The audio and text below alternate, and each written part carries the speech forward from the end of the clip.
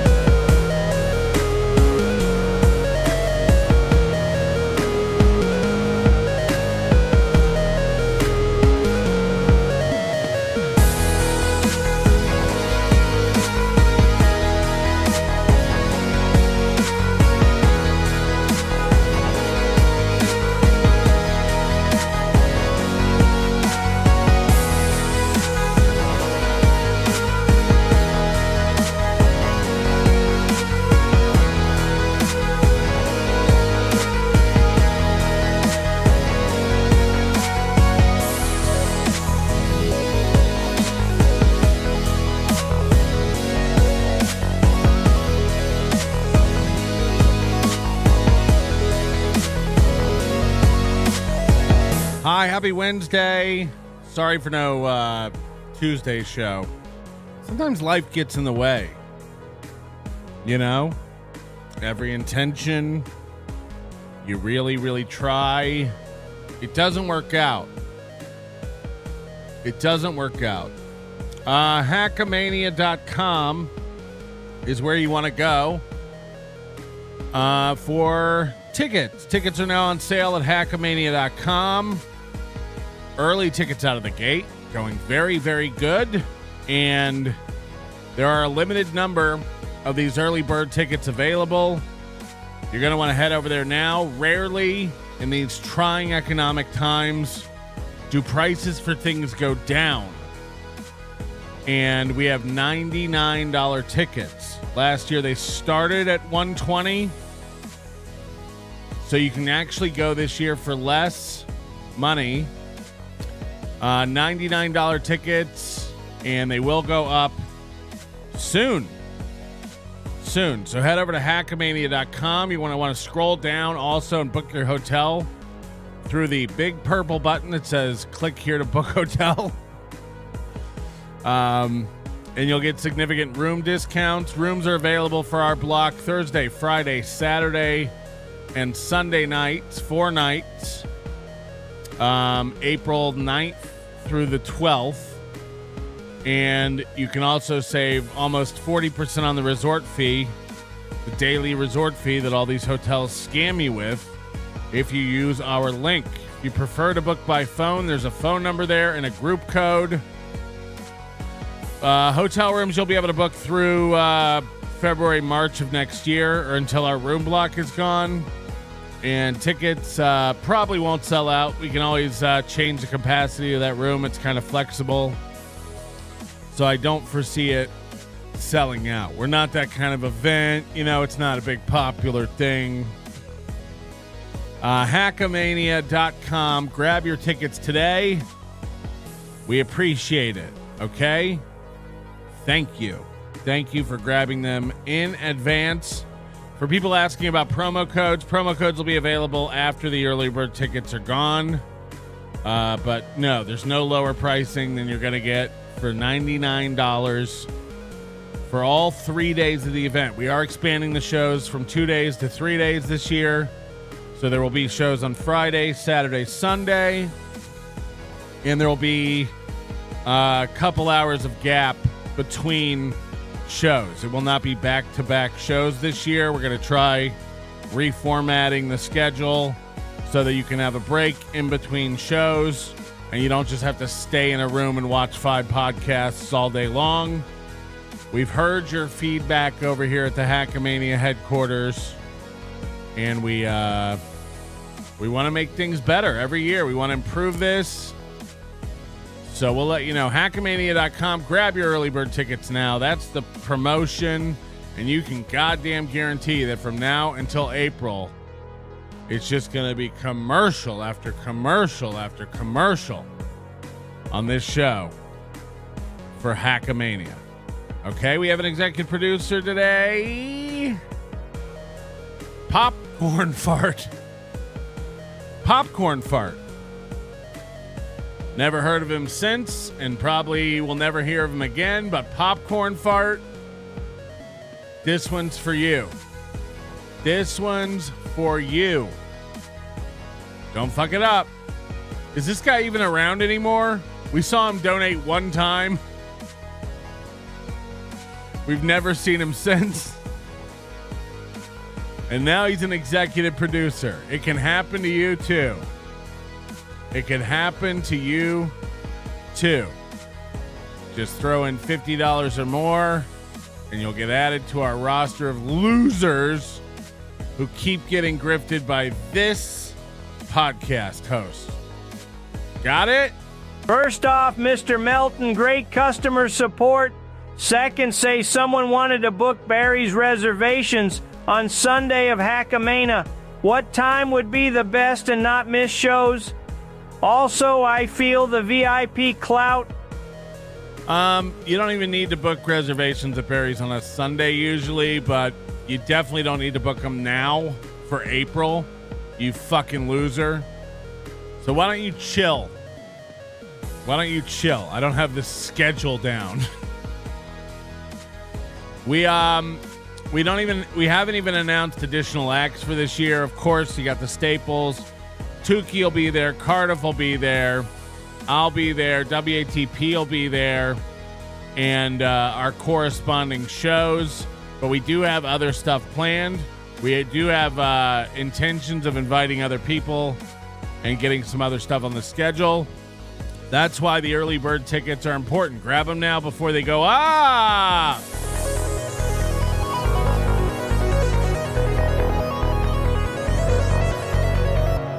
yeah, so when we announced, every time we announce somebody else is coming, the ticket price will increase to cover their nut. We have to cover everybody's nuts. Tim Bollinger, will there be pizza and chicken strips for VIPs again? I don't like how this keeps getting reduced.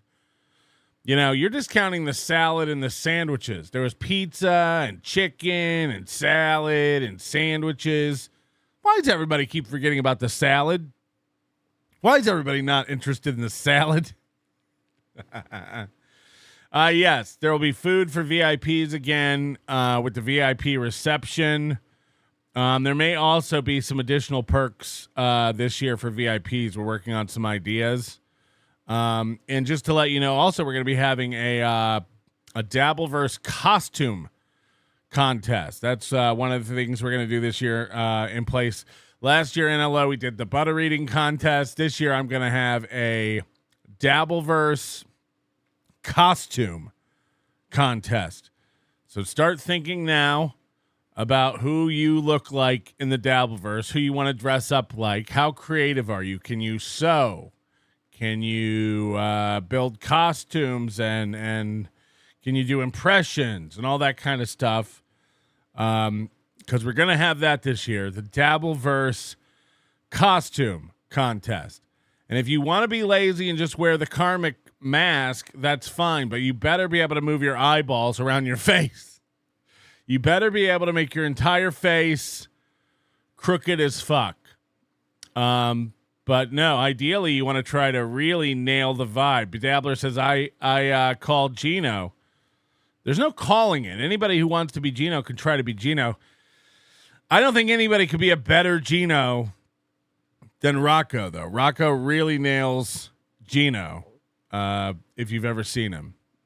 So, yeah, start thinking about it. And we'll, of course, have a cash prize for that. And we're also going to be working on some other competition. That's all I can say for attendees. So strap yourselves in. Hackamania, April 10th through 12th, 2026.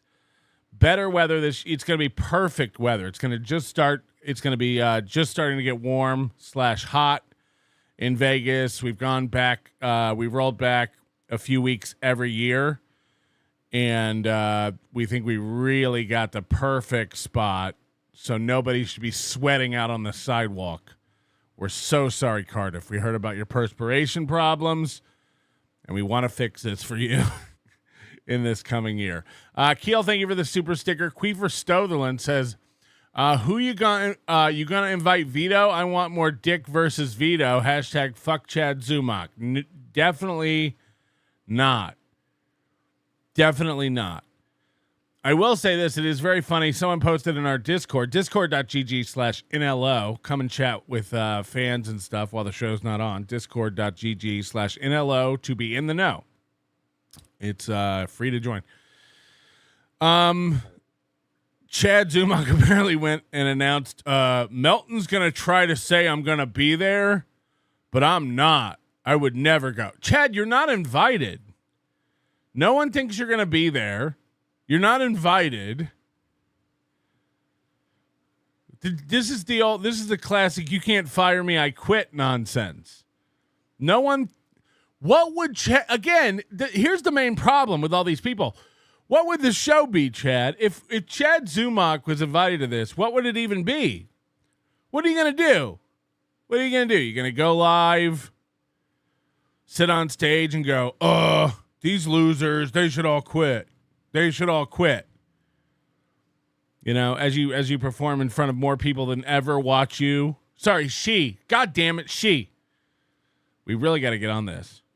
Chad, she came out with this announcement that, and the funniest part of it was she said, Patrick's going to try to make it sound like I'm going to be there.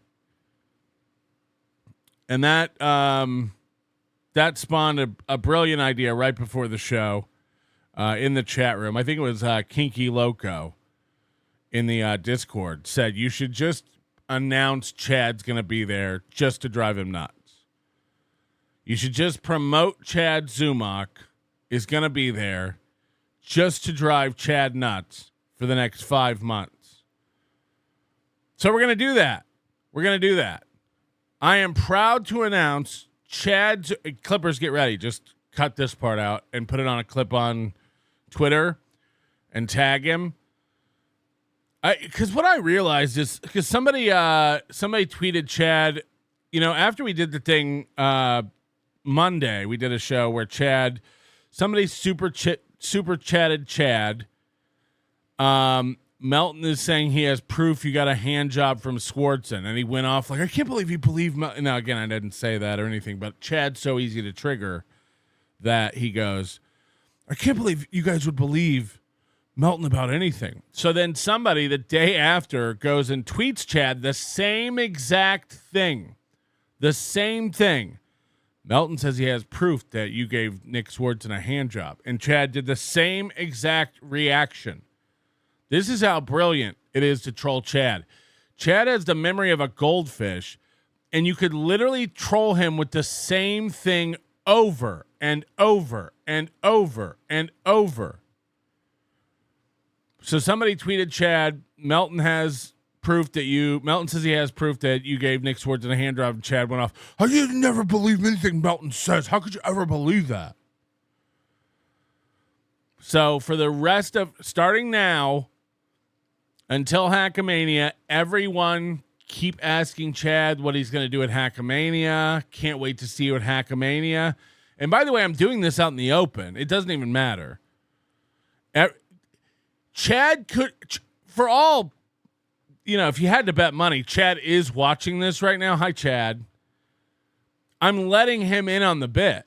We're doing this to fuck with you and get a reaction, okay? That's why we're going to do this.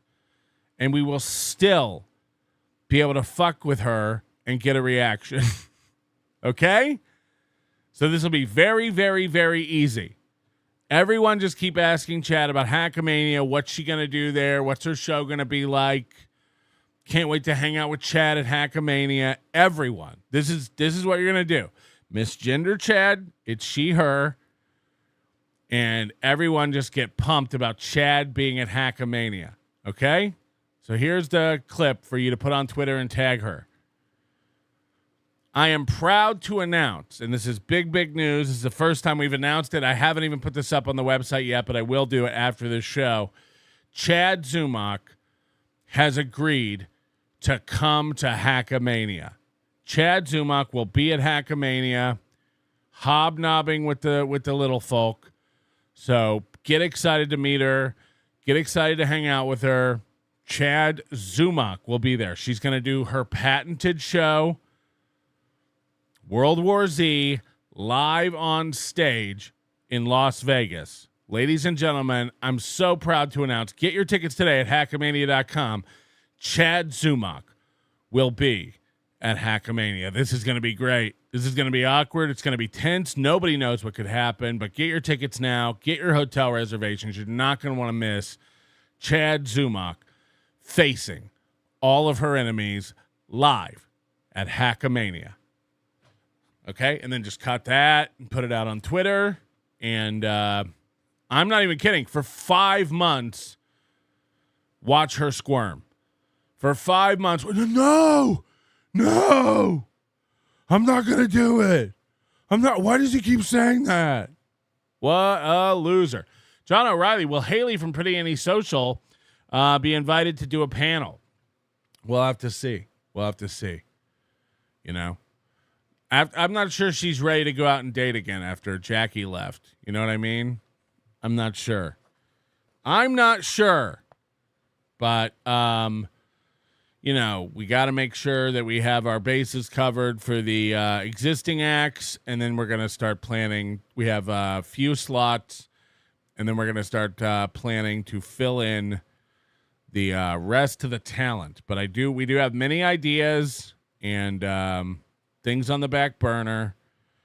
So like I said, the early bird tickets, they're on sale now before you really know the full picture of who will be there and what's going to be there. All I can guarantee that will be there are me, Tukey, Cardiff, Carl, and his band of 17 people that he needs to do a show because he has to cover up for the fact that he's not funny. And, of course, Chad Zumach, Lady Z herself, will be there. I'm so happy. I'm so excited that Chad's agreed to do this. By Job, I got grifted all the way to Vegas. Maybe I'll get a sweet fuck mask while I'm there. I gotta love Chicken Boy in the chat. Like, if you don't invite Carl, then I'll come. Well, guess what? We'll probably do without you. Imagine that the whole event's on pins and needles. Is Chicken Boy gonna be there? You're not coming anyway. Everyone who does this cope, and I can't wait for. I'm glad we're strapped in for this year. Everyone who does this thing, like, yeah, right. I'm not coming if this person comes. You're not coming anyway, loser. Suck a duck, Chicken Boy. We get it. You can't afford it or get vacation time. We get it. You don't have to make an excuse. I would be there if Carl wasn't there. Really? Carl makes you feel so much that you're not going to come because Carl will be skulking around the casino? You're afraid you're going to walk by him briskly and then just tear your shoulder open on one of his teeth? We get it. You can't afford to come. We got it. You don't have to make an excuse. I would come, but Nick Ricardo's okay, OJ, we get it. You don't want to drive for 11 days. We get it. You don't have to make excuses. Oh, yeah. Everybody in my chat got morals and standards all of a sudden. Chicken Boy. Mark Davis, you can put Chad on stage and have the audience write the chat that she has to read. It would be 300 messages of hello, and we're doing it. Please use the proper pronouns when you send in Chad chats. Chad Zumach presents Hackamania. I screwed up my name and can't change it for 5 days. Hold on, what did you screw up? Chad Zumach presents Hackamania. Yes. John Smith, please invite Haley. She said today on the Pretty Antisocial program that she'd love to be invited. She wanted to come last year but couldn't because she and Jackie were invited 1 week before the event. I mean, they weren't invited to participate last year. I said if you want to come out, you don't have to get tickets, of course. But everyone is invited. Don't do this thing where you're like, I guess I won't go because I wasn't invited. I can't reach out to everybody. Believe it or not, Chicken Boy, I wasn't going to email you about it. Will you please come? What if we don't have Carl? Just know this. No additional talent has been asked to join the bill yet this year. No additional talent has been asked to join the bill yet this year. However, I do have the intention of adding, well, that's not true, actually. I do have the intention of adding some people. I am in talks with people, but the exact lineup will be announced probably around New Year's, and we'll nail it down. My concern with Haley, and Haley, of course, will be invited and wouldn't have to buy a ticket either way, but at some point we have to inviting Haley and Pretty Antisocial. Well, again, I'd love to have her there. Probably sells very few additional tickets. And that's not to say that Haley doesn't have an audience. And it's not to say that Haley doesn't have fans. The overlap just becomes not enough to like cover the cost, if that makes sense. You know, like for instance, when Vito and Dick were invited the first year, that was a Carl request last minute, but Vito and Dick do have a different audience and sold tickets that we wouldn't have sold to Dabbleverse people. And Haley's covering Karmic and Steel Toe, and chances are if you're already in that world, then you're already coming to the thing. So it's not a slight at Haley. And again, you know, I'm not saying Haley won't be, like, I wouldn't pay for Haley to come. First of all, I don't think Haley's poor. So like me kicking her $1,000 would absolutely help cover the ticket and the flight and all that stuff, or the hotel and the flight and all that stuff. So, you know, is it out of the realm of possibility? No. But do we want another Dabbleverse show on the lineup? I don't know. But it would be very, very valuable and nice to have Haley there and appear on other shows. She could appear on my show. She could appear on This Little Piggy if we did that live again this year. So I see the value in it, but also like it has to make financial sense. So what we're doing this year, we're doing the early bird tickets. I have some feelers out to some other interests that are outside of the Dabbleverse for shows. And, you know, I hope Haley doesn't take, she's in the chat. You know, that's not an offensive thing. And, you know, I imagine 100% we'll be able to like give Haley a room and all that kind of stuff.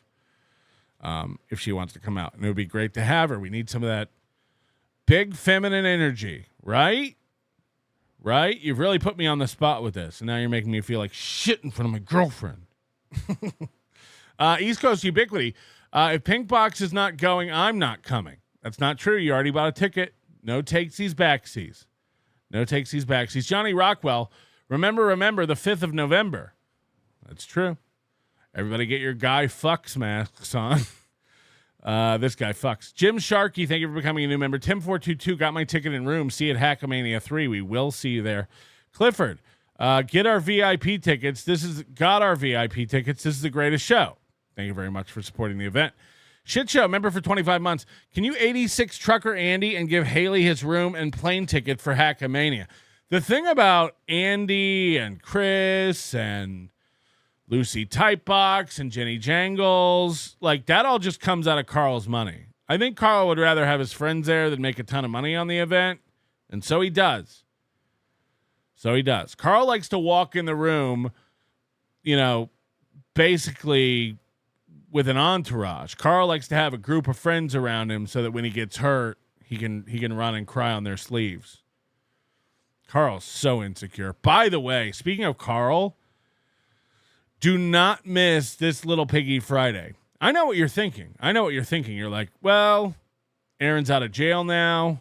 This thing is stale.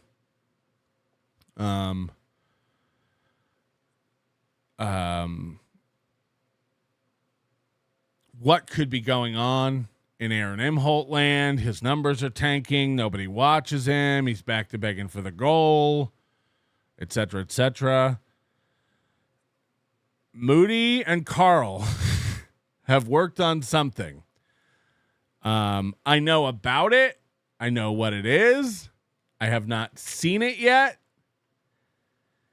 And it will be one of the top 3 moments on This Little Piggy ever. I can imagine. I can imagine. So do not miss This Little Piggy Friday. It will be on Carl's channel. Oh boy. No chart, no graph, no scrolling through Google Earth. This is real. This is real. It's going to be good. It's going to be really good. Chad Zumick presents Hackamania. Can I log into my account from previous years? Again, all these questions are answered on the actual website.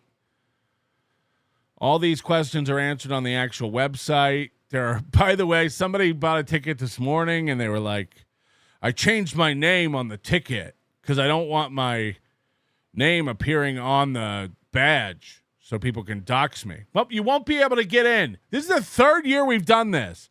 There are warnings on every page of the website and your ticket that tell you if you don't put your actual name on your ticket and it's not on your ID, you won't be able to collect your ticket. There's also in the frequently asked questions, it says, don't worry, your name's not going to be on a badge or anything. So guess what, guy? You won't be able to get your badge.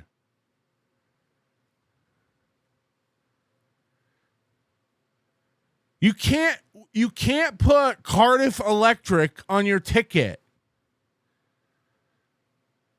Then anyone could just walk up to the table and go, picking up my ticket for Cardiff Electric, and then we hand them the ticket? Is that how anything works? Holy shit. I didn't realize how many adults in this universe have never bought tickets to anything. Have never bought a ticket to anything. You can't buy a ticket to go see Metallica and just write John Smith and go to will call. What's going on?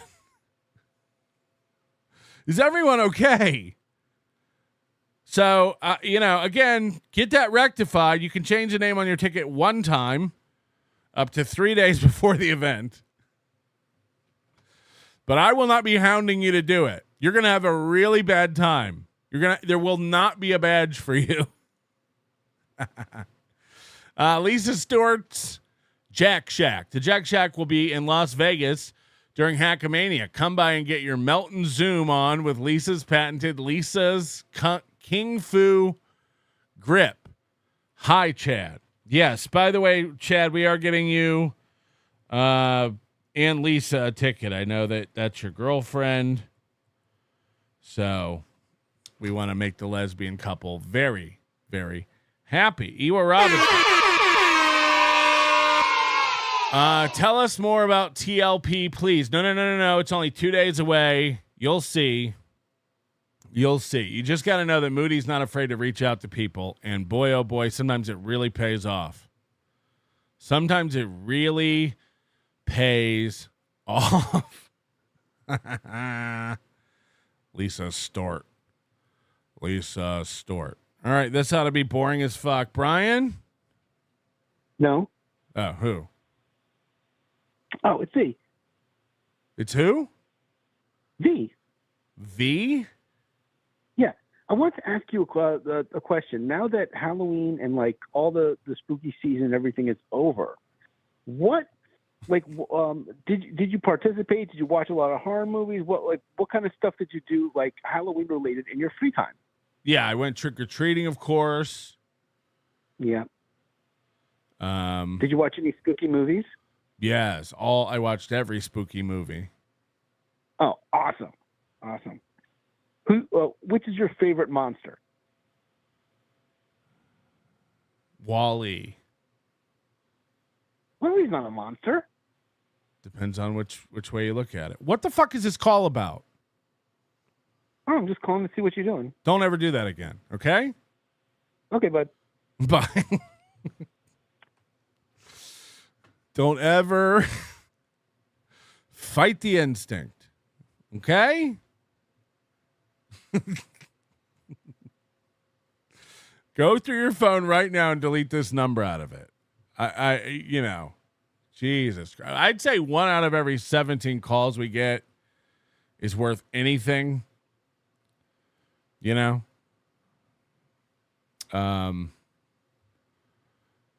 No. I'll make hold on. What? Where was I? Can you 86 Trucker Andy and give Haley his room? Yeah, I'll pledge right now. If Haley comes, we'll get her a hotel room at a minimum. You know. So that should be easy to commit to. Haley, we want you out there. We'll get you a room. We'll get you a ticket. This is going to cost me so many dollars. Ugh. Just kidding. No, Haley, we would love to have you there, and you'll be valuable insight on the panels, and we will start announcing you side by side with Chad Zumach. Pretty antisocial Haley and Chad Zumach in the same room. Two fierce women battling it out for attention from all the men. Patrick is like a miser. Yeah, imagine that. Imagine I'm the one guy keeping tabs on the budget for the event. There's a reason that every other idiot in the Dabbleverse cannot figure this out. There's a reason that every other event in the Dabbleverse, aside from I guess like DabbleCon, everyone who tries to throw an event stinks at it. So every time you complain about ticket prices and me watching the bottom line, know that it's because everyone gets paid and we don't lose our ass. We also don't keep waffling about the venue and what's going to happen, and maybe we should just have it in a hotel room, and it's sold out, it's not sold out, price is changing, we're refunding tickets. Yeah. We run it like a real event, and we plan real shit, and it costs thousands and thousands and thousands and thousands and thousands of dollars. So yeah, I am a miser. You're goddamn right. I'm not Chad where I just go, maybe we'll get Pang Tang. Yeah, maybe. Or maybe the event won't happen at all. 50-50 with Chad. Maybe it'll be the best thing ever with everybody gets a candy whistle and a lollipop. Or maybe I won't even come. That's Chad's events. I'm not even coming. Okay, glad I bought a ticket. What is this? There you go. Haley for TLP, or we riot. No, Haley won't be on this little piggy this week. I think we have, again, a very special guest, I think, that is going to... Oh, Chicken Boy. Asshole, if I was going to send you a 50, I was going to send you a 50, but this seems more fitting. Oh, no. We're broke. I think you need to send me a 50 to apologize for it. Like Mycroft. Mycroft's going down on my list now of cool people. And you've got a long way to go. It actually has to be 51, I've decided. Chicken Boy. If you sent $50 in, I wouldn't even bring it up on screen. I wouldn't even acknowledge it. You sacks of shit. Thank you very much, Chicken Boy and Mycroft. What is it? Shaka John. I'd love to see Haley there. I won't be attending in person, but I'll stream it live. Best weekend of the year. Oh, yeah, the live stream. Yeah, so much stuff. Don't even make me think about that yet. Mycroft, member for 28 months. Moody's graphs are real, and they're spectacular. That's a fact, Jack. John O'Reilly, may I suggest Haley, Kiki, and a Jello pit? And Chad. Topless Jello pit with Haley, Kiki, and Chad. You know? Can you imagine inviting Kiki to an event? You might sell less tickets.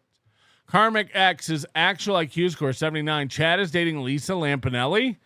I thought she only dated Godfrey's. I think she's changed her ways for the better. Gonzo is a TLP special guest upstairs making candy bacon. Who knows? Who knows where the special guest is? It's really, really difficult to tell. Okay. Good evening. I'm going to do a movie review of a documentary about John Candy called I like me. But this is kind of not a complete review on his movie. It's more about my life, because that's exactly what I saw while watching the John Candy documentary. How did he say documentary correctly the second time? The first time he's reviewing a documentary, and then he says, hold on, what? Because that's exactly what I saw while watching the John Candy documentary. I am in no way trying to compare myself to John Candy, but I did witness and feel. The title of this video is My Life Rivals John Candy.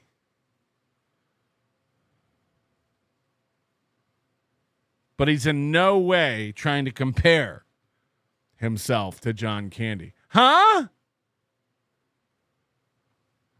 How does that make sense? I will offer my services to host an AI rock concert and Valley of Men dance at Hackamania with my goddess, but I digress. Look, all these guys are welcome to attend, but I can't work with them. I can't work with unstables. Karmic's welcome to come. Karmic will not be promoted or on any kind of lineup because in all the 2 years we've done Hackamania, even with the close call with Dr. Steve last year, we made it work. We've never had someone on the lineup who didn't make it, who didn't attend, and we never have failed to deliver what we promised, if not more. So I can't, in all good consciousness and good conscience and faith, consciousness, that too, put somebody like Karmic on the lineup. They're unstable. I can't, say whatever you want. Like, the people that we book for Hackamania are like rock solid people who are going to be there barring any bad life events. Yeah, OJ, good point, Moody. OJ. Thank you, OJ, by the way. Those football pads have been sitting on that exercise bike for years. What is he doing with them? Is he playing football? Kind of sus. Just sitting. That's where all his athletic equipment that never gets used sits. I think he keeps it all in one pile. A lot of parallels in his life and what he went through and how he was. If we sell 10 tickets during this show, we'll bring Haley out. That's the deal. We have to sell 10 tickets during this show, or else Haley gets booted. Choice is up to you, chat. Feeling that compared to my life as an entertainer, an actor, an all-around big-hearted human being.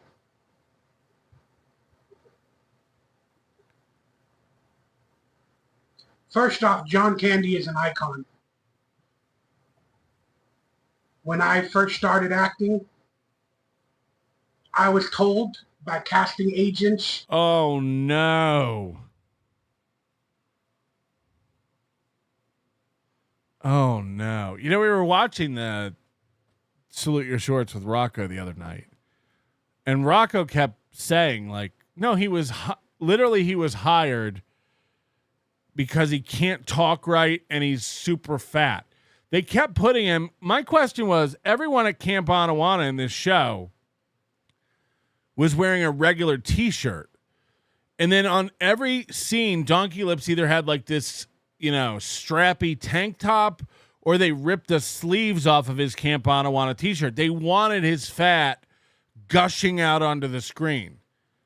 He was literally only hired because he was a silly fat boy. And he's about to say that early in his career, casting directors, agents, producers all told him, God, it's sparks of young John Candy.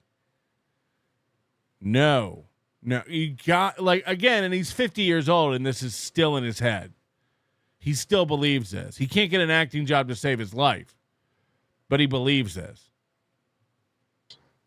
And people of that like, when I started officially acting in like 1980. Oh yeah, but Dabbler's right. I guess technically Pat Dixon didn't show up either. You're right. There's a long trail of tears at Hackamania. There's evidence over and over and over again of us actually not delivering what we say we're going to deliver. I take it back. Maybe I'll pull the tickets down. Maybe we'll pull the tickets down. Fuck! These guys are right. Moody and B. Dabbler are right. It's a failure of mega proportions every goddamn year. Don't you want to see what happens this year? Hackamania.com.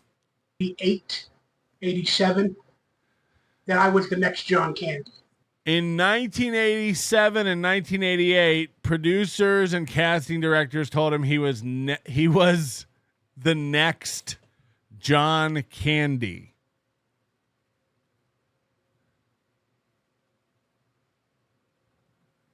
Did that happen? Did that happen? That's what I want to know. Is this a complete... Did someone, like, in his family or something say to him, like, hey, you could be the next John Candy if you work hard because he's fat? Or did he completely fabricate this?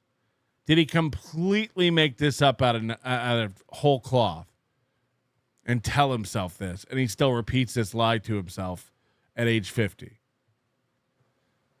Due to my weight, the way I looked, I had a unique lisp.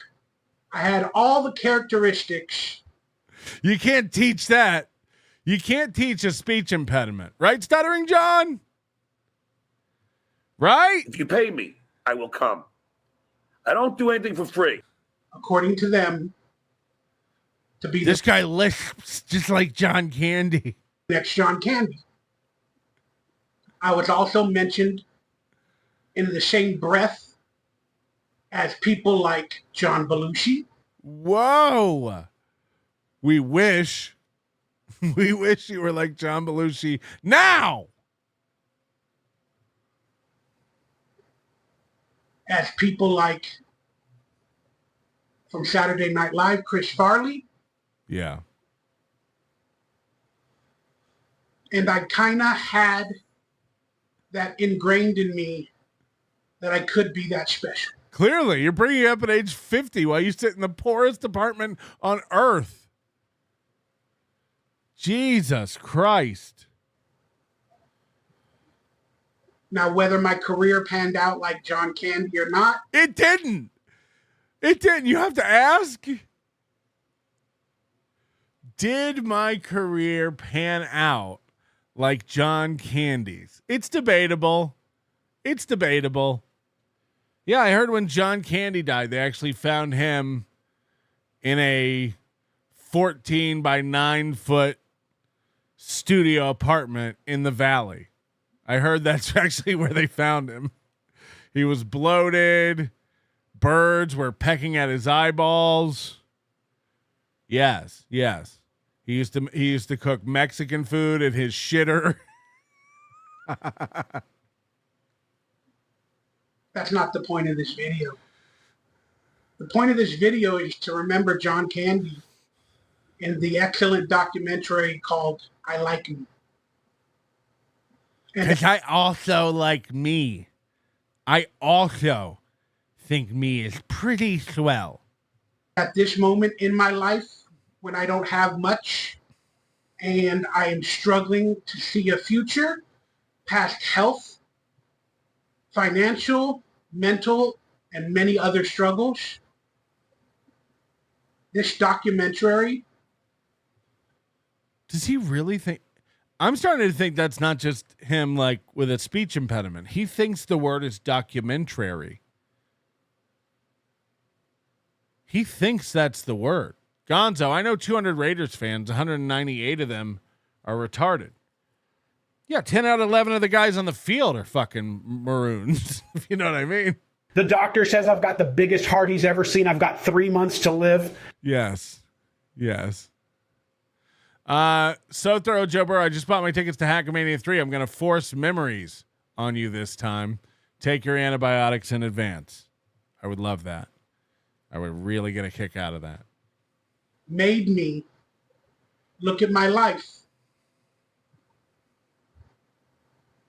in a respectful manner, in a very good manner. And I've been in a dark place for a while, for a good long while. So he watched a documentary about somebody who was successful, and that really made him appreciate how successful he is. Got it. But this documentary made me think, I'm John Candy. He started this up by saying, I'm not comparing myself to John Candy. That's not the point of this video. This documentary made me think I'm John Candy. Emotional damage. You can call me Nannerpuss, and guess what? I love Nannerpuss. You can call me Nannerpuss, and guess what? I love Nannerpuss. I'm John Candy. I'm John Candy. I'm John Candy. A long while. But this documentary made me think, I'm John Candy. Wrong. So many parallels to my life in this documentary.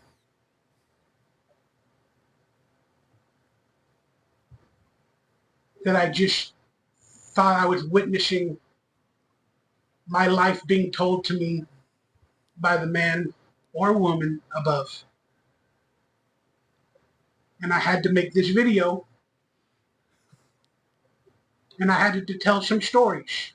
And that's why I applied for a shower ring salesman job. Why I feel so proud for my entire life. And I don't want this to be a legacy video in a documentary review, but that's what this might become. I don't know the future. I don't know how long I'll be here, but I do know one thing. I have a legacy.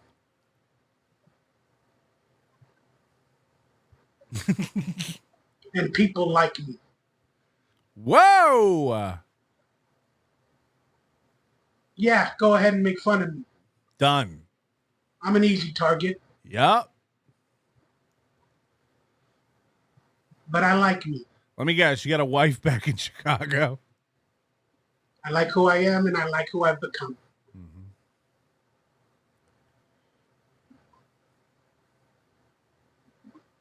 That was a semi-quote from Planes, Trains, and Automobiles with John Candy. A semi-quote?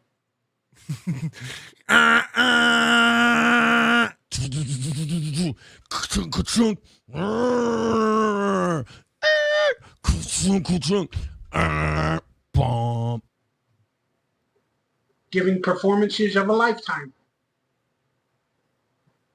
in those movies. Being an actual actor. Not just the fat, funny guy. Not just the fat, funny buddy. And that's why I absolutely love this documentary. It's exactly what he got hired for, to be the fat buddy. Because we got to witness and hear the pain that caused him from his losing his father early. I didn't lose my father, but in a parallel, I lost my mother at a young age. She moved on and didn't come back into my life till, many years later. Can you really blame her? Can you really blame? They're filled with helium, so they're very light. Oh yeah, Makini balloons. Are you going to be providing the balloons this year? People want the balloons back this year. The mental gymnastics this moron has to go through to actually compare himself to John Candy isn't fucking real. Michael, get a fucking grip and a job, you unself-aware bish. So he lost a father figure at an early age. I lost a mother at an early age. And we both became sensitive souls. I lost a mother and a father too. Am I John Candy? Quick question. Am I John Candy? Huh. I never really thought about it. Maybe I too am John Candy. I haven't always been John Candy. Oh, good one, Just Joel. I haven't always been John Candy. I haven't always been John Candy. I haven't always been this way. We have both had a lot of trauma. Now, granted, my mother's back in my life, but it still was never the same. And we had a lot of trauma and PTSD from it. And now at my older age, I've realized I've had major health issues, PTSD, anxiety, panic attacks, health issues, and John Candy was going through the same thing. And he didn't let a lot of people know. He didn't want to get on medications. He didn't let doctors tell him what to do. You know, like to try all these medications that would cause major side effects or whatever. And I've been doing the same thing. And again, I'm not comparing myself to John Candy, even though that's what you think it is. That's all you've done. It's been this whole video. It's the title of it. I'm not comparing myself to John Candy. We both had this. We both did this. We both did this. We both like that. I am John Candy. Guys, I'm not comparing myself to him. I don't think you know what compare means, much less documentary. I'm reflecting on his life through my life. It feels similar in a lot of parallels to what I just watched in the documentary. So before I go any further, I beg of you, if you're a movie fan, a John Candy fan, a me fan. Hold on, what? We have to be both? Please go watch the documentary called I Like Me. And Keel said, is his fridge in his living room? His kitchen is in his living room. His bed is in his living room. He has a living room. Yes. Yes. Is his blank in his living room? The answer is yes.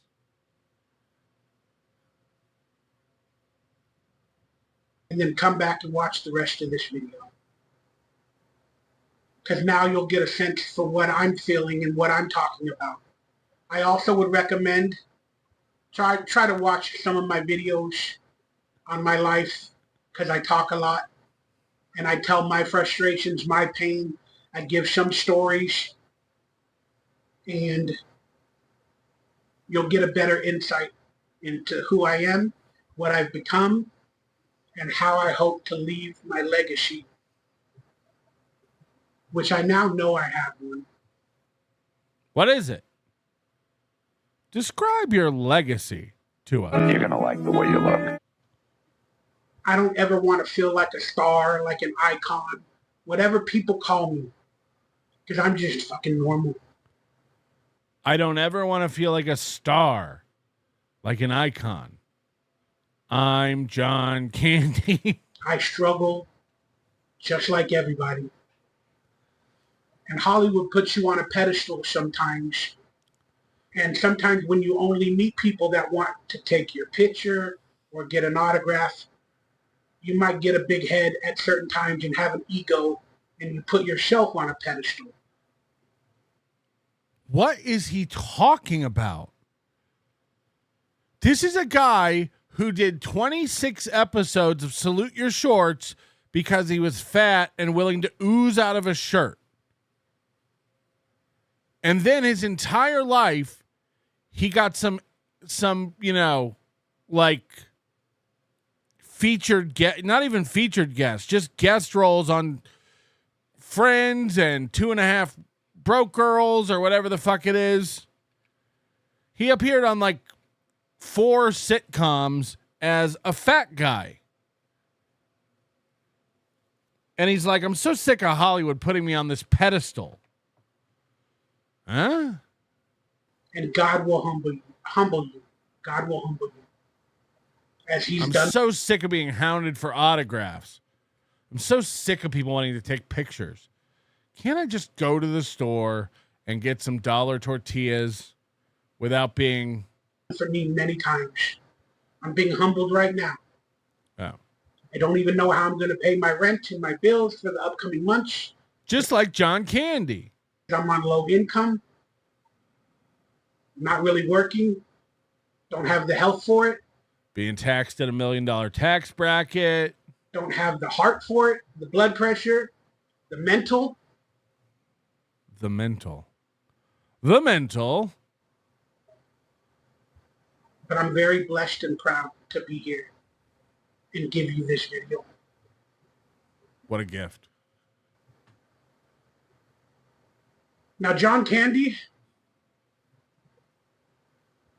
again, the movie is fantastic.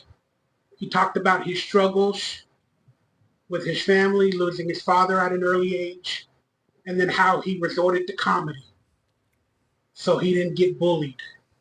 Then he started doing improv, and he didn't do stand-up, but he did comedy skits at Second City in Canada and stuff like that. And that's kind of the exact same story for me. We might have to go back and watch Donkey Lips's critique of Hackamania. Remember all the ideas he had? Like we could do script readings or improv sketches. He had a bunch of ideas. Table reads of scripts. So maybe we'll be able to factor some of that stuff in. I had to stay at home. My father was working to pay the money since we were not a 2-income household with my mother not being there. Wow. And I had to stay at school until my father got home from work. So I got bullied. I had a funny voice. I was the fat kid. And I took on the Glee Club.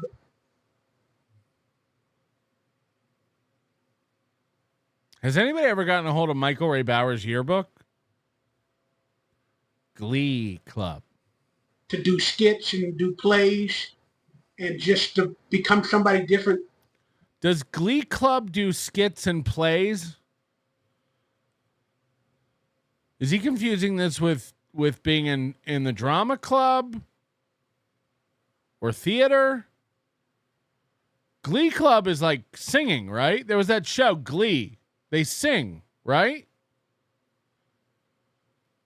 His Glee Club did plays?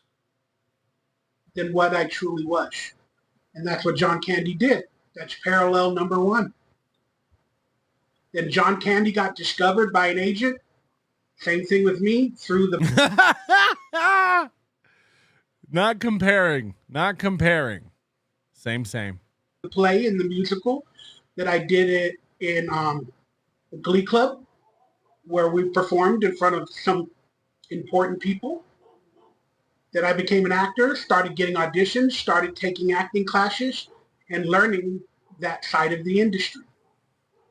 Basically paving my way to eventually have some co-starring roles in major motion pictures, be on some quality TV shows in the 90s. But my career never really took off. It hit a Same as John Candy. I'm going to start calling Michael Ray Bauer Uncle Fuck. plateau at a moment, and then everything just kind of laid silent. John Candy's career, on the other hand, just kept going up and up and up. I'm John Candy.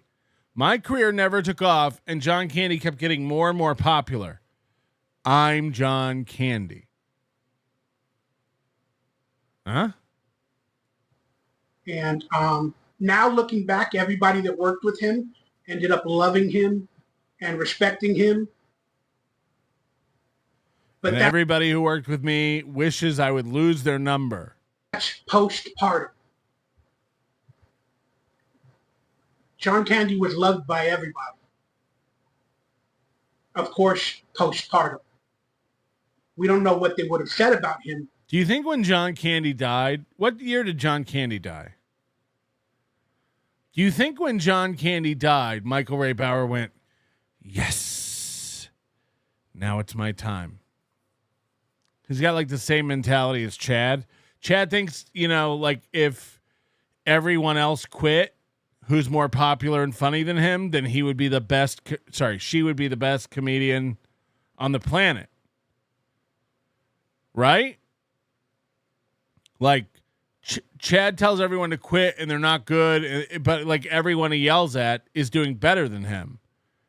And Chad's solution to that is to never make himself better or work on anything himself. Chad wants everyone else to get out of the way so he moves up a notch.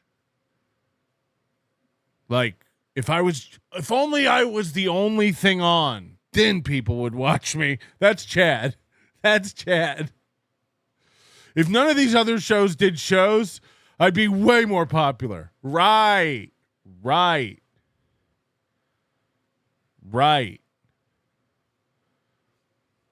It's like Long John Silver's is sitting there over there going like, if McDonald's would just go out of business, it would fix everything.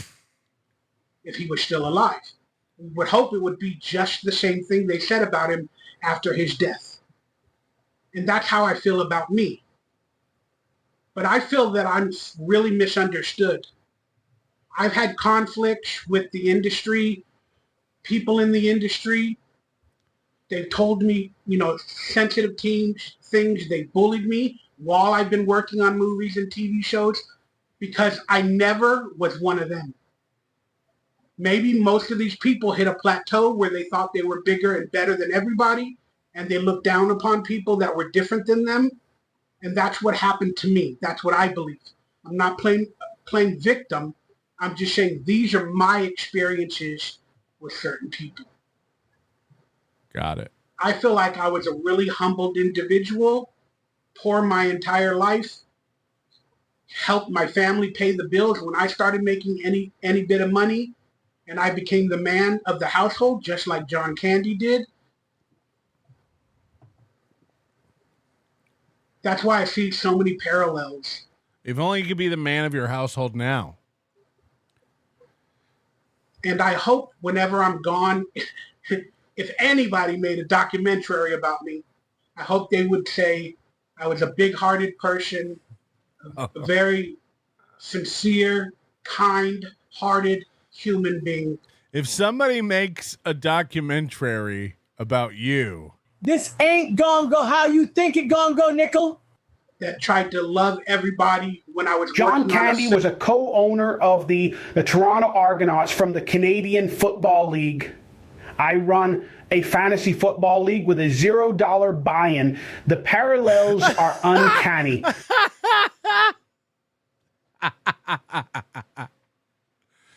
Oh no. Bet or a movie or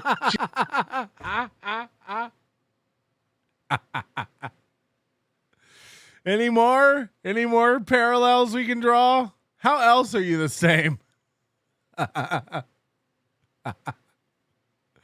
John Candy was in planes, trains, and automobiles. I've been on a plane and don't own an automobile. Just going out and hanging out in real life. I would hope they would say that about me. I would hope that they say they liked me. And I like who I am. Even though I constantly think about changing who I am to get back into the industry.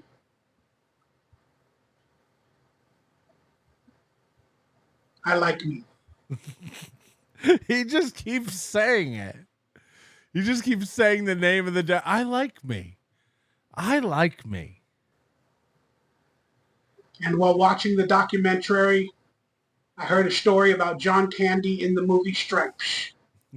And he ended up working with one of the people that I had the pleasure of working with, one of my heroes as well, Ivan Reitman.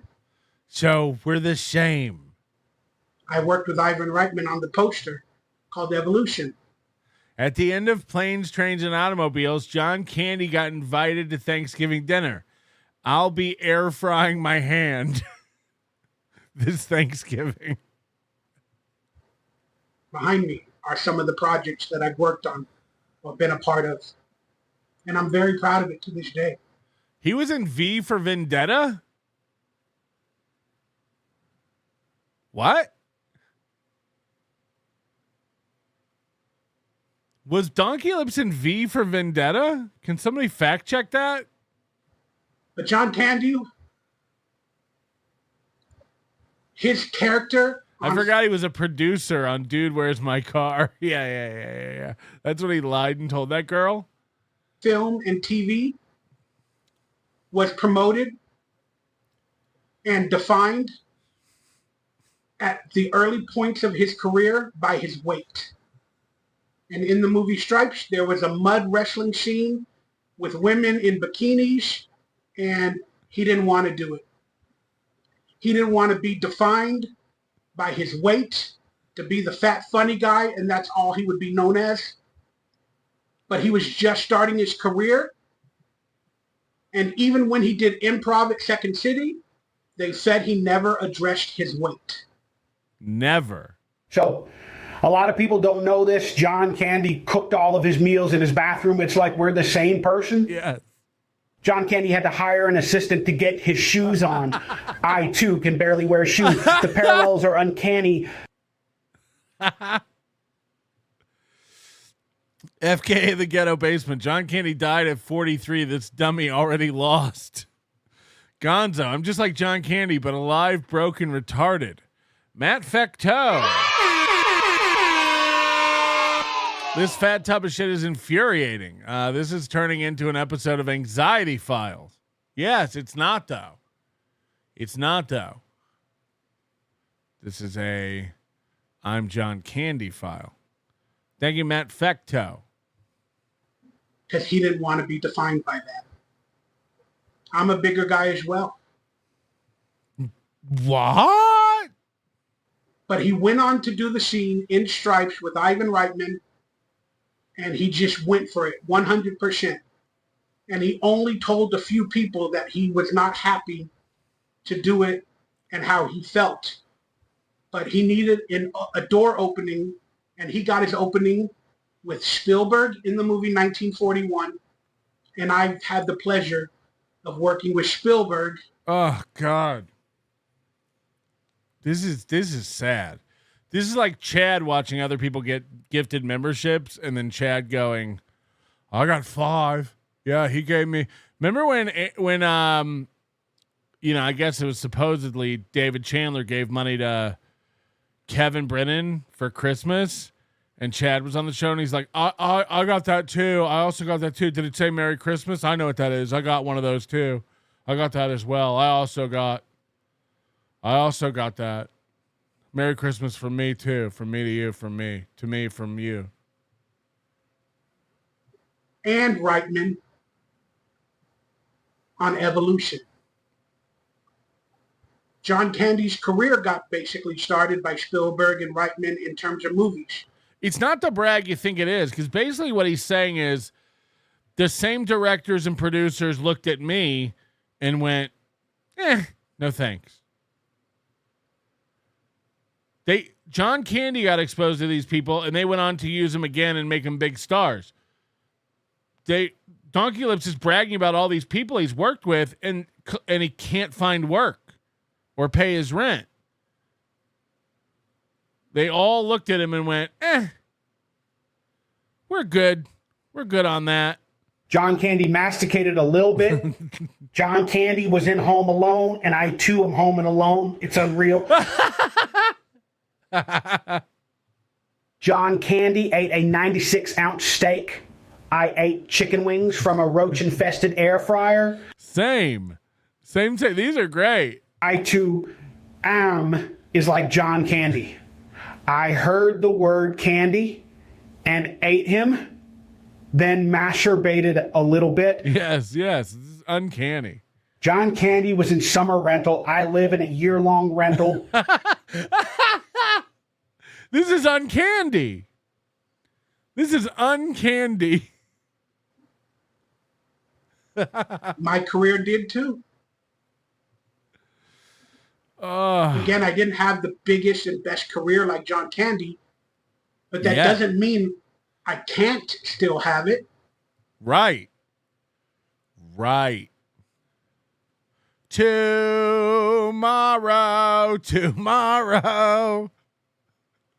Right? It can still happen. You don't know. Or I wasn't as good as John Candy.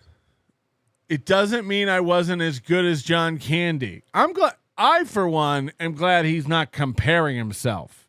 You know what I mean? These lights will guide me home. I'm a hell of an actor.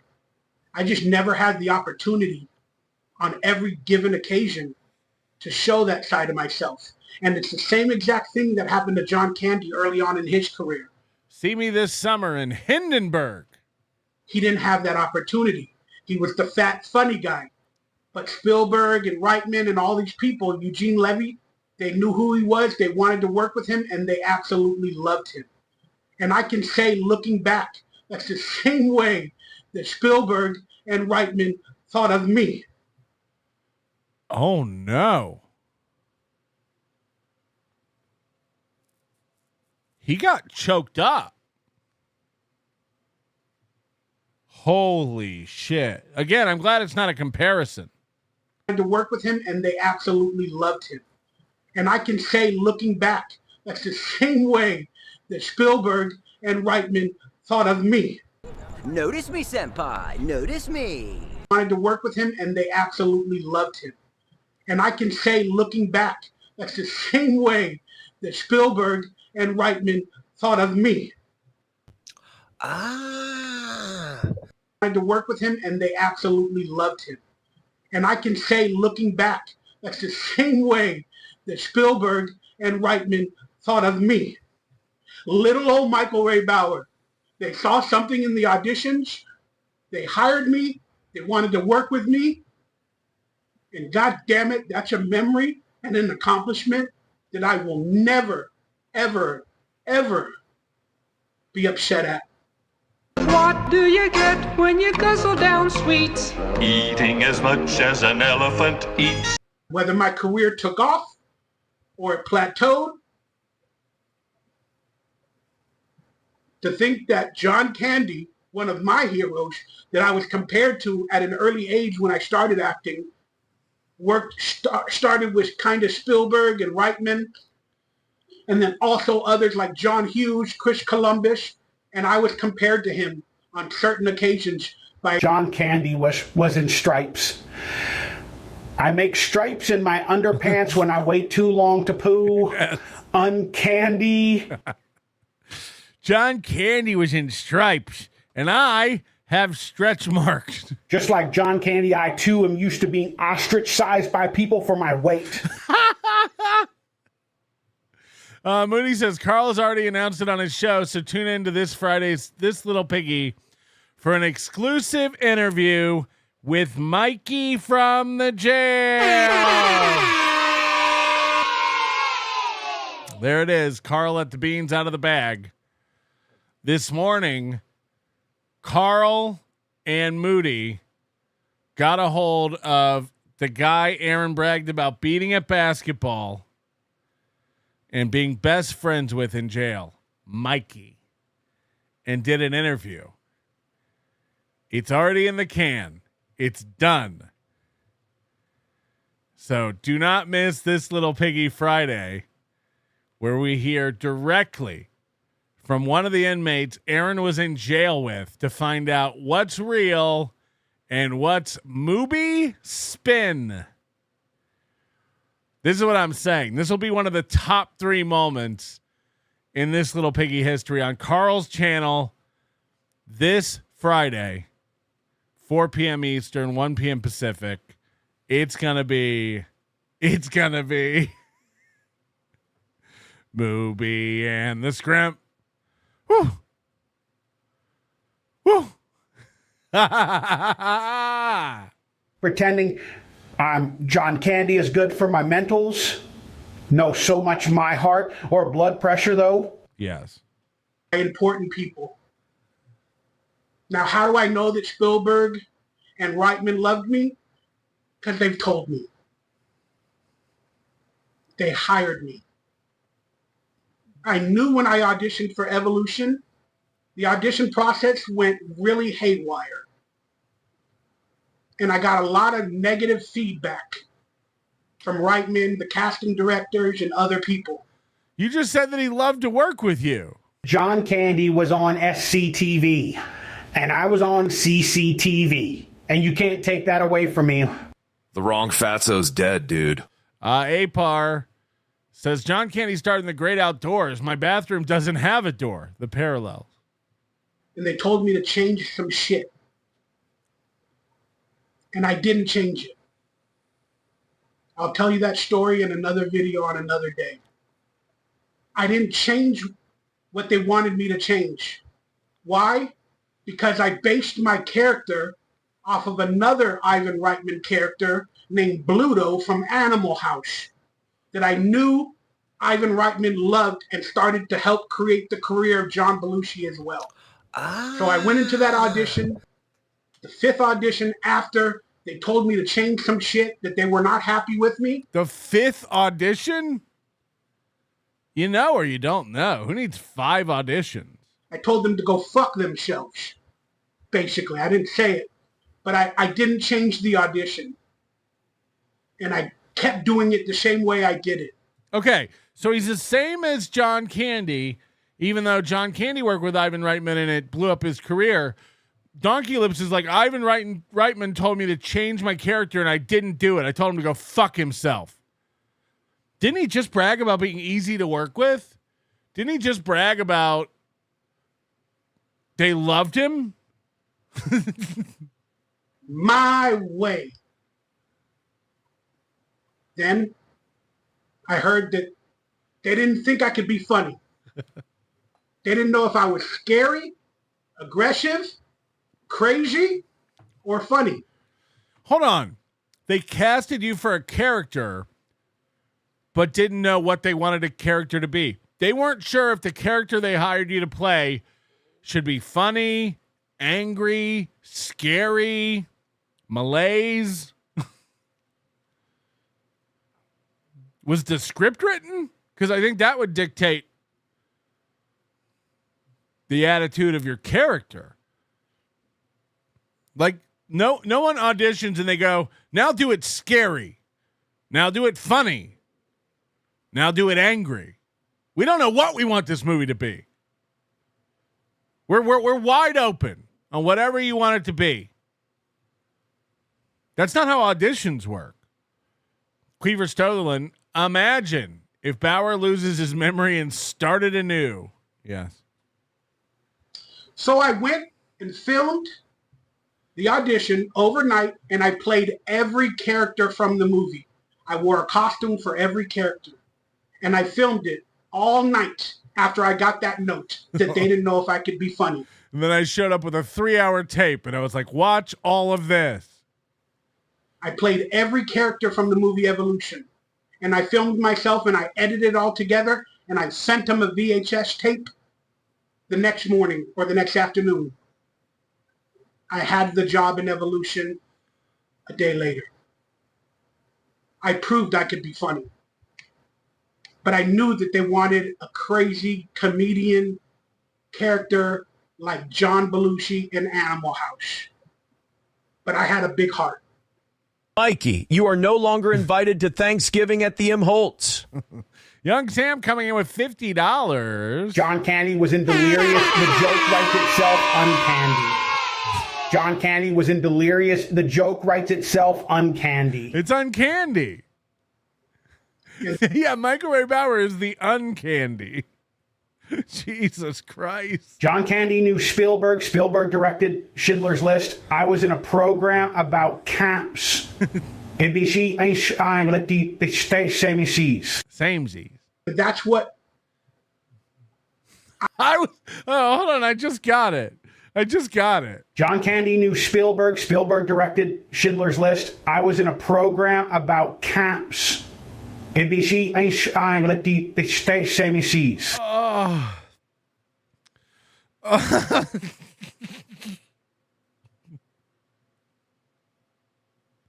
Camp on Auschwitz, we hold you in our hearts. Ivan Reitman missed while we were filming Evolution. And I think that's what got missed by a lot of the cast. And that's why I think the movie failed. It didn't have enough heart. They didn't really let us improv, get to know each other, become a family.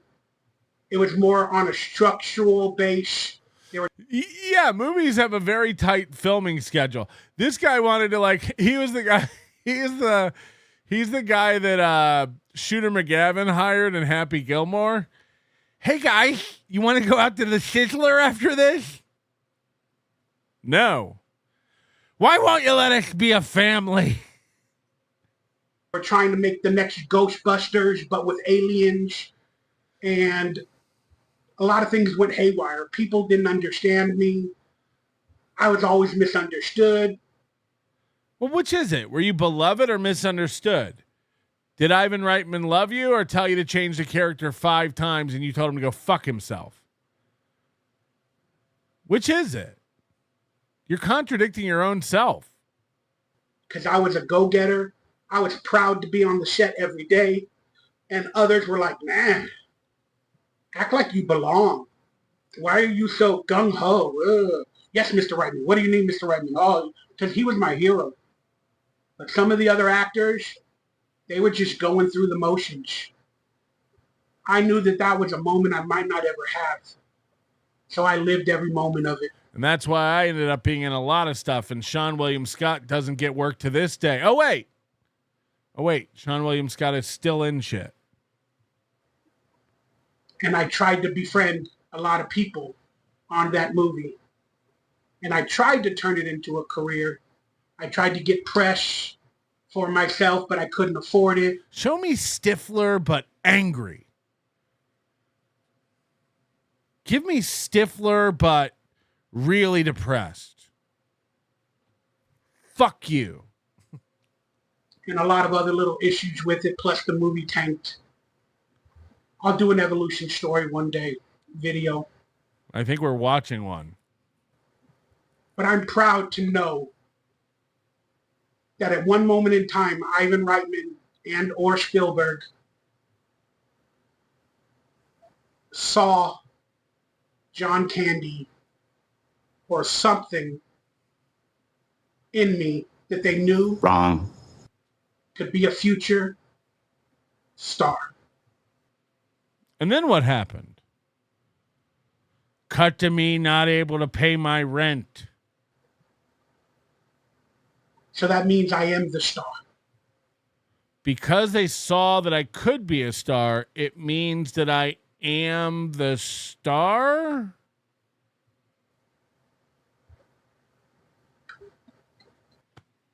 I'm doing my audition for Wolf of Wall Street.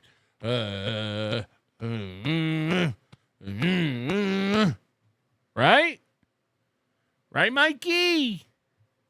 I'm the star.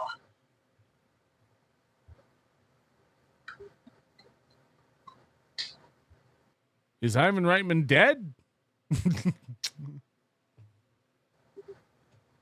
Thank you. And thank you, John Candy. I like me. I'm not happy where I'm at in life, financially, health-wise. You just said you were. A minute ago, you were like, I'm so happy with my life. I'm so blessed. But I like me. And I think a lot of Ivan Reitman is dead. Fair enough. Do too. People like me, John Candy, we can't help but have our heart open up to the world. It's why he can tell stories about him, because he's dead and he's not around to refute it. If only Ivan Reitman was still alive, you guys, I'd be in everything.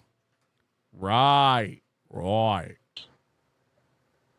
And we don't want to be a part of the big Hollywood machine. We just want to go do work, quality work, entertain people. Then we want to come back home and disappear. Well, you're halfway there. So when we tell you to get work and get a job, you're like, that's not the answer for everybody. And now he's just like, I just want to work. I just want to work. I want to collect Snap all day. John Candy was able to have a big, beautiful family. John Candy is dead, dude. With his wife and his children. And that's something that I'm clearly missing in my life. I think sometimes actors and other people have to have some of the hardest tragedies. So that way, when they do get an opportunity to have dreams come true, it's that give and take. Dreams do come true. I can't breathe. I'm turning blue. I know I'm obese. We have to have hard tragedies or die young. Say hard or heart? Like John Candy and many others, because we've had those moments that billions upon billions of people will never have. It's that yin and yang. He's had moments that billions of people will never have. Tell us how it works. That good with the bad. It's that special with the hurtful.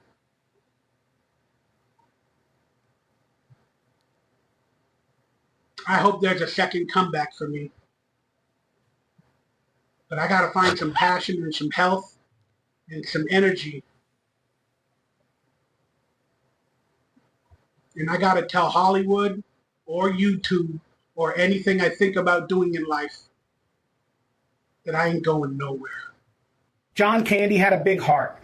It's what killed him. I, too, have a big heart.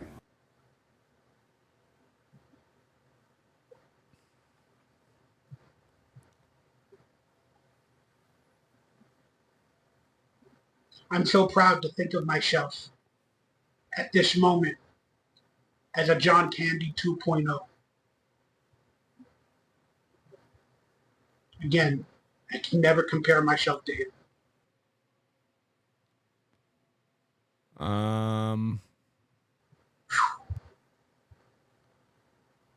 But a lot of parallels that he felt and went through. Shit. Same guy. My body wasn't a fit to be one of the campers in Spielberg's camp movie. Every time Bauer says John Candy, you have to take a shot. See you in hell, dude. They're all here, and they're all here for me, and they're all here. He had a lot of anxiety and fears and panic attacks toward the end of his life.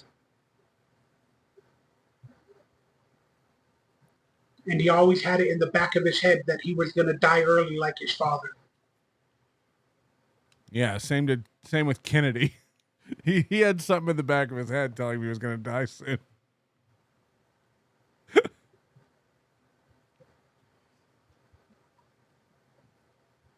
But he kind of didn't take time away.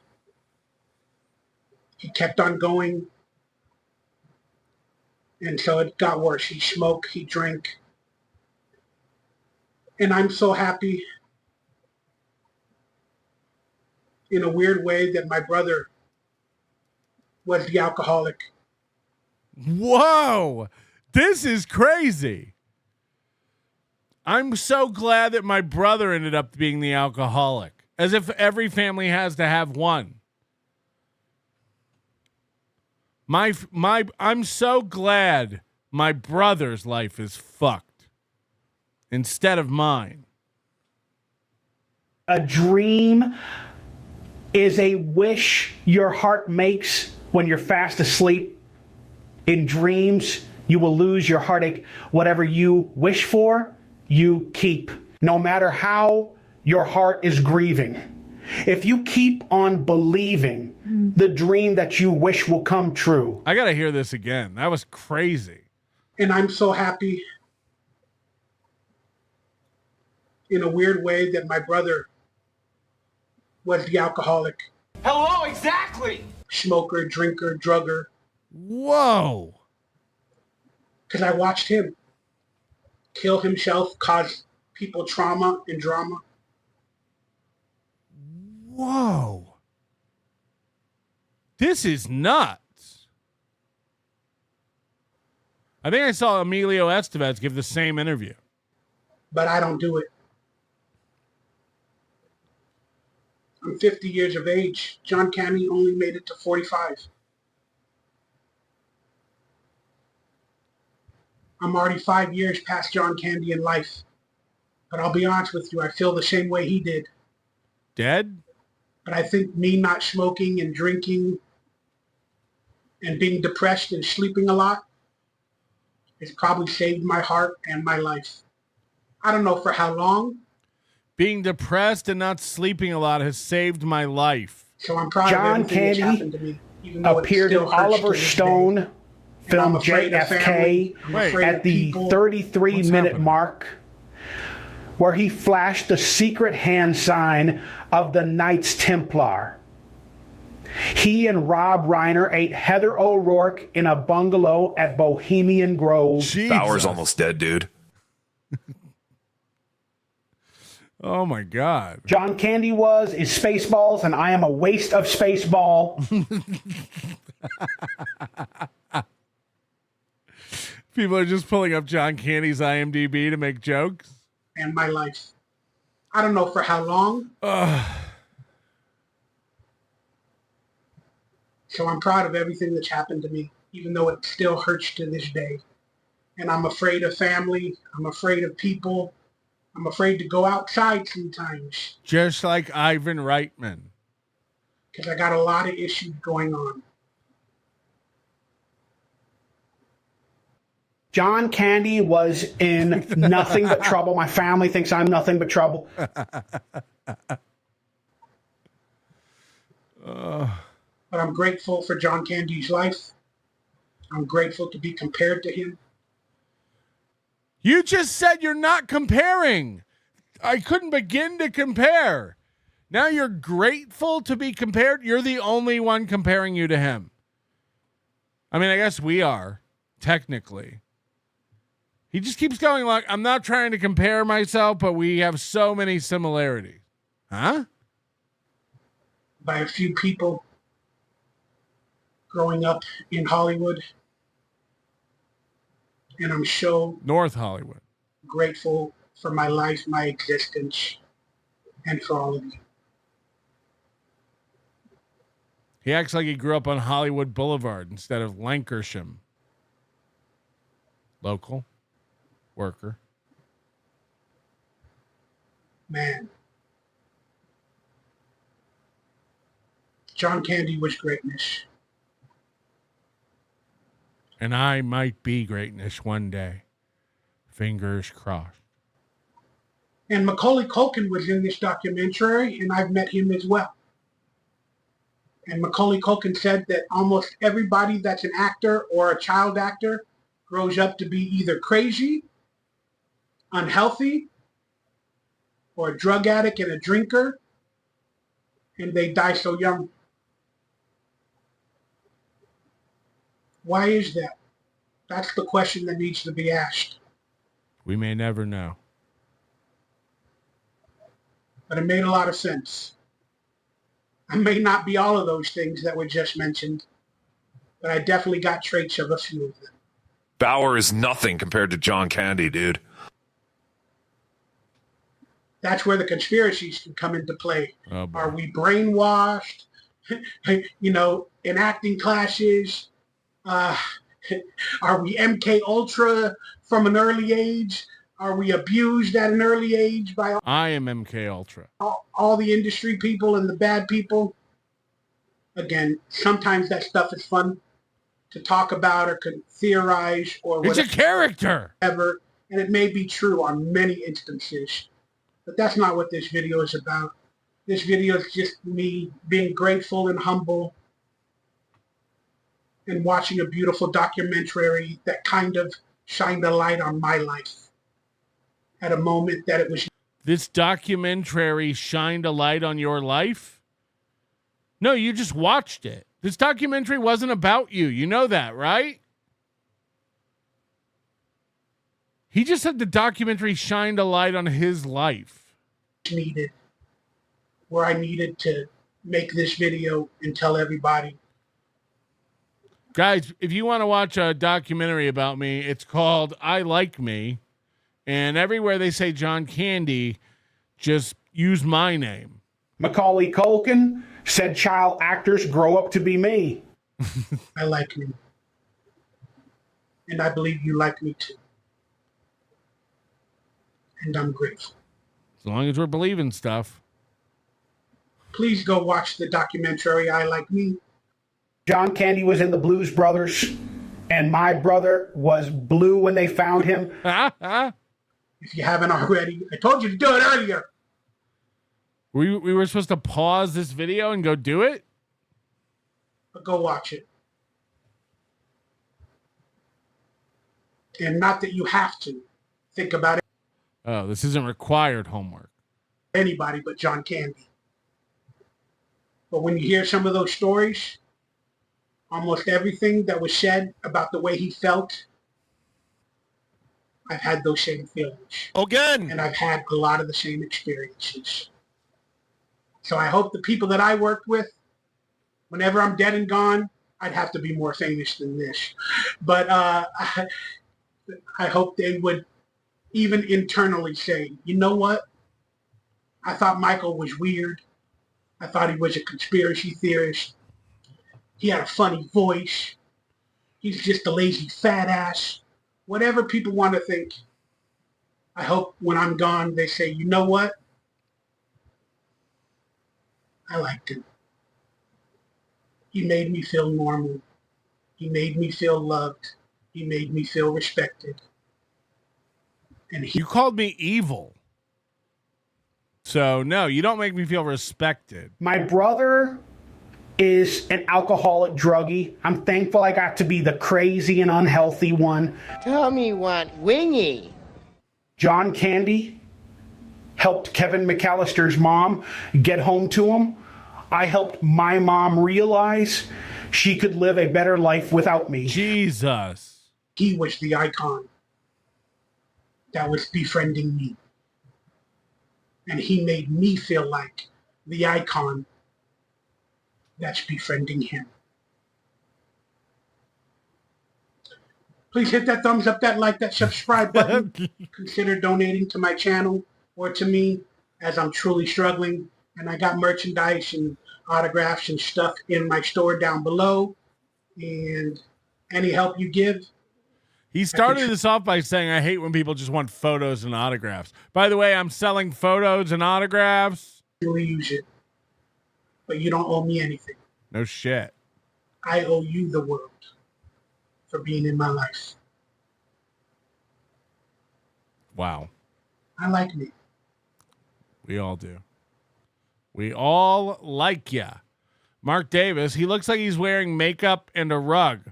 Also, dating Godfrey's. Now that's funny. You've done it again. Mr. Tony Soprano, Mikey, holy shit. Yes, Friday. You do not want to miss it. Also, just quick reminder about the Hackamania tickets. We're going to need you to go over there and get those Hackamania tickets. Hackamania.com. Jesus Christ. I don't even know. It gets more and more sad. Somebody said Charles Chance is live. Is that true? I'd love to do some crossover with him. He is live. Pull it up. Jamie. Girl. He's got one watcher. It's me. Old guy. Like, no one's watching. Hey, I'm done with that. Whatever. Tell him Hackamania tickets are on sale. Does he know? I'll send you the link. You know, she came in, basically rode my face.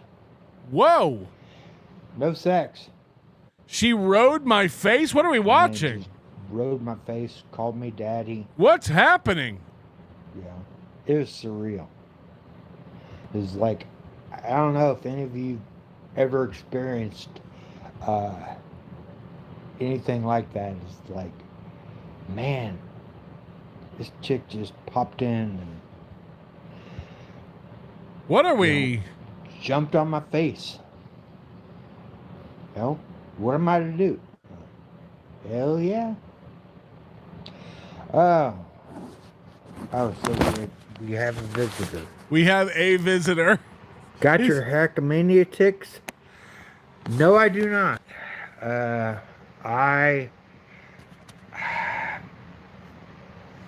My Hackmania ticks, man, that's $250. You know, I'm waiting for a discount. It was cheaper than last year. It's never going to be cheaper. It's never going to be cheaper. Let him know. That's a warning for all of you. Yeah, me and Rick are, you know, yeah, we're sons of another mother. Now I'm gonna get VIP. The tickets will never be cheaper, even with a discount code. Letting you know. $250 route. Patrick Melton should, you know, he should give me a ticket. Wow. You know, if I'm a draw, you know, whatever. Wow. Why don't I give everyone a ticket?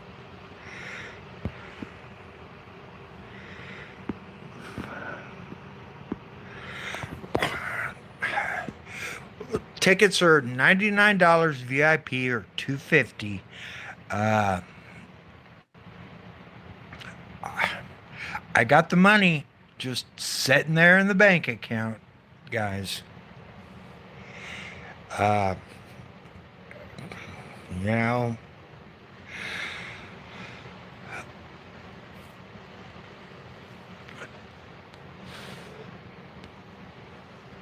bragger. Willie, so do I have to send him an email and say, hey, it's Charles Chance, you know, I will promote the fuck out of him. To who? You had one. I love Hackmania. No. It was great. I don't remember the last Hackmania because I got lost in the sauce. You know, fair enough. I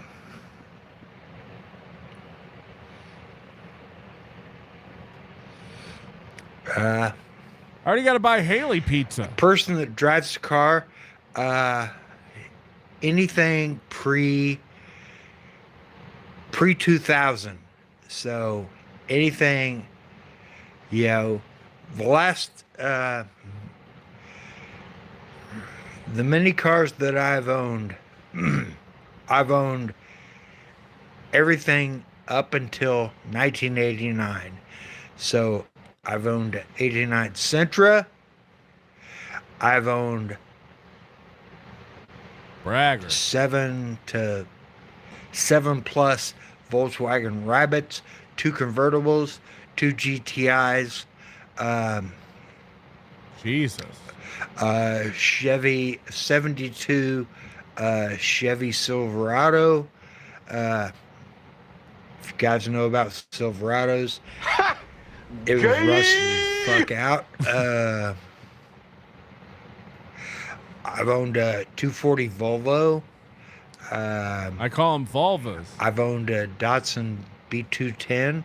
You know, not the bumblebee shaped one, but just kind of a notchback. Yeah, I've owned a lot of cars. They're all before 90. Oh yeah, 86 Pontiac Fiero. Fuck yeah.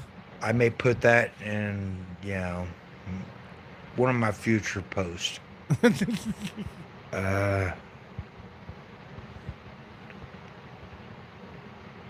And the ponies.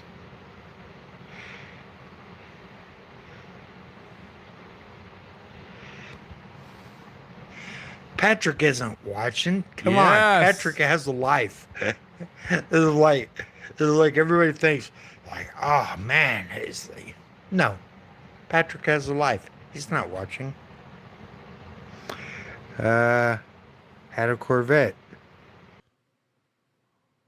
Somebody just messaged me that Carl. Hold on, I gotta go see the leaderboard. That we were number 1 on the leaderboard, and Carl just beat us. I'm gonna kill myself. Wow, that's what I get, Carl.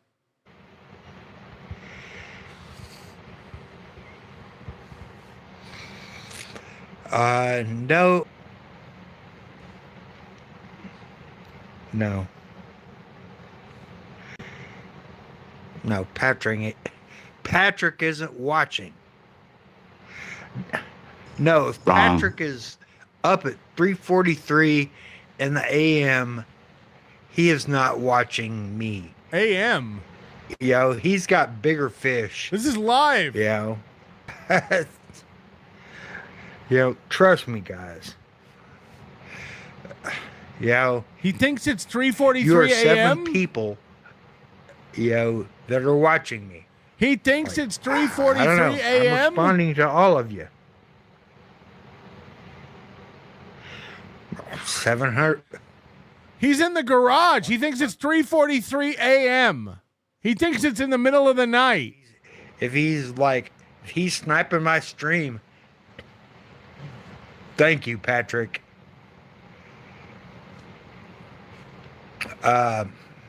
He's got no windows. He thinks it's the middle of the night. Promote Hackamania and some. I totally promote Hackamania. To who? Like I'm on it like a bonnet. It's like Hackamania. I want everybody to buy tickets. Yo, go see the show. Hell, you'll get to meet me. This is like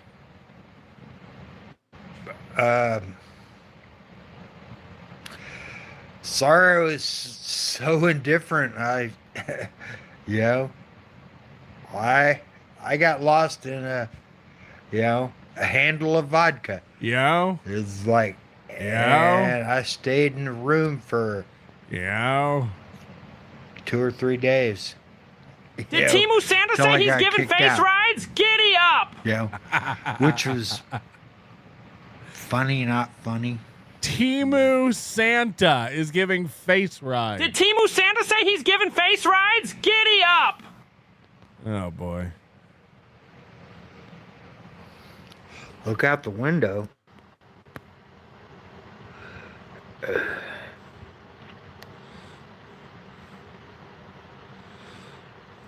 Yeah. Sketty Tooth John. Yeah, you guys will see me. What I'll in the come fuck? in all my glory. I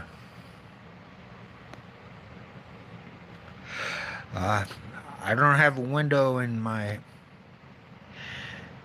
We know. my You think it's garage 3:44 AM. You know, so. Yeah, if anybody shows up, hey, that's cool.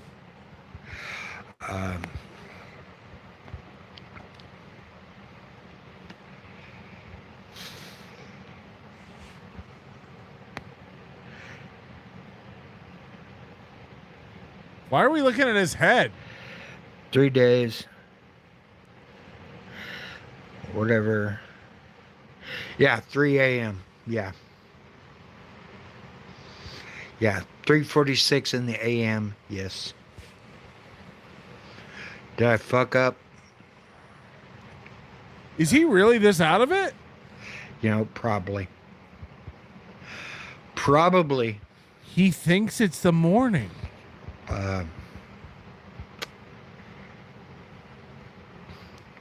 Yeah, it's afternoon. Yeah, it's the evening. It is the AM. What? Guys, quit riding my balls. Like, I know. I'm sorry. Sorry, not sorry. let's see. It's PM, dude. Nah, it's the AM. It's 3:47. No. What PM? is I don't this know. real? I don't see the light. Nah, I think it's AM. And you want a free ticket I to have to get out of my Hackamania? hovel, you know. What is going on? KB. Who's KB? Nobody Like,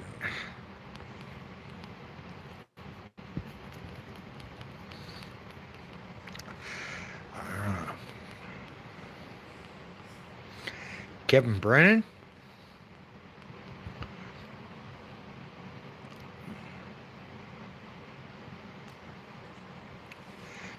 Man, I don't know. Yeah? Yeah? No, there's no way it's freaking PM. This is AM. Hold on. Let me see. November 5th, Wednesday. 3:49. I don't know if it's day or night. It's night because I don't see any sunlight coming.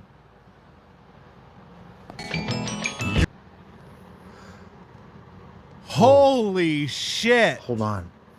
His phone doesn't say AM or PM? It's actually PM. No shit. Holy fuck. This can't be real. No. I thought I was dealing with the AM. It's actually the PM. Sorry, guys. I'm just plain fucked up. He's fucked.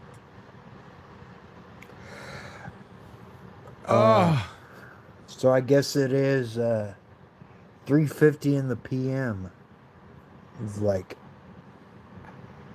I haven't left, I haven't left my garage. Wow. Does he piss in the garage? Can somebody ask him? Like, that means he hasn't gone in the house and gone to the bathroom in like a day. See, that's my source of light. Yeah, it's And light. it's actually light. I've lost all sense of time. Where does he piss? Sorry, guys. I was wrong. I will admit it. It's like, wow.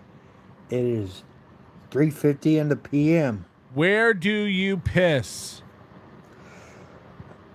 There's a bucket. There's 100% a bucket. I was working on a 12-hour, Train whatever. spotting Harry Potter's brain is killed, dude.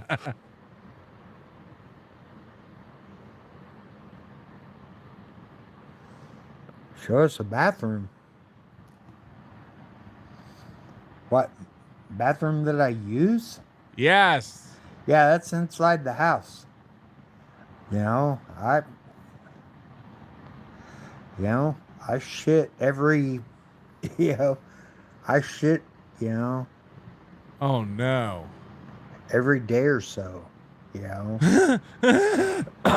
This can't be. He's like Granny. He's got a poop cooler. Do I have a poop cooler? No, it's just.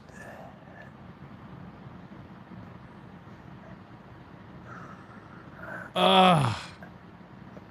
I have a massive bladder and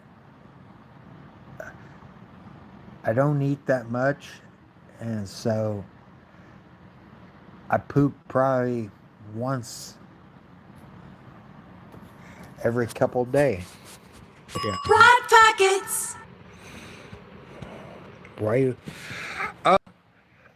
Because I am my eyeballs always roll whenever I've had enough. They just roll like that. You know. Keep on no rolling. offense to anybody, but that's my eyeballs. They roll.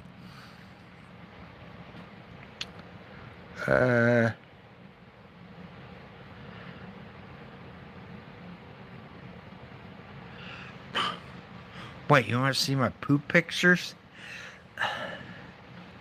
Yeah, they kind of look funky because I take vitamins, and I take a lot of iron, so yeah, my poop is black. Yeah, as it comes out.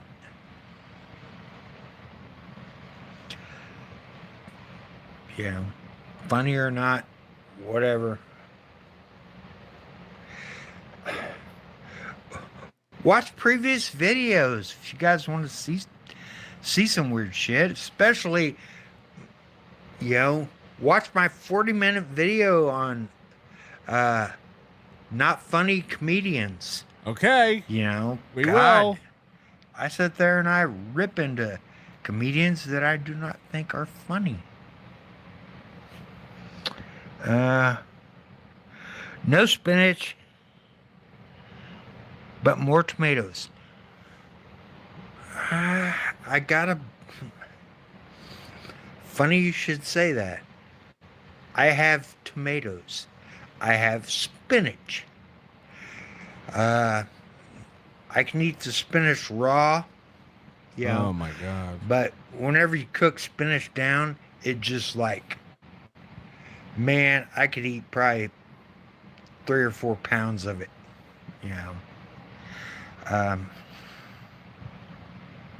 Just like I've been buying, bags of potatoes, like $2 and like $2.86 for a 5-pound bag. I've been buying just pounds and pounds of potatoes. Gross. Hear that, Cardiff? Yeah. Wash them, poke them, stick them in the microwave. It's like, call it the Pendulette diet.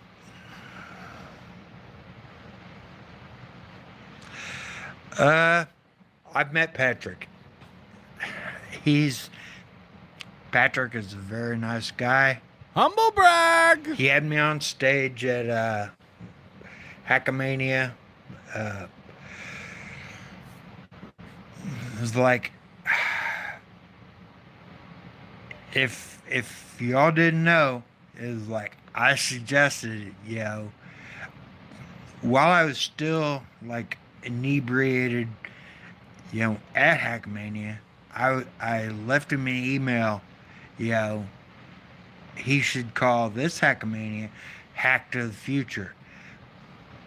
Guess what? He did. Am I going to get credit? No. No. But cheers.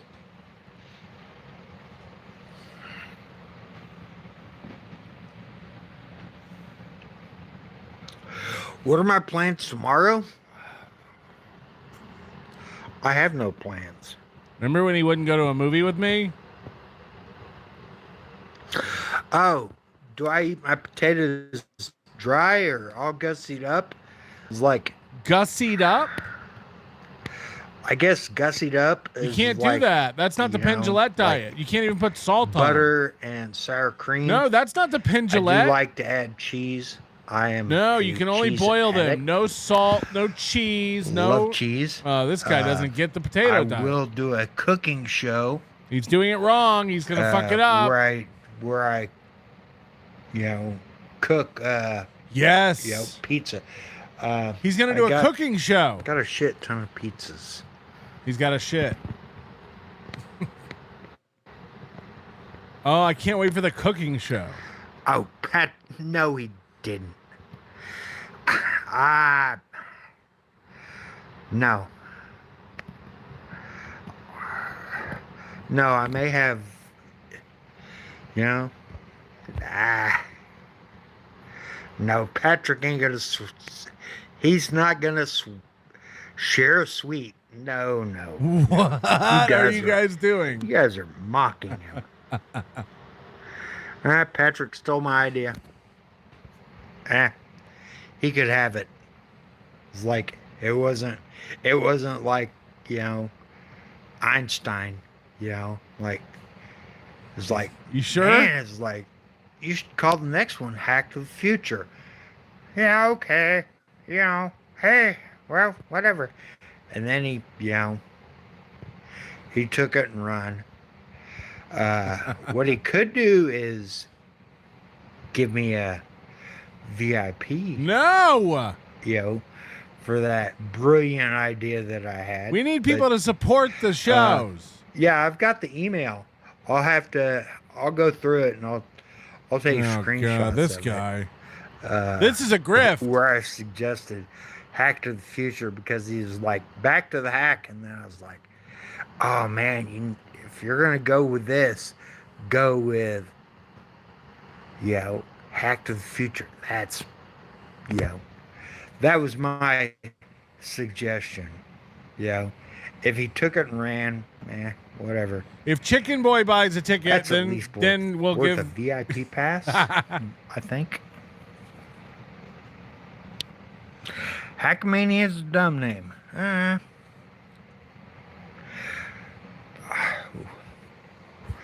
What else to call it? Hackmania is, it's kind of all right. It's like, it's like, what do you want to call it? Yeah. Let's shit on John and shit on, all these other fucking losers. I mean, and, to be honest. We'll ban him. What if we just tell him he can't come? When I went up on stage, basically, they shit on me, which is fine. Yes, Uncle Remus. I know the catfish are huge. That's terrific. You think John Melendez is going to show up and get shit on?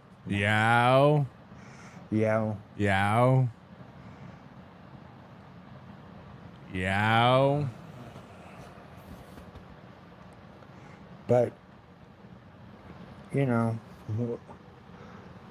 oh, Plumpamania. Plumpamania. Everybody asked, didn't you go? I wasn't invited. I didn't see a thing. I would have went, especially a guy with, liver cancer or whatever is like, Pulperfest.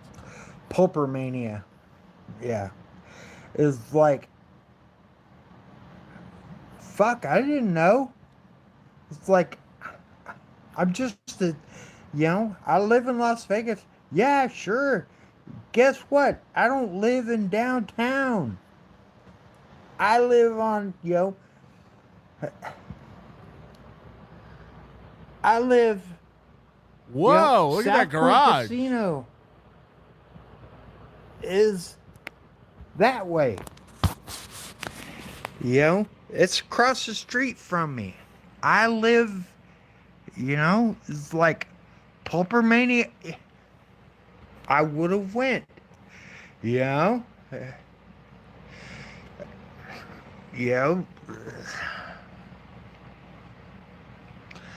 Nobody told me. Left out again. And you guys is like, look at my description. I'm. Which one? I left my email. He's burping. I did not plan for this today. This is insane. Oh, can you see inside the fridge? Fuck yeah. Oh boy, fridge tour.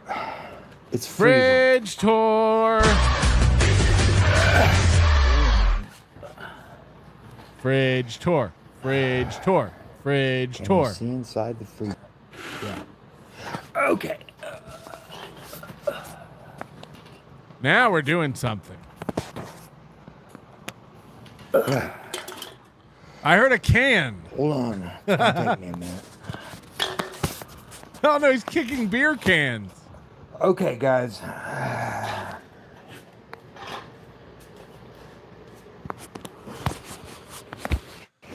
This is...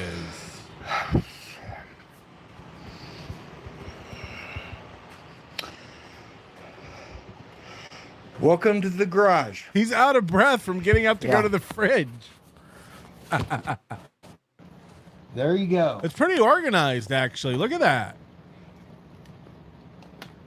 2 Red Baron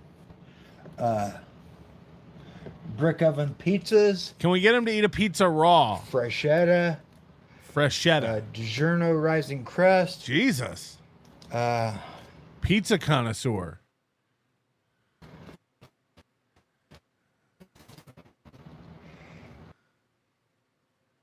His Wi-Fi doesn't reach the fridge. Things pizza. Stranger Things pizza?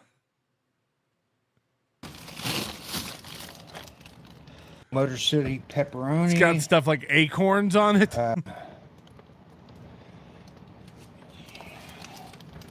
Another DiGiorno rising crust.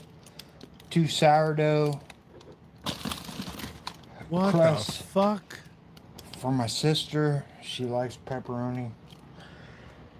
2 more rising crusts. Holy shit. I don't know. No French bread? Encore McRib.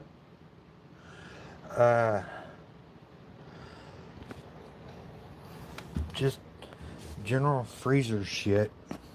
You know. So he does have a poop cooler. Lots of frozen meat. Freezer shits with $5. So, there you go.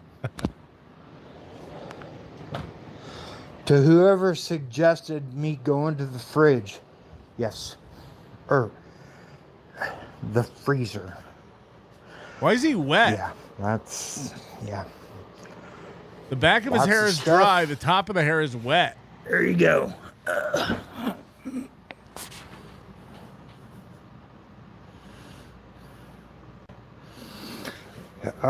Yeah. Huh? Yeah? I don't know. Yeah? My sister is from the same mister, and we have an understanding. We just don't like each other. But that's... Pizza rolls are inside the house. Yeah, we got 2 Tinos. Patrick, honey, the cat man is funny. Like, meow. I want to be a cat wife. Meow. I already have the leader box. Meow and kibble. Meow. Would I be allowed to keep the pig ear? Pepperoni. Meow. Yeah. So. Don't do that to him.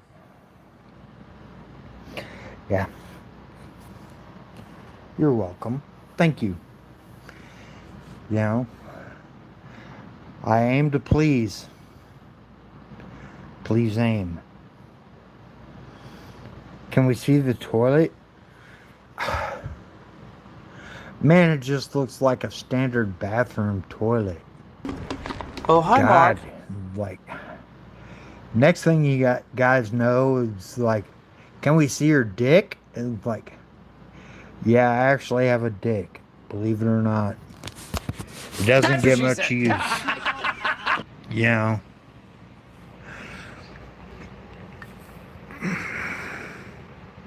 Show us the pizza rolls. Man, I'm not going to show you the pizza rolls. Somebody get this man a Presto Pizza stat. Hoo ha ha ha ha. Yeah, pizza pizzazz. Just like my bags of French fries. They're there. You can believe me or not. Is he drinking beer? What's he drinking? Ask him.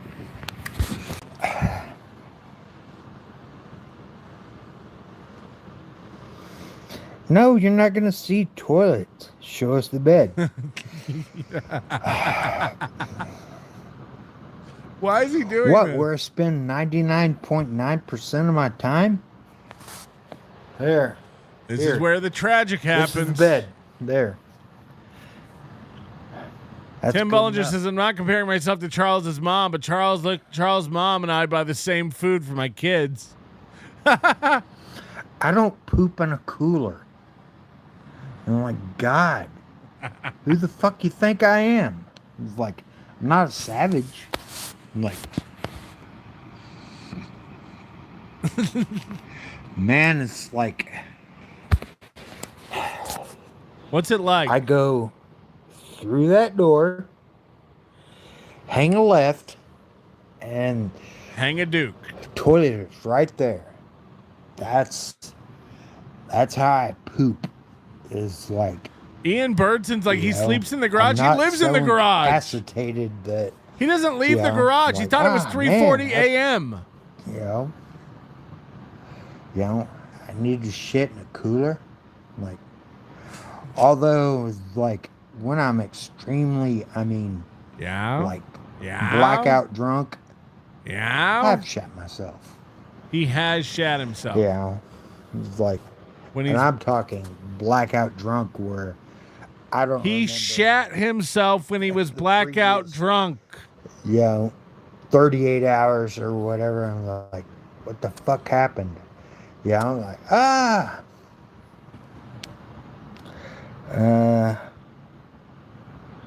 cooler poopy. Sounds guilty. No. Poop right now. No. Do you have a pogo stick? No, but I actually can ride a pogo stick. Ask him to start the story over about the girl sitting on his face. We missed it. Can somebody get him to tell that story again? Like, meet each other is just no words are spoken. Yeah. I want to know what happened with the girl. Yeah. Yeah. No fights, no arguments, nothing. Just don't talk. We got to hear that story. No, it's PM. I think, I don't know. It's like, man, there's light.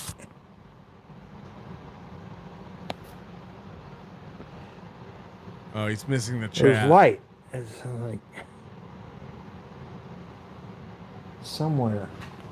Oh, we got to get him to tell the story. Who sat on his face? Right there. Oh, Look. he's not looking at the Yeah, chat. that's not AM. This is PM. So. Patrick Melton. Oh, God. Hold on, guys. I'm trying. PM, I know. Okay. What was the girl sitting on the fence? I don't know. Guys, we got to come on. I don't know, Steve. You wrote fence? Any hidden talents? Ah! I can juggle. This is infuriating. I learned to juggle just because I was at my friend's house and I grabbed potatoes and I would. We want to hear who I sat would on your practice. face. So, hidden talent. Who can sat juggle. on your face? It's been a year, It's few been. years, since, but yeah, juggling. That's my hidden talent. Oh, and actually, I can draw. Who and sat on your face? Sculpt.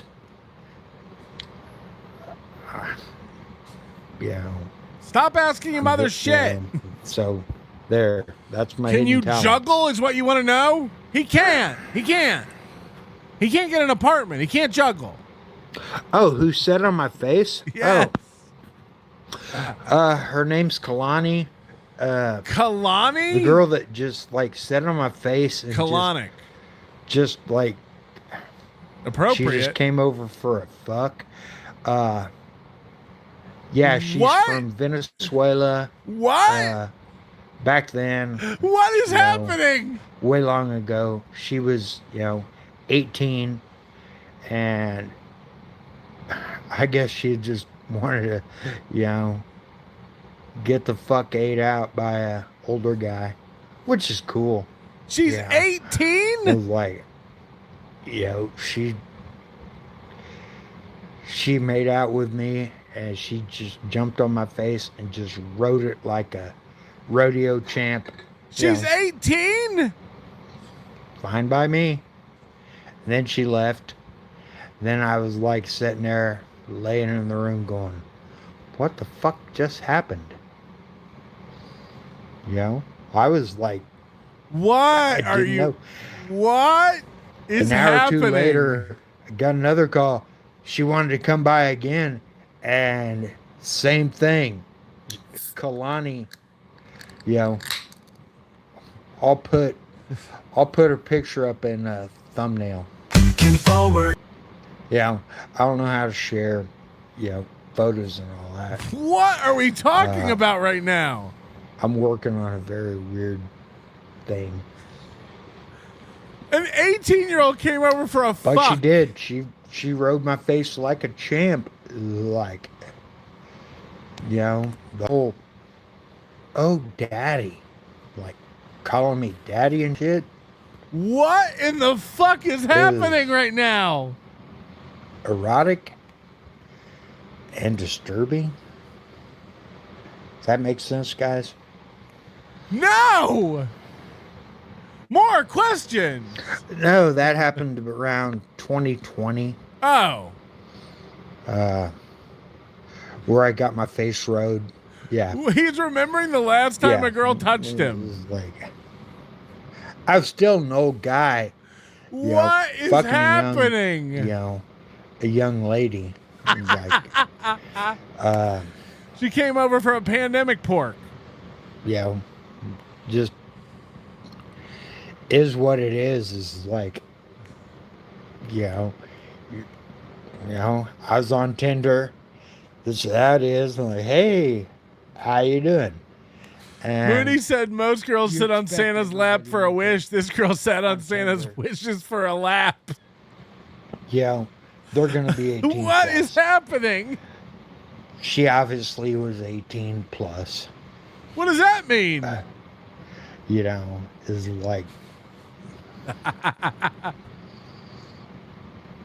just this is insane. Whatever. I was just basically sexually assaulted. Not gonna complain. What? Like whatever. What does that mean? Our two little meetings that we had, there was no intercourse. She was basically fuck my face. Which, as y'all know, cunnilingus is next to godliness. Oh no.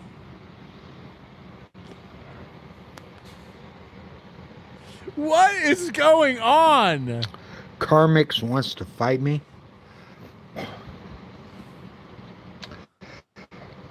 No, he don't. He don't even know who I am.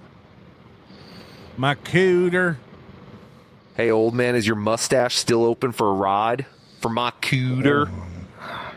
Rodeo champ with $5. Ride it like a rodeo champ.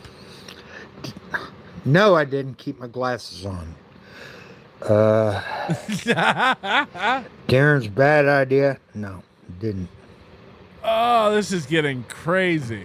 Alani, the chick from the drunken piss in the street DUI video. Yes. So when Baumert can't save them, he ships them off to Charles. Well, if it was 2020, it obviously works the other way. He was having fun, so we. Guy's face, which is fine. Hold on. When was this and how did I meet her? Steve. It was on Tinder. I just got through my breakup with Jolene. Jolene. My ex. When a girl comes over, does he have to open the garage door to let him in? That's insane. Imagine this whole scenario. And she knocks on the metal. Got a mutual like, and it was like, okay. I'm like, hey, show up here. Can you ask him if he's going to give mustache rides at Hackamania? That's a good point. Charles Chance was SA, dude. The green room or whatever. A place in North Las Vegas.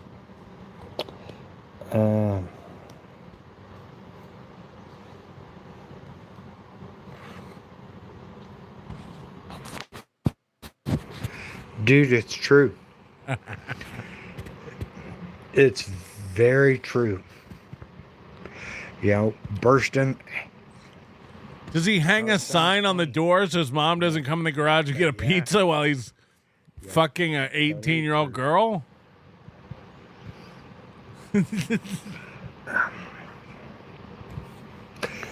Not a legend, just I'm easy. This is like, if you want to know another girl who's older.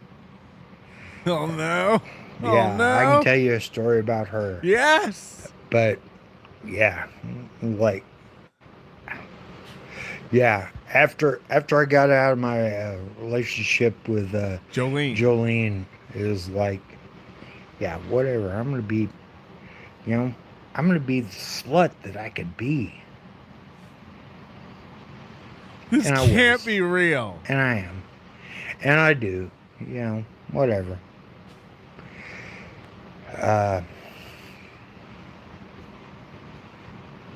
You know, up until my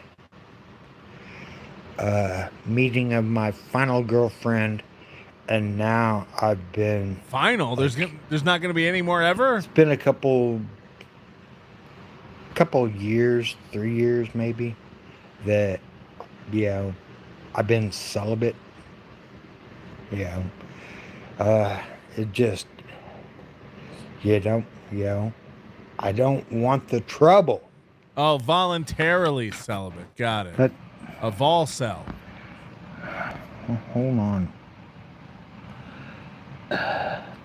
And so, yeah, I'm kind of doing that. No. No. Yeah. This is too much. No, I actually take full baths, then I take a shower. What?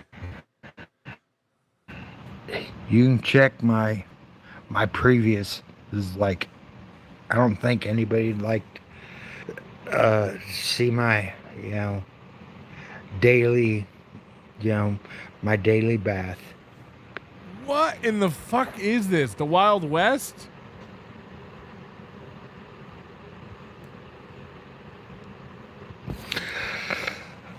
Did the last one take my cock? This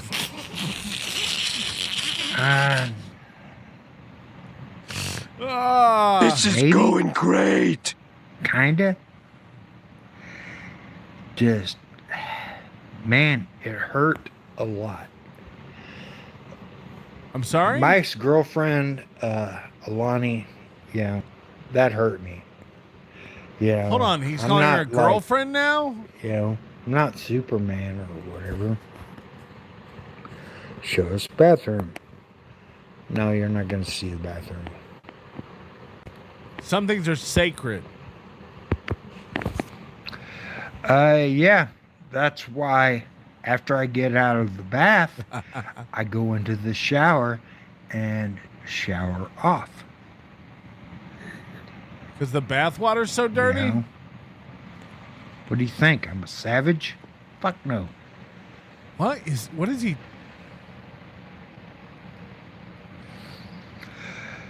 No, that is for real. I got pictures, and I actually have video of her that she sent that I will not share. Ask if he'll show us the video at Hackamania so we can get him on revenge porn. You know, what do you guys want?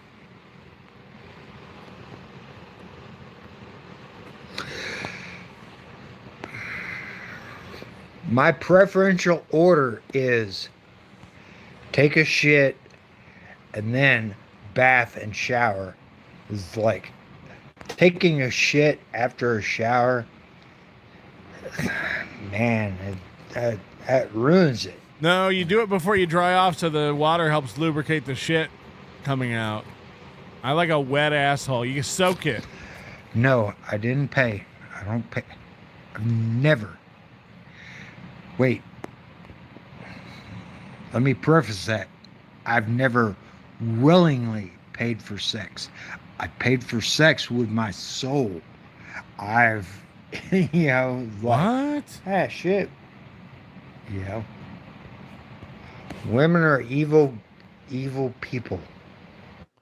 You gotta soak a sausage casing before you fill it. What? Oh, the video of it's very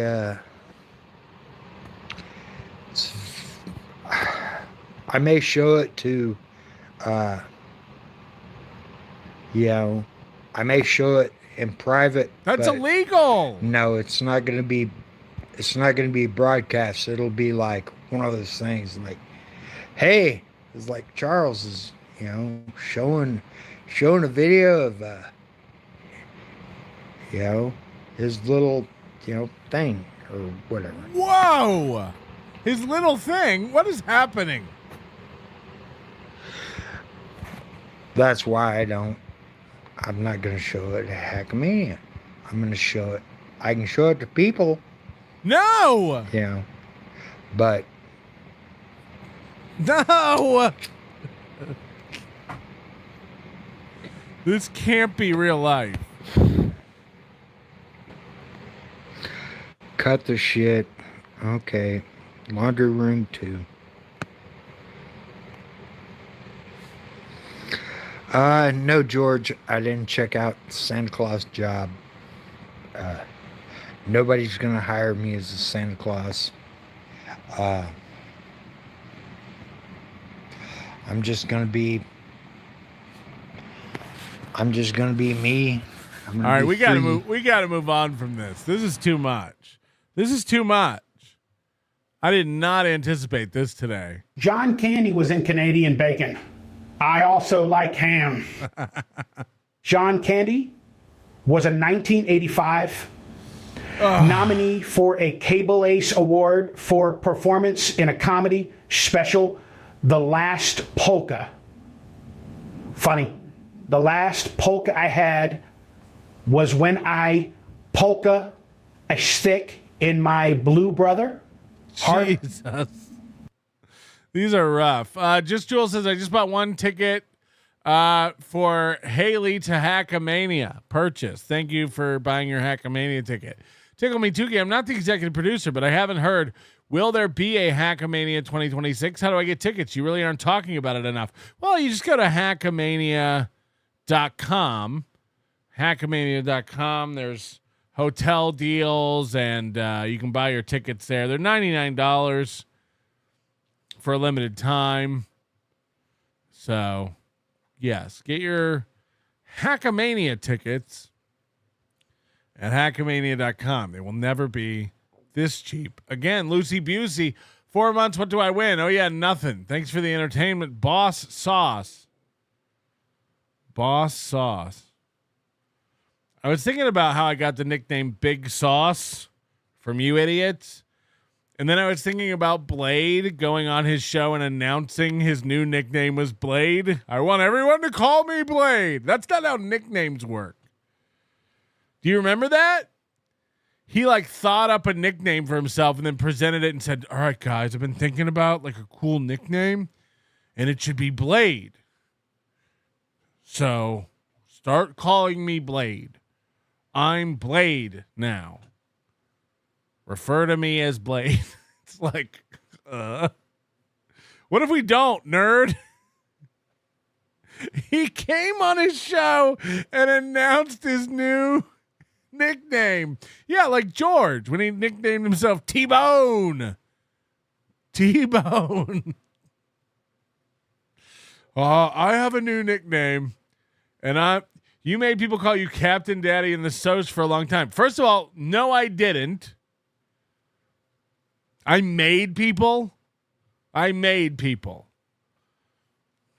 Or did I do a bit about giving yourself a nickname?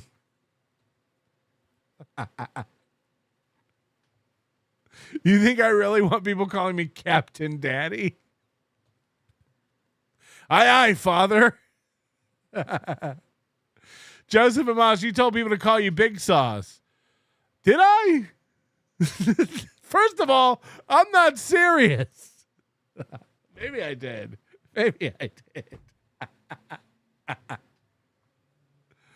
Oh, maybe it's just funny because it's Blade. But when did you get the permission, Charles? When did you get the permission? This is a So Thorough Joe Burrow video.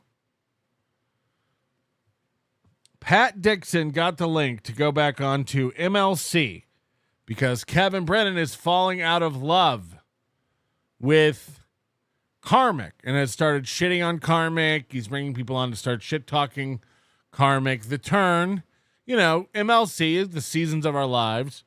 Kevin gets bored with his little goofballs and has to bring on new goofballs to start trouble. New goofballs. This is a video from So Thorough Joe Burrow where Pat Dixon comes back on to confront Karmic. And it goes about how you think it's going to go, Nickel. Oh. Who did this? So Thorough Joe Burrow? I got a special guest. Baby Bird. Wow. What's up? Pat Dixon. The return of Pat Dixon to MLC. Wow. Yeah. You look at like Dave Sarah and Stevie Lou. Clearwater Chad's just happy to be there. Stevie Lou and Dave Sarah, this is a threat.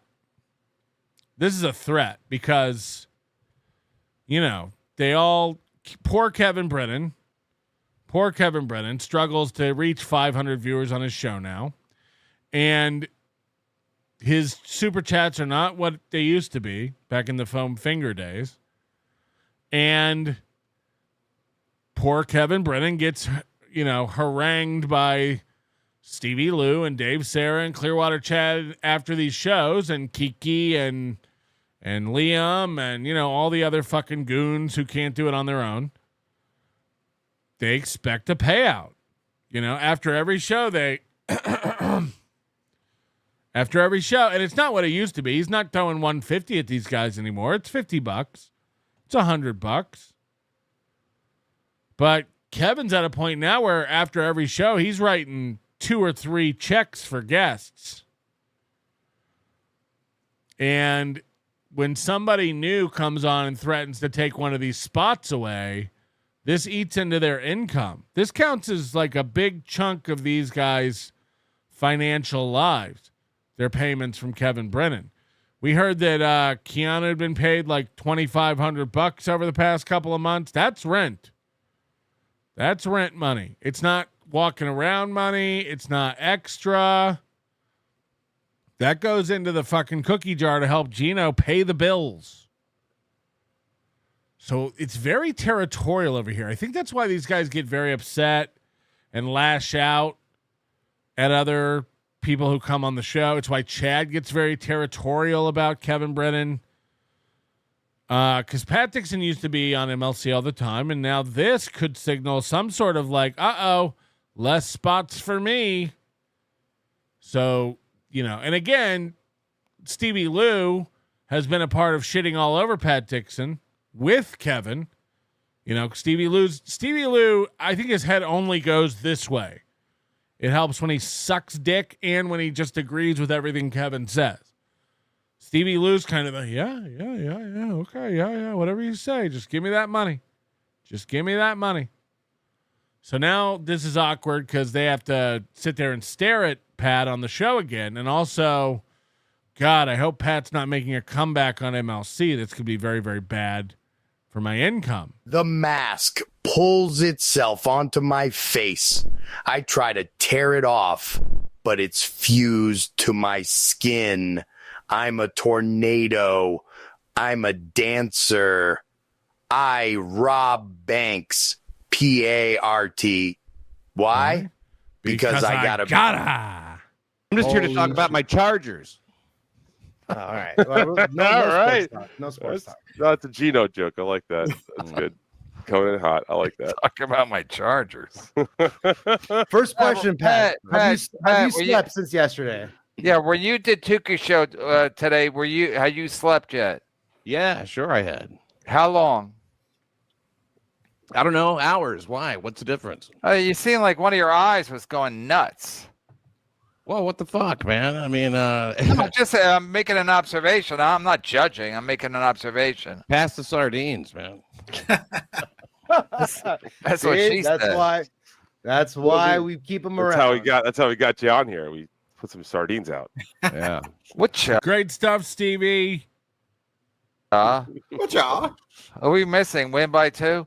Pat, a lot of people want to know, are you and Taz a couple or not? No, never have been. We're not dating.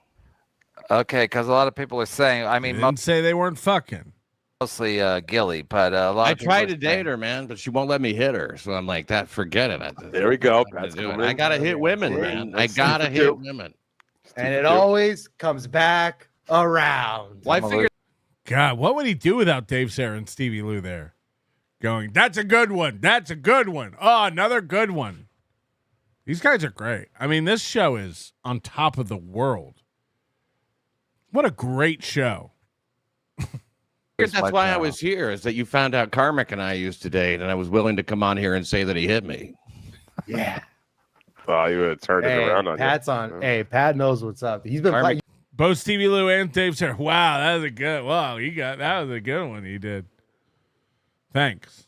The Olympic judging squad over here of humor. This is great. You've been writing this shit down, haven't you? You've been planning your return for a while. They can't understand someone being naturally funny. They're like, whoa, 3 jokes out of the gate? You're making us look bad. Both Stevie Lou and Dave Sarah are like, Jesus Christ, this guy a comedian? You've been writing all this down, haven't you? I'm just here to promote Carmade. All right. Wait. So you and Karmic are pals. Oh yeah, we're pals. No, well, like we're I know. Eskimo No, it's like pals. No, it's like wrestling where you guys are, on air you guys don't get along, but off the air you guys are pals. Same with me and Gilly too. Yeah, exactly. Shooting ladder or whatever it's called. Shut up, Dave Sarah. Do like Clearwater Chad. Get your $50 and just sit there and be quiet and realize you don't add anything. This is bananas. Mm-hmm. What is it called? What is it called? Shooting hook. What is it called? Shoots and faces. I don't know. I don't know. Something. Great stuff, Dave. Great stuff. Say hi to Pulper. I don't know. Heels and I don't even know. Shoots and ladders. Oh, you're talking about that board game? Oh, yeah. Works. Yeah, I think it's shoots and ladders. He's talking about works. Sorry. Continue. I really expected the top right corner. I don't know what the fuck I'm doing down here. I don't even know how to get you up there. You can just click on him and drag him up. It was a joke. Literally on his picture or move it up. No, it's fine. I don't lose my channel. Thanks. I don't lose my channel because I try to drag Pat Dixon. No, it's fine. You guys are in the back of the bus, but people still see you. Hey, Brandon, I hope you're not going to be mad, but I did send Missy B the link. I'm a fan of hers. I did too. How desperate. I never noticed this before because I don't really watch MLC, but does Dave Sarah know he can just lay back and he doesn't have to comment on everything and try to be the like hero of humor? You don't, Dave, you're not, there's a reason you live in your mom's room. You know, you have gray hair and you live with your mom. You're Charles Chance. Okay, they let you be an indoor one, but still. Dave Sarah thinks he has to like pipe up for everything. Everyone's saying it's cocaine. Okay. I'm a fan of hers now that she hates. But now that you told us that, you're in some big trouble, Pat. No. Missy B was out of line. Missy B was out of line. Missy B was perfect. She's making it seem like something like that is. If you're really that good of friends, something like that's not ruining your friendship. I'm sorry. Okay, but like I said, the Cumias went out of the Bisconti's business because he's paid him enough money. He's paid him enough money over the last 10 years, so they want to move on. And then Missy B finally had the balls to tell the Biscontis and kick him to the fucking curb. Nothing gets by Kevin. Kevin, 2 weeks late on everything again. I believe that Kumio was too much of a bitch to swing the sword himself. Whoa. So he fucking he had Missy B just like he had Gavin fire everybody. He had Missy B fire the. Is he regurgitating my takes from last week? Like, this is exactly what I said, Dave, and we know you're watching. And then you go on MLC and just repeat my takes? Worse? In a more convoluted manner? Visconti's. Exactly. Pat, let me ask you this, though. All right. You want a mask. You want the mask so badly. You order the mask. The mask arrives. Mm-hmm. That mask arrives. Do you still put that mask on, though? We might have to start watching Dave Sarah and ripping this idiot apart. I'm not kidding. This guy's like retarded. Let me ask you a question. Tell me if this makes any sense. You want something and then you get it. Do you still use it? That's what you had to pipe up and say. Can you imagine wanting something and then like getting it and using it? Pat, answer the question. In front of everybody. You wanted it. Do you still put it on though? Yes. Ladies, let me ask you something. You get a purse. When you get it, do you still use it? You buy a shirt you like. When you get it, do you like you put it on? You wear it? Yes. Yes. Why wouldn't you? Right. Correct, Pat Dixon. The retarded take is, why would you use something you wanted and got? But at least it took him forever to explain it in a non-funny way. I don't know what you mean. Right. No one knows what you mean. Why wouldn't you use the thing you really wanted and obtained? Even though it's a dumb-looking mask, it looks like shit. Good point. I mean, it came in. Dave Sarah's like, good point. I guess if you wanted it, using it makes sense. I guess. Good point. The prosecution rests. It looked like one of those, like it should have been on a stick, you know, like it was. Yeah, it should have been on a stick. Yes, you're right. Yes, it's very eyes wide shut. You're right. I'm surprised he's taking it off. Well, if it has to be, it has to be. Don't do it. Don't do it. Oh, no, hold on. Wow, Dave Sarah pipes up again, talking over everybody. Get ready to pull away. Wow, right on. It has to be. It has to be. Demon sex mask. That's what he puts on to, have sex to Gilly. It spoke to him. Oh my God. Hi, world. Uh-oh. Hi, world. Thanks for the idea, Art Bell. Thanks for the idea. Oh yeah. Oh my god. Feels good that I did. Is that a sex mask? There's like pointy stuff on it, right? He says that's too. What? Serious question. Why does anyone watch MLC anymore? Like, the Dabbleverse moves pretty quickly. If you don't stop and look around every once in a while. Kevin and Chad and all these guys are like, they don't know anything that's going on. This mask thing has been going on for 3 weeks. And Kevin Brennan's like, hold on, is that a sex mask? Yes. Yes. Now, again, this is from this past weekend. They're all so fucking out of it. Why does anybody watch this? To get like weeks old takes. To enhance the enjoyment. For who? Wow. For him, when he sees the look of fear in Gilly's eyes when he puts it on and gets close to her. It increases the adrenochrome, from what I hear.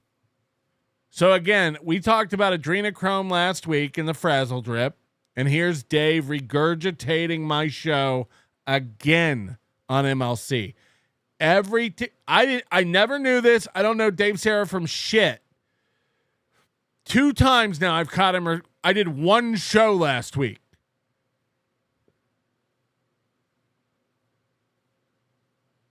This guy is just repeating my shit.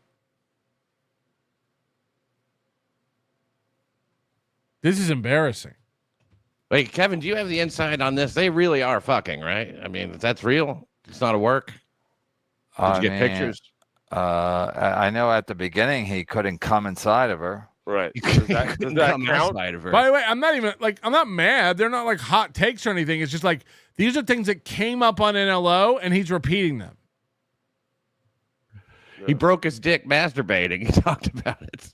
That was a bloody mess. He had to go to the ER. He got his dick period or something. Yeah.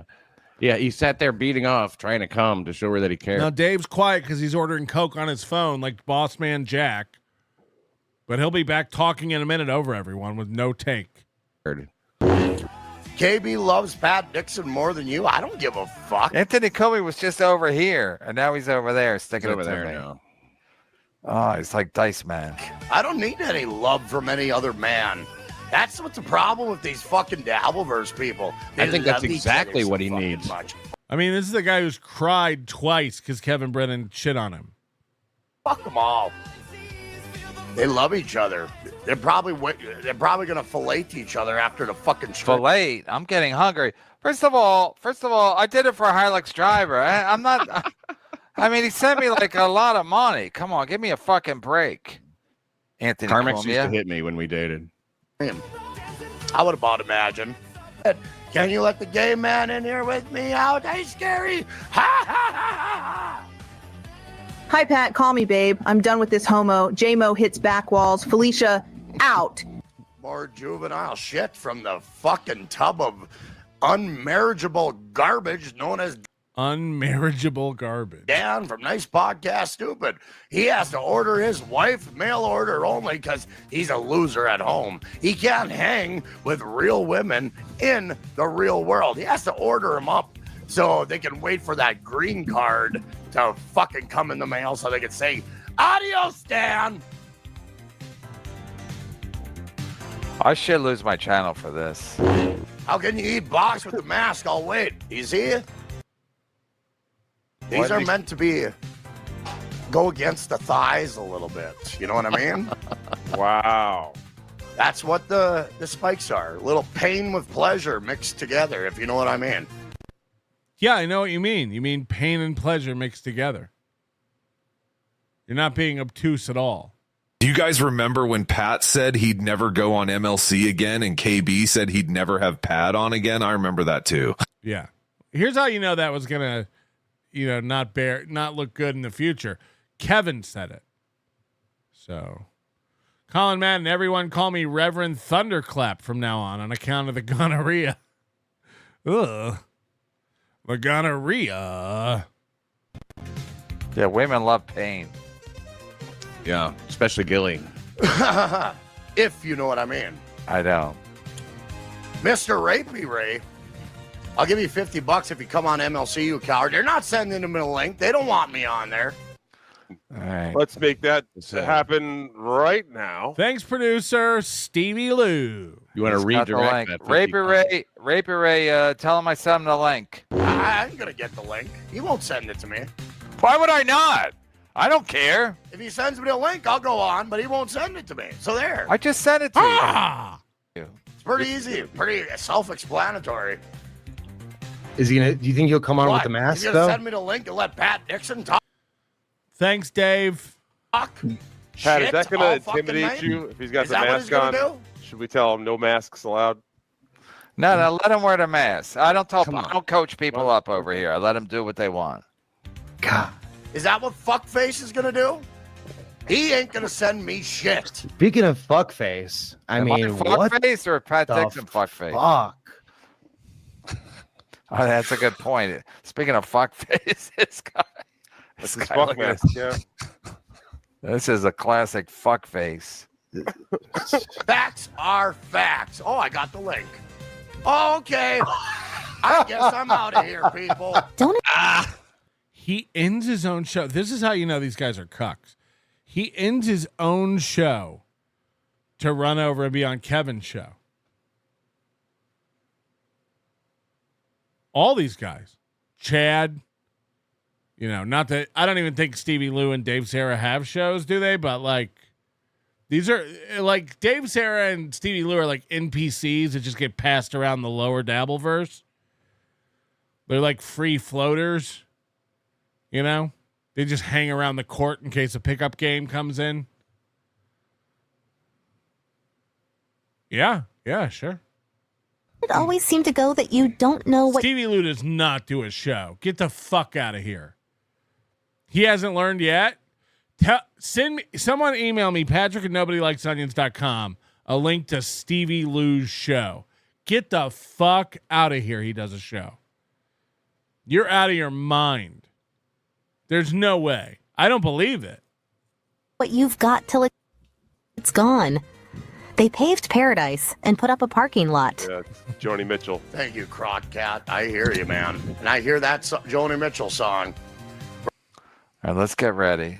Oh, he's here. Oh, wow, this is crazy. Dave knows. Yeah. Oh, you guys know. Know what? Know what? Let me tell you what you don't know, Stevie Lou. How to get a fucking measuring tape out and hang up hooks evenly. Not only are these like crooked, they're not level. What is that? I'll put up the coat hooks, honey. You will? Do you want to make them level so that you can hang things on them? Do you maybe want to measure the distance from the door or the floor or the picture? Something so that they... No? Just eyeball it? That's about right. That's about right. They needed 2 screws, too. He's hanging real heavy shit on there. You know those ain't 16 inches apart on center. That's just straight into drywall. No anchors. No anchor. If I hung my coat on there because I'm so fat, it would be so heavy it would just rip it out of the drywall. That's a fact, Jack. They look good, though. Good job. It's probably handy. I bet his drill is pink. Look at Pat's like, get his back stretched out. Clearwater Tread's backstage. He's all nervous. I can't even let him on. I never do more than 4, and now I got 5. I'll jump off, boss. I'll jump off. No, you got to stay on. You're right. Those hooks are about where Karmic's eyeballs are. That's about right. It's measurable with the shadow. Like, I'm so glad that there's actually a shadow here underneath this picture that shows off how uneven they are. The shadow is right at the top of this hook, and over here you got a 3-inch gap. 3-inch gap with $5. So it's like it's even worse because on his wall, every time the lights are on, It's a constant reminder of how incapable this guy is of man shit. Everyone who comes in there will see this. Every single, his wife looks at him I don't know. Are they still together? I don't even know. My wife, you talking about my wife? I am. Every time his wife looks over at this, she remembers who she married. A fucking goof. A fucking goof. No. Looks good on you, though. Part of this mess. You're having a good show tonight, Dave. I will say. Thanks. Pulper. They're not together. Okay, they're not together. That's the kind of thing a girl comes home with you from a bar. She sees that on your wall. She changes her mind and has to go. Right? You know that old meme they do where, like, if you go home with a guy and he doesn't have books, don't fuck him. No. If you go home with a guy and he doesn't know how to hang hooks, don't fuck him. That's the saying now. I got a text from Pulper. Hi, Karmic. What took you so long, bitch? Okay. Ooh, tough words. Watch the language. Hey, you watch it. I think bitch is all right. That's like Tough kidding words. around. How's Just kidding around. Karmic going, I'm you fine loser with it. bitch? Real good. You got any other things to focus on, or is it just me? So now Kevin's going to do his thing where he takes Pat off to protect Karmic, which is insane. Yeah, get rid of it. I took Pat off. Okay, say you want the Pat, and then I'll let Pat talk. I'll take. It's like, what is this thing Kevin does? It's like he's button happy. You know what I mean? It's like he got a new toy and has to just click things for no reason. Let him go at it. If you want to remove somebody, remove Stevie Lou and Dave Sarah. And just let them talk. Let Pat and Karmic talk. Why are the two duds there? Pat off. I mean, I'll take you off. Go ahead. See, because you guys talking over each other just doesn't work. I know Melton will be like, Brennan took me out. No, I take people off. Yes. You take people off when they insult Chad. You take people off when they insult Karmic. Yes. It happens so much that it's not an accident. It happens so much that it's established a pattern. You 100% do that. Everyone knows it. It's not even up for question. Nobody even cares. You 100% do that. Off because cross talking doesn't work on a podcast. Go ahead. Oh, he took him off because cross talking doesn't work on a podcast. I'm sorry. When we joined you, I thought you had 5 guys on the screen. But now you can't have 5 guys? Kevin Brennan just said on MLC, cross-talking doesn't work. That's your whole show, nerd. That's your whole show. Your whole show is cross-talk. He's acting like he's got standards now. Stevie Lou and Dave Sarah were talking over everyone for the past 10 minutes. Now all of a sudden, I got to take Pat off because you can't have more than one guy talking on a podcast. Right. Green screen. Okay. So yeah, Dixon, I wasn't paying attention to him. He was paying attention to me when I started seeing Felicia. And yeah, so that's his bugaboo. And he spent hours upon hours talking about Karmic and his lost love that he fucked up. So there's Dixon for you in a nutshell. You can have him on now. All right. I started talking about you, Karmic, when you came Hold up. on. Whoa, Kevin, why are they both on at the same time? Crosstalk doesn't work on a podcast. Whoa. This is going to, Kevin, your viewership is going to go down if you do this. This doesn't work. Oh, did the rules change in the past 60 seconds? On MLC, and your girlfriend there said you couldn't come. Like everybody else. Of course I'm going to talk about that. You think that's a little red meat? I don't give a shit who you're dating. I just think it's fucking hilarious, man. Right. I mean, it's not going well. By the way, I fucked your girlfriend a lot. Hours on end. Let's talk about this. Yeah. I fucked your girlfriend a lot. Let's talk about it. Technically, he fucked You got your all girlfriend, the answers, don't you? Technically, like, look at Kevin. Kevin's just playing with a toy. Clicking. he fucked your girlfriend. Go ahead, Karmic. Thanks, Dave. Thanks, Dave. Why don't you go into Clearwater Chad mode for us, Dave? Okay. I mean, these guys. Come on. Sorry, Karmic, let him know. Sarah, Even Dave Sarah said he saw Pulper one day for dinner at Pulperfest, this 3-day event. Even Pulper was like, maybe if I just stay in my room, I won't have to hang out with Dave Sarah. Have Karmic, let them give everybody an update that you have come since. Like, I can't stop coming. It's that crazy. Oh my god! It was a kratom. It was a kratom. It sounds like we got a title. But yeah. No, I believe. Look, drugs do a number on people. Kratom. I'm sure. I've never taken it, but I'm sure it does a number. But Dave, it was unbelievable. Like, what was wrong with me? And then I stopped it, and I was like, okay, that was the problem. It was a big issue. I get it, but one does not simply just say, "I can't stop coming." Please, come on. Okay. Really great takes, Dave Sarah. This guy is worthless. Like, again, I'm sure he's a nice guy. I'm sure he's fun to hang out with. The guy is comedic cancer. I mean, this guy is bad. There's no need for him anywhere. He adds nothing. He drags a show out. This isn't funny. It's not interesting. He's just whoa, that you can't. You can't say that. Let me just whoa. Let's get this straight. Mom, will you make me some Totino's pizza rolls? Mom. Ugh. You know better than that. Let's mediate my come output. I mean, you brought it up. Oh, no, Felicia. No, you did. You did. No, Dave, you brought it up. Thanks, Dave. Thanks again, Dave. Oh, yeah. No, Felicia brought it up. Oh, did it? Tell him the other thing about how you couldn't come, remember?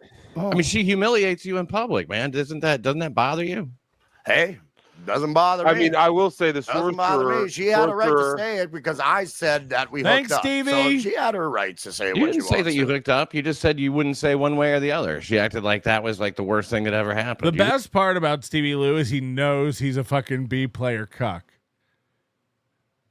Karmic started talking over him. Stevie Lou went, huh? Oh, my bad. Stevie Lou knows he's a bitch. Stevie Lou knows that whatever he has to say is not important and it can wait. You gotta love that. I don't watch that much MLC, so every time I see this, I like get refreshed with these characters, and you realize why they can't build an audience on their own. They're all just like baby betas, all of them.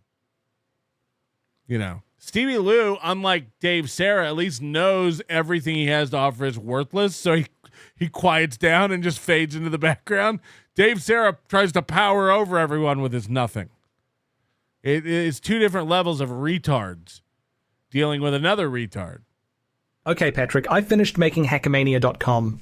But Moody, when they try to pay with Apple Pay, it says they have to have an account on the website already. Yes, I told you we would have to do it that way. Sure, but then it takes you to a login page with no link to create an account. Even if you try, it just takes you back to log in. That's a feature, not a bug. I don't know what your question is. What's the problem? Dave, Sarah, and Stevie Lou are definitely on it. They can read the tea leaves. I heard someone mention reading leaves. Does this make sense? Yes. You didn't say you hooked up. I don't care. Who gives a shit? I mean, like, you care. You care. Spend 7 hours on it, Dixon. Well, I think it's fucking funny. Spend 7 hours on it with Karmic. Look, I know what you're going through. Hardly anybody else does. I know exactly what you're going through. Man. I know exactly what you're going through. Wait. Sorry. Wait, who's Karmic? He did a Karmic, like Live Aid. Oh, like John Cougar Mellencamp? Yeah, like they had everybody came out and. Yeah, let's focus on me, Dixon. Yeah, we got it. You have nothing in the tank, Dixon. We got it. My Degenerate Show, Live Aids. You can watch Dave Sarah on this. Get jealous when Stevie starts talking so much, and then you can watch his brain actually work and try to figure out, can I say something too? Did a Karmic, like Live Aid. Watch him lean in here. Oh, like John Cougar Mellencamp? Yeah, like they had all. I'm coming up with something here. Hold on. Stevie Lou's getting too much attention. Let me think of something here. Everybody came out and. Yeah, let's focus on me. All right, I'm going to say a couple words. Let's float it out. Dixon. Yeah, we got it. You have nothing in the tank. Live Aid. Live Aid. Live Aid. Then no one pays attention to it, okay, because it's stupid and adds nothing. And then he decides, oh, maybe they didn't hear me. This is what all the losers do when everybody just ignores their non-jokes. People try to help you out. You know, you say something that doesn't matter, and it's just nonsense that floats off into the ether and adds nothing. They do you a favor by not acknowledging it and ignoring it. Stupid people then go, maybe they didn't hear me. Chad does this all the time, right? How many times do you see Chad try to jump in? Most people would let it go. Not Chatty. No, Kevin, I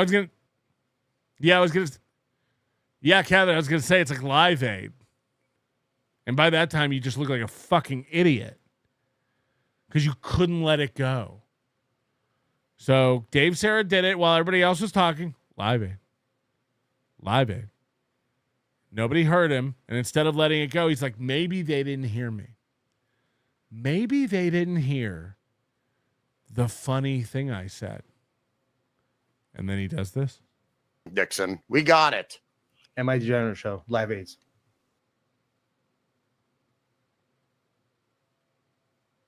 He saw a gap. He saw a space. And he jumped back in there. I said degenerate show, Live Aids. Still nothing? Now watch the whole thing play out. It's great. They had everybody came out and. Yeah, let's focus on me, Dixon. Yeah, we got it. You have nothing in the tank, Dixon. We got it. And my degenerate show, Live Aids. Yeah, Karmic's no reaction. No reaction. Great stuff, Dave Sarah. Fuck. Still coming out, by the way. It hasn't happened yet. It's going to be star-studded. Yeah, I guess you're going to have multiple artists involved. Yeah, there's going to be multiple artists. It's going to be an outdoor event like Live Aid, and it's going to end up like PulperCon. This is great stuff. Wild. That'll be as big as PulperCon. All right, but is Neil Young going to be there? He usually shows up at Farm Aid. Yeah, he's going to come out and sing "Sweet Home Alabama" and shit. Crackling Rose. So seriously, Karmic. Yeah, old single bed Dave, old steel frame bed Dave, the bed that all of us had when we were in elementary school. Looking good, Dave. Looking good. Mommy, have you seen my stuffed animal? Remember that stuffed animal he had? The tissues are gone, the stuffed animal's gone, and the bed is made. I got him. Are you happy in your relationship for real? Because you seem like really angry these days. Well, I just don't owe you shit, Dixon. I don't owe you shit, man. I really have nothing good to say to you. What do you mean you don't? So quit trying to act like you're a nice guy, Mr. Nice Guy. You're a piece of shit, man. Okay, well, keep that in your fucking heart. That may be true, but I'm not wrong. Punch happy piece of shit. Go fuck yourself. Really? Fuck you. He had one person that we know of, and he's a punch happy piece of shit. Well, all I can say is I fucked your girlfriend a lot.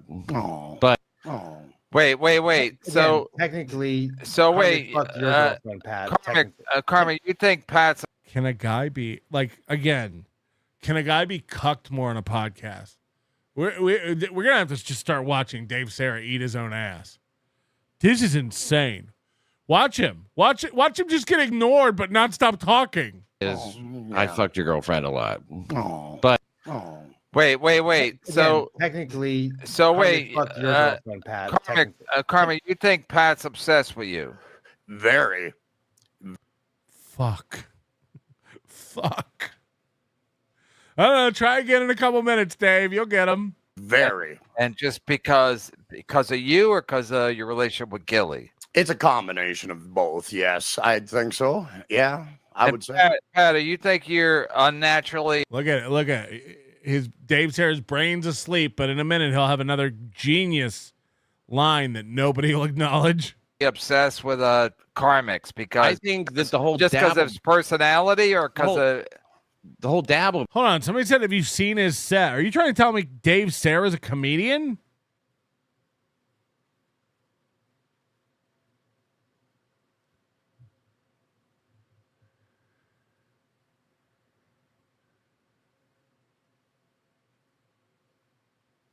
Are you telling me Dave Sarah is a comedian?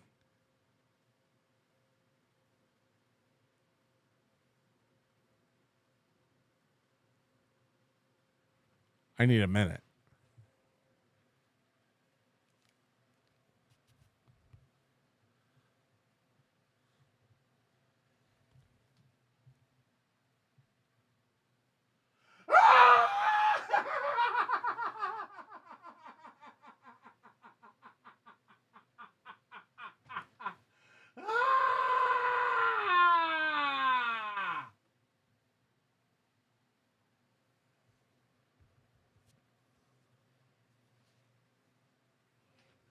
Sorry about that.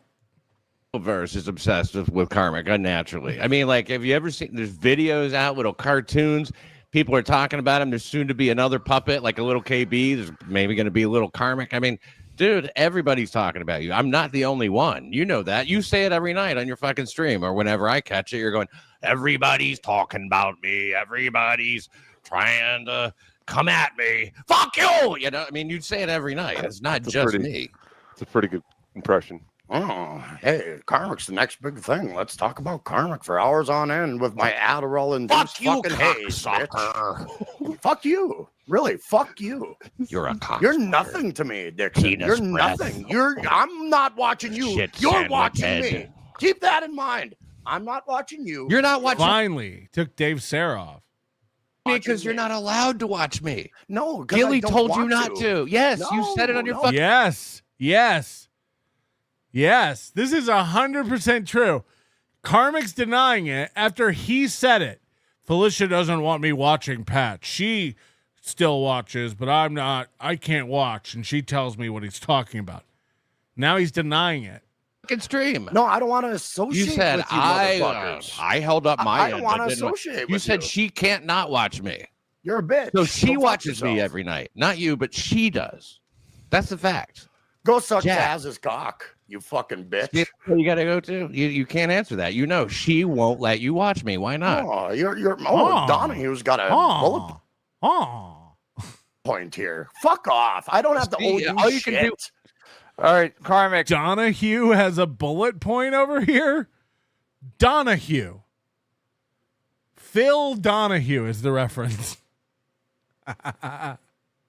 Does you don't have to answer, you're not under oath, but does Gilly kind of tell you, coach you as far as what to watch, what not to watch? I had a drunken misunderstanding. She doesn't want me to associate with these motherfuckers, and that's where I misunderstood. And Way to not answer the question. Did or did not Felicia tell you you're not allowed to watch Pat Dixon? That's where my misunderstanding. Oh no, I had a drunken misunderstanding. No, came from because I was drunk in the past. You know. What do you mean? You were drunk in the past, so you misunderstood what Gilly told you? Just said don't associate with these people. They And are so criminals. when she told you were drunk, so you misunderstood. You misunderstood what she was saying. I did when I was drunk. I would let Yeah, it but slip. why wouldn't she just tell you when you're sober? She did tell me when I was sober, but I misunderstood it then. And then I got drunk and let it rip. I have flaws, Kevin. I agree. No, you're flawless, like everybody else here. I mean, this is insane. It is a sex You mask. bought it from like a sex store or something? Or? It was available at a sex store. I'm like, this looks good for Halloween, but these spikes are for like. he never mentioned Halloween when he wanted that mask. If you remember, he last time he was at Felicia's, he said, I saw a mask when I was here last month, and I've been sad that I didn't get it. So that would have been like August. That would have been, mid-September maybe. This mask had nothing to do with Halloween. He's trying to reframe this and gaslight us all. I thought it would be a good mask for Halloween. No. No. You wanted this the first time you went to Cincinnati. It was nowhere near Halloween. That's a fact. So don't try to reframe it like, no, I got this for Halloween. Hey, CarmicX, you forgot to wipe your face after eating Gilly's pussy. Her gonorrhea is running down your cheeks. Protruding towards the thighs when you're doing your business. Yeah, but women want their thighs slashed by a mask. I haven't used it in coitus yet, so it's a little harsh. Yeah, and you never will. I don't want to. No woman's gonna let a man go near their coitus with wearing that kind of a mask. Is that how you talk to Gilly? Do you say, "Hey, babe, let's go coitus"? Yeah, let me get a couple of shots of that coitus. Absolutely. Oh, Kevin. Oh, fucking Kevin. Oh, Kevin. What I mean is there's no way to create an account to use Apple Pay until you're already in checkout, which you can't get to because you can't use Apple Pay without an account to begin with. Can't they just use their Apple Card like a normal credit card? Yes, Moody, but it costs them 1% of their cash back. Bad form, Moody? I may have a chart for this. I'll be right back. So I heard no problem. Silence too good. People side with the one they like around here, like Keanu arguing with 4 people and 1, but Pat objectively made Karmic look like a child he is. It was satisfying to watch. Yeah, I like Ricada was shouting at her. She looked like a complete idiot. This little piggy. To say that either one of them won is insane. But it's objectively true that Keanu looked like the biggest idiot in the world. Keanu made no sense. And has gone on since then. Her big point during this little piggy was, did you get second permission to read these texts? And she has gone on to read Ashley's texts and Carl's texts and Missy's texts and everyone in the world's texts. She looks like a hypocrite. She looks like a retard. Nobody won it, but nobody looks stupider than Keanu. That's a fact. Karmic, it's ne'er do well, not near do well. There we go. He's got you there. That's the least of his problems, Pat Dixon. Yeah, that We're was starting with the small ones and working up. Pat Dixon, have you ever worn a mask when you perform coitus? Only when I'm trying not to get caught. Oh my God. I don't know what that means. I think I have to throw on a YouTube terms of service. I fucking got that one. So you're saying use that to disguise your identity. Right. You got the makings of a good relationship. Yeah. Got it, man. By the way, if you ever had any, I never thought Stevie Lou was retarded until just this very moment. Watch these 10 seconds of Stevie Lou. I'll tell you something that's true. I would never say this. There's a way that a retard moves. There's movements that a retarded person makes that cannot be duplicated by a non-retard. There's like little, you ever seen Elaine do the little kicks on Seinfeld? There's little spasms and stuff that a normal human cannot replicate. In the future, I think this is how we'll tell whether something is AI or not. It's born of emotions in a person that cannot be expressed in any other way other than the manifestation of kinetic energy through muscles and involuntary spasms, it becomes this. I can't even do it because I'm not retarded. But I need you to watch this. And you tell me in your wildest dreams if you could move like this. That means I think I have to throw one of you two turns of service. I fucking got that one. So you're saying use that to disguise your identity. Right. You got the makings of a good relationship. Yeah. Got it, man. You got it. Of a good relationship. Yeah. Got it, man. You got it. Yeah. I don't think he was. Got it, man. You got it. Yeah. I don't think he was serious. Cheat on all your girlfriends. Good way to go through life. Yeah, Pat, what's your take? Why do you cheat on women? I don't. I mean, you guys listen to Gilly and take it like gospel. I mean, it's ridiculous. You're the one who said 100 women on your bucket list. That's what you said. That doesn't mean I cheated on all of them. Oh, yeah, whatever. Yeah, and I'm not the one who said that. I might have told her that, and now she told you that. But you don't know what I said. It's all hearsay. Don't you understand? Yeah, keep it calm. But behind the scenes, be a fucking animal. Got it, Dixon. You're wearing a fucking demon sex mask, you At freak. least I'm putting the inside outside. What you got in? Oh, no. Is this another cum joke? No, turn it inside out. Yeah. It's really fucked up. Everybody sees you coming. Okay. Except Gilly. Whoa! You can't stop coming. Oh, that's the name of tonight's show. Maybe he did measure to put those hooks up and he couldn't control his spasms.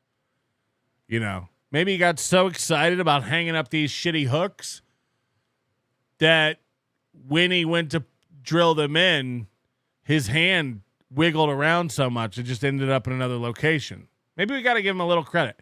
Maybe he's so spasmy that this is actually pretty good for him. This is actually pretty good. How bloody is your dick at this point? Why do you care, you fucking weirdo? I mean, you know, you told care about my dick. Why would you? That was the first thing I tried to tell you. Set some boundaries. Why would you talk about jacking off until you broke your dick? Why would you even say that on stream? For fun. I talk about whatever I want. I'm a bastion of honesty. Try it out, Dixon. Kevin Brennan, careful. There's a lot of crosstalk going on, and you said this doesn't work on a podcast. There's 6 people on the screen right now. This is getting close to crosstalk. KB proclaimed that you better not approach him in AC, so you better look out for Stevie Lou and his retard strength. Okay, will do. Will do. Okay, try being honest. Okay. Yeah, okay. Well, quickly, like just saying, don't get mad when people fucking have a lot of funny things to say about shit like that, because it's pretty fucking funny. Yeah, exactly. Got it. Got it. Turn your light on, you. It's like you do all this shit, Karmic. Like you do all the weird. Whoa. Dave, Sarah is about to talk, guys. This is gonna be good. Shit, and then you wonder why people make fun of you, and then you block them, which is even more weird. I don't care. I know you don't care. We're letting you know. That's the beauty of me, not giving a fuck. Getting loud. All right. Let's be easy on CarmicX. He will be losing Felicia to me by the springtime. I'll be making her my girlfriend. Shut the fuck up, you stupid fucking. You fat shut fuck. up, Dave. Oh, here we go. Here we go. We got it. Ain't gonna happen. This is like a Royal Rumble. We got 2 things. Skirmishes breaking out all over. You might lose her to Chad, but it ain't gonna be Clearwater Chad. Oh. Him and his perfect facial symmetry. You better watch out for Chad. Wow. Someone's been watching Chad's show, so you learn to respect them because one tried to murder you. Well, learn to and understand that it can come back in unexpected ways. You know, like sometimes one will try to shoot you. Sometimes, you know, she'll wait a year and then. Is Dave at work? Does Dave do like customer service for an insurance company or something? Is he working for FedEx, tracking people's packages while he's on MLC? Like, he's always busy. He has to mute the thing and talk all the time. Right now, he's like looking up tracking numbers for a customer. Like, he's always working. It's like he couldn't get off work for MLC, so he tries to do both. Because one tried to murder you. Well, learn to and understand that it can come back in unexpected ways. You know, like sometimes one will try to shoot you. Sometimes, you know, she'll wait a year and then Let me look that up. I'll be back with you momentarily. That's what he's typing into a. come and take your old spot on MLC.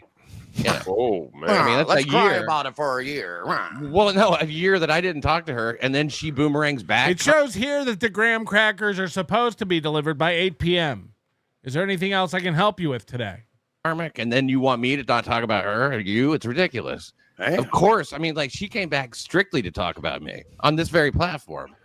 Well, she had a reason. She had a fucking reason to talk No, about she you. really did. Yes, A she year did. later? Yes, A year later? she did. She had Felicia all the could be reason to wrong. talk about you. Karmic, you know that that's not true, or you should. Everybody else knows. Everybody else knows it's not in true. your mind, everybody else knows. But the truth of the matter is, No, the evidence shows that. She The never said evidence. anything to the. Yeah, I'm not even going to argue with it. You've seen the fucking videos. You know it's true. Yeah. Okay. Yeah, your girlfriend's a fucking liar, dude. Oh. No offense. So Pat, you're put under oath, but you never put your hands on Gilly. No, I never put my fucking hands on No. Gilly. Audio Except- says otherwise. Have you put your hands on anybody? No. In fact, I I've have been to looking say- forward to it. I'm really. All right, Stevie Lou's got one, everybody. I have to say, I'll do it at some point. I'm sure it's on my bucket list. I'll get around to it. okay, this is like a perfect tard test. We're ready. Stevie Lou had one. He goes, I have to say, and then Pat goes on with sentences of other stuff, and Stevie Lou hangs back because he's a beta, because he's a bitch. Does he think it's still good enough to say, and does he force it out there after the moment is gone? The tard test. This is the tard test. Let's watch it play out. Buddy. No. In fact, I I've have been to looking say- forward to it. I'm really. I'll do it at some Three, point. I'm sure it's on my four. bucket list. I'll get Thinking. around to it. But no, of course not. No. Why do you say it in Spanish? Maybe we'll believe you. Hey, Good Clear. instinct. Good instinct, Stevie. Let it go. Let it go. That was good. That was actually good. That was good. Now, can you attribute it to intelligence? Like he was like, the moment's gone? Or can you attribute it to him being a beta with low self-esteem, knowing that every single thing he has to contribute to this program is worthless? Either way, the self-actualization of that was brilliant. Good job, Stevie. We're proud of you. We're proud of you. Now let's see if next time you come on, those hooks are even. Even out them hooks. Oh, fuck off, Brennan. You fucking know it's true. You know that. I don't know anything is true. All I know is Clearwater-Cello's 5 pounds. That's all I know for sure. What's that have to do with your relationship? What does that have to do? Okay, Donahue, shut the fuck up. I don't need Donahue again. Gold. to hear it from you. You dumb can't shit. answer I don't any have to hear question. words from you. I don't have to hear words from you. You know what you need. I'm trying to tell you, man. Turn your light on, you dumb You fuck. haven't been happy since you guys started dating, really. You've been nothing but I'm pissed off. thrilled. Yeah, I'm you look like it. ecstatic. You look thrilled. You look ecstatic. That's your definition. I'm doing just fine, motherfucker. Okay. I'm doing brilliantly. All right. If you say so. man. Magnificently. Yeah. Yeah. Am Gourmet. I still banned from your chat, by the way? Can you unban me? I don't want anything to do with you. Are you still you don't have to associate with me just to watch my show. You know I'm that, gonna right? I'm gonna go in Karmic's chat and talk. All right, I'm fuck off. I'm gonna go. I'm an asshole. I'm going to go in a chat room and talk. Yeah, that's what people do. That is what chat rooms are for. on my stream and cry. I'll do whatever the fuck I want in my stream. You twinkle your ivories all you want, Dixon. I don't give a shit. Do your world. It's tickle the ivories. Little stars twinkle. You're mixing up your nursery rhymes. I'll twinkle. I'll do mine. Very good. Everybody tune in for Twinkle Karmic. your God, ivories. fuck. Good one. Good one, Dave Sarah. God, imagine we would have missed that one. Imagine Dave Sarah didn't come in and just go, twinkle your ivories. We almost missed that, dude. Fuck. Imagine if he hadn't have thrown that out there. You twinkle your ivories all you want, Dixon. I don't give a. All right, Dave Sarah's got the idea. He's locked in. I wonder if they'll remember how funny Twinkle Your Ivories is if I don't mumble it under everybody. Shit, do your world. I'll twinkle. I'll do mine. Very good. Everybody tune in for Karmic. God, fuck Karmic. Fuck yeah. Fuck yeah, dude. God, this guy's good. This guy's fucking sharp, dude. Tune in to KarmicX Live, motherfucker. Yeah, you know what happens there. You are. You and Melton are. You're so angry. Oh, I'm so He's got a yeah, demon so are mask you on. inside, you fucking piece of shit. If he didn't, if he Fine, wasn't man, I'm angry fine. right now. Good stuff, Stevie. I think I can solve your crosstalk problem, Kevin. Have the two people want to hear on and get rid of the three duds. By the way, Clearwater Chad can stay. Clearwater Chad is smart enough to pick his spots and say one thing every hour. He's just happy to be there hanging out. Dave, Sarah, and Stevie Lou think they're part of it and have to constantly insert themselves, which just brings the whole interaction down. It just slows it down and makes it stupid. Griefer Sterling, are we going to get some Chad? Not today. Not today. I give up. Try it yourself. As a new user without an account, try to check out with Apple Pay, and it will take you to a login page with no way to create an account. How is this unclear? An account gets created when you buy a ticket. So if you don't have an account, you just need to buy a ticket the regular way. How is it unclear to you? You've said how to solve your problem 3 times. Dead fool, we might not want retards there, no matter how much money they have. Okay? Okay? You've said how to solve your problem. Just scroll down and type in the credit card number. It'll create an account for you, and next year you'll be logged in and you'll be able to pay with Apple Pay. I don't know what to tell you, bud. I don't know what to tell you, bud. Anyway, Deadpool's banned from this program. Wait, CarmicX. So why can't Pat do whatever he wants and watch you on his show, but you can do whatever you want on yours? That's a good point. Brah, I used to think the blue waffle was internet fakery. But damn if Karmic didn't earn his blue wings. Somebody get that gilly monster to a doctor stat. Like Andale. Andale. Arriba. Arriba. I'll refund your 1%. I'll refund your 1%. Don't worry about it. It'll be cash back, but it'll be in coins at the event. Okay? I got it. I got it. We'll remove the Apple Pay option. I'm tired of confusing people. I don't want people hurt like this. This is upsetting me. The last thing I want when people go to hackamania.com to buy their tickets, on sale now for $99, is a early bird.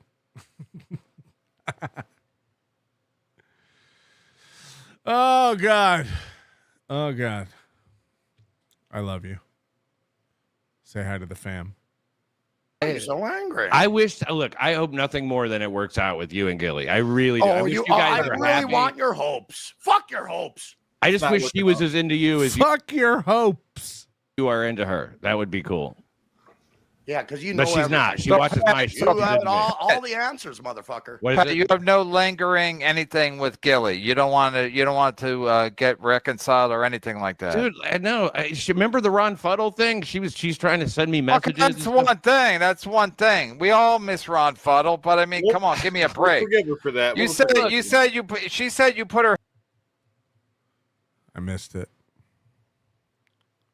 I missed that, Jim. Fuddle thing. She's trying to send me messages. That's one thing. That's one thing. We all miss Ron Fuddle, but I mean, come on, give me a break. We'll forgive her for that. She said you put her hands on her. Yeah, of course she said not that. in a fun way. Not in a fun way. You know why she said that is so that she, first of all, because she knew you'd be open to it, and she knew that it would be a big fucking splash. She wouldn't come on and discredit me. She hates my guts. She's obsessed with me. Why does she hate your guts? And why do women? Who knows how psychos think? Why do women always want to kill you when you break up with them? I've had some breakups, so they don't all want to kill me outside of Pancake House. Listen, I'm not taking sides here. I'm just saying if all your exes live in Texas, can I stop you right there? Yeah. All my exes, okay. Mandy, whatever Mandy's name was, they all say you're weird. They'll accuse you of like being extra weird. You want to know how fucking weird I am? Here's how weird I am. Shit on me. I'm so sue weird. Me. Take me to court. I'm so weird. Chrissy Mayer got naked with me for 3 years. That's how fucking weird I am. Yeah, I'm so weird. Andy got Pat. That's not the defense you want to use.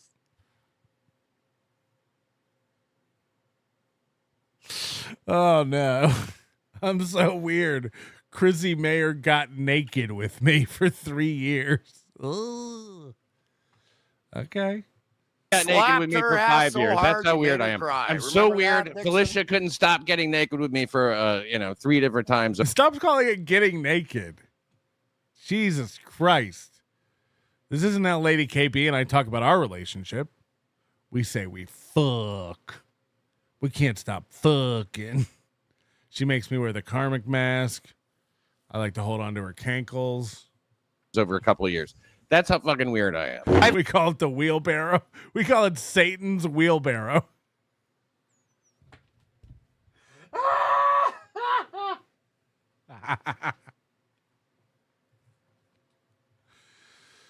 I had problems with exes, but they don't try to kill me outside the fucking Waffle House. And that's a fact, Jack. I just do it to see if she's watching and comments.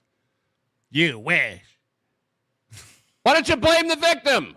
Stop dating black people. You're blaming the victim, man. I was the victim of an attempted murder. You're blaming it on me. What the fuck is that about? Okay, but they all say you're weird. They all accuse you the same thing. Weirdness.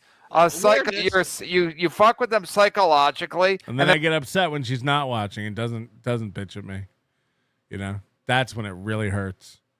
When KB doesn't come up in the chat and go like, "LOL" or "You wish" or "Stop telling people." That's when I realize she's not watching, and she's probably over on BYB or something. If that don't work, you get handsy with them. Have you met women? Holy shit, dude. Yeah, they think that you're fucking with them psychologically when it's the other way around. Men and women often don't get along. But I never put my hands on anybody, and that's a fucking fact. And all the documentation bears that out. All of it. So you can either take the court's word for it, or you can take Gilly's word for it. Am I a bad person because I don't have any documentation that says I don't lay hands on women? Are we supposed to have documentation? Much less all the documentation. I like Pat Dixon, but it's not good to go say, every time I've been accused of sexual misconduct, I've beat the charges, and I have the paperwork from the courts to prove it. Am I bad because I don't have that? Am I supposed to get something signed? I'll take Gilly's word for it. Go ahead, do. Because I'm Phil Donahue, right, Karmic? Just be like Karmic there. Send me the fucking mask so I can be as woke. Well, you're the one who gave that psycho a fucking platform all this time anyway, Kevin. Congratulations. Psycho, she's a good guest. Psycho. And she looks good on my show. She's better looking than all of you combined. Take a poll. Take a poll. Take a fucking poll. Yeah, better than us. Yeah, that's setting a high bar. I do have to apologize to Pat Dixon because I woke up yesterday morning and I saw a Pat Dixon tweet where he was like I don't even know, but he was like trying to clear something up with Kevin and said, "Loved being on the show, dude. Big fan. Always a good time," or something like that. And then, Pat Dixon's in the chat. Yeah. And then I was just like, are you fucking kidding me? This guy's been shitting in your open mouth for years and you're just back to curling up with him because you were on once? I was like, please tell me it's not so. Tell me you're not going full Karmic and being like, thanks for the link, boss. Pet me. Good, Dixon. Good. I was like, I'm not seeing this. And then MGD comes in and goes, he's fucking with Kevin. You're going to want to delete this. And I don't delete it. I just admit I made a mistake. So public apologies to Pat and for thinking that was true for like 10 minutes. I got to stop. What I realized, I got to stop opening up the Twitter app before I have a coffee and like chill for 10 minutes. Because I just like instantly tweeted that. And I didn't like take a beat to like look into the context of it or think about it. So I owe Pat Dixon an apology publicly and privately. I think I did say I'm sorry privately. My bad. I misunderstood it. I got it wrong. Because I couldn't believe. I was like, get fucked with this. Really? What is this spell that Kevin Brennan has over the men? Sardine eating motherfucker over here and did you demon guys see how done up she did when she did my show? Whenever I dated her, she would definitely go ahead and claim it when she was on another show. That's for sure. You know what I mean? Pat, who's better? No, I do mean I made a mistake. I even going back and reading it, I was like, oh yeah, this is clearly like sarcastic. Looking, Chrissy Mayer or Gilly? Without clothes. With or without the black eye? Oh, see, there we go. I'm going to lose my channel. I don't know. That's close. Gilly or her? I mean, I think, look, they're both past their prime at this point. So, it's hard to say. Yeah. More pile on the shit, Doc, you fucking loser fuck. Karmic is ruined. Karmic is ruined. I'd say the only good thing is like people don't know his real name. Like I know it's something like it's Karmic. People call him Carmichael because that's his Twitter name. So I'm sure like his last name is probably Carmichael. And if you look up in his shit town, you can probably find it very easily. And I'm not saying do that, and please don't do that, and don't dox the guy.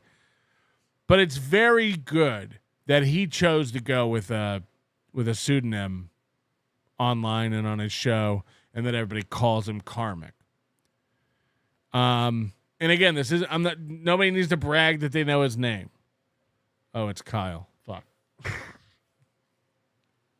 That sounds about right. Regardless of whether people know his name or not, everyone calls him Karmic. And it's smart of him to do that because it will help people in his town and inevitably in the future when he needs to get a job to make money, because this ain't it, dog. He'll be able to avoid the scrutiny of an HR department or somebody who might more readily available find his insane content and history based upon his online presence, because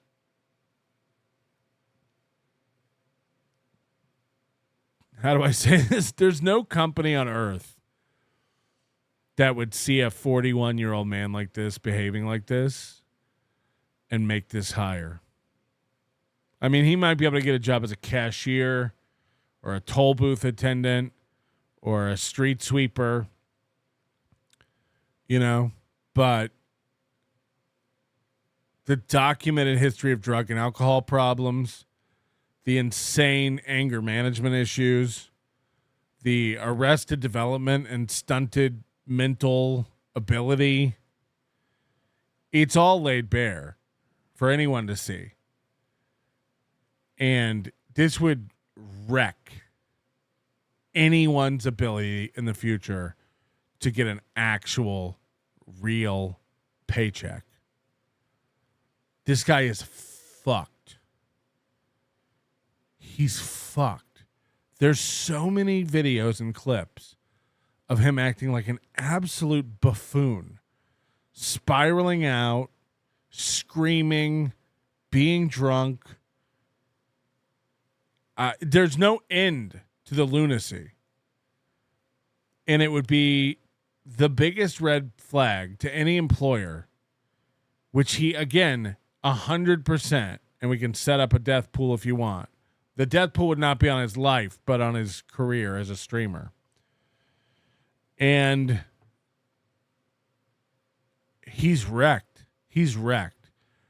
And we got our answer now. We know for a fact he is back in Cincinnati again. And that's where he went this weekend when he was at the airport.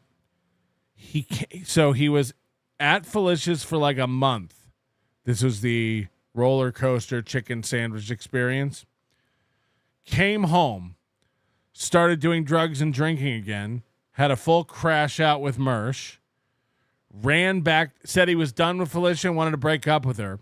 The day afterwards, ran back to Cincinnati to the loving arms of his woman.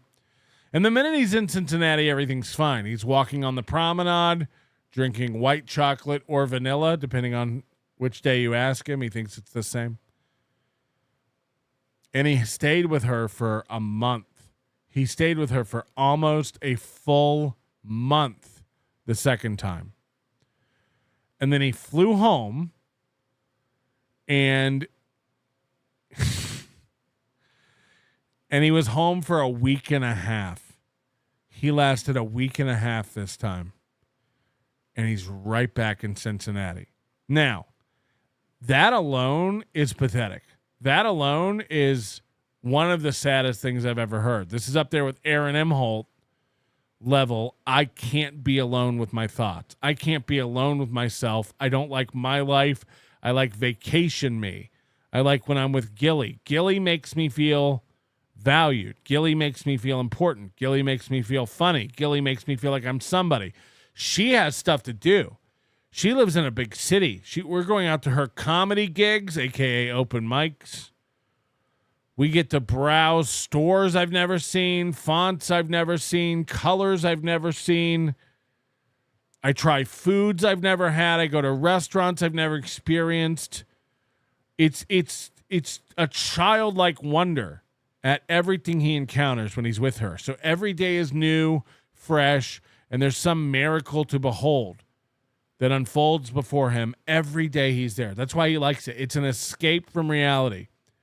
It doesn't matter what they say online. Gilly likes me. It doesn't matter what they say online. Gilly puts my penis in her mouth. It doesn't matter what they say online.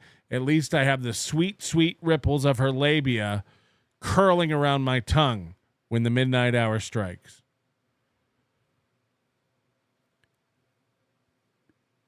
It's sad that a man has to leave his own life and escape from his own reality in order to be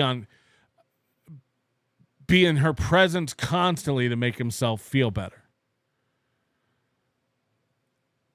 And eventually what happens is the vacation, the newness, the novelty of his experiences in Cincinnati with Felicia will wear off, and that will become real life. The more time you stay away from your shitty trailer on mama's property, the more the vacation-like feeling of running away to Cincinnati and using Felicia for her apartment wears off, and that becomes real life. And now you're not only smoking in her apartment, now you're smoking weed in her apartment. You're probably not able to cook. You're probably not good at cleaning. You're probably kind of, you blow up the bathroom every once in a while. She's probably got one shitter, and you're just in there spurting nonstop with your cigarette shits. And you start to wear each other's nerves out. Now, like I said, it's pathetic enough that he can't be home alone for more than a week and a half without running back there. But now I'm going to drop this bomb, which we all know, but some of you may have forgotten. And this is going to put it in a whole new context. Because you know this, but you might not remember it. He was there for a month, went home for a couple weeks, ran back to her for a month, was home for a week and a half, ran back to her again. He sleeps in her guest room.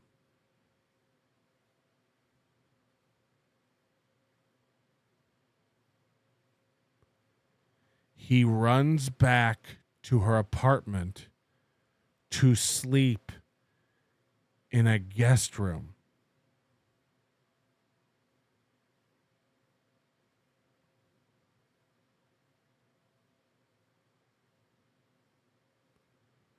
They do not sleep in the same bed. Some people in the chat, I'm seeing that you've missed this fact. But she revealed this on MLC. He's not allowed to sleep in the room with her. They have sex, and then he has to go sleep in the other room.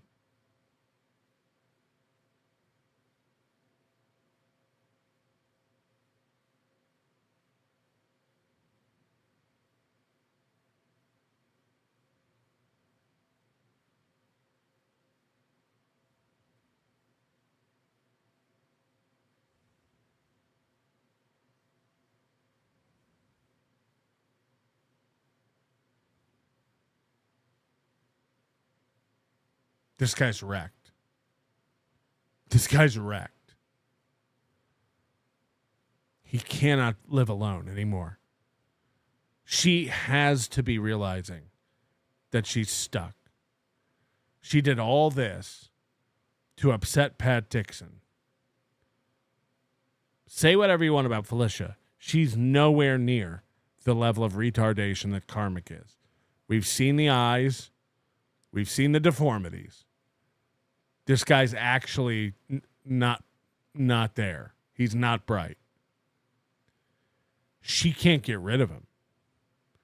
He's like a cat that comes scratching at the door for a saucer of milk. She has to be at this point understanding that she's made a horrible mistake. In that if she ever decides, and she will, that he's got to go and he's got to stop and he can't live there permanently, it's going to go very, very bad.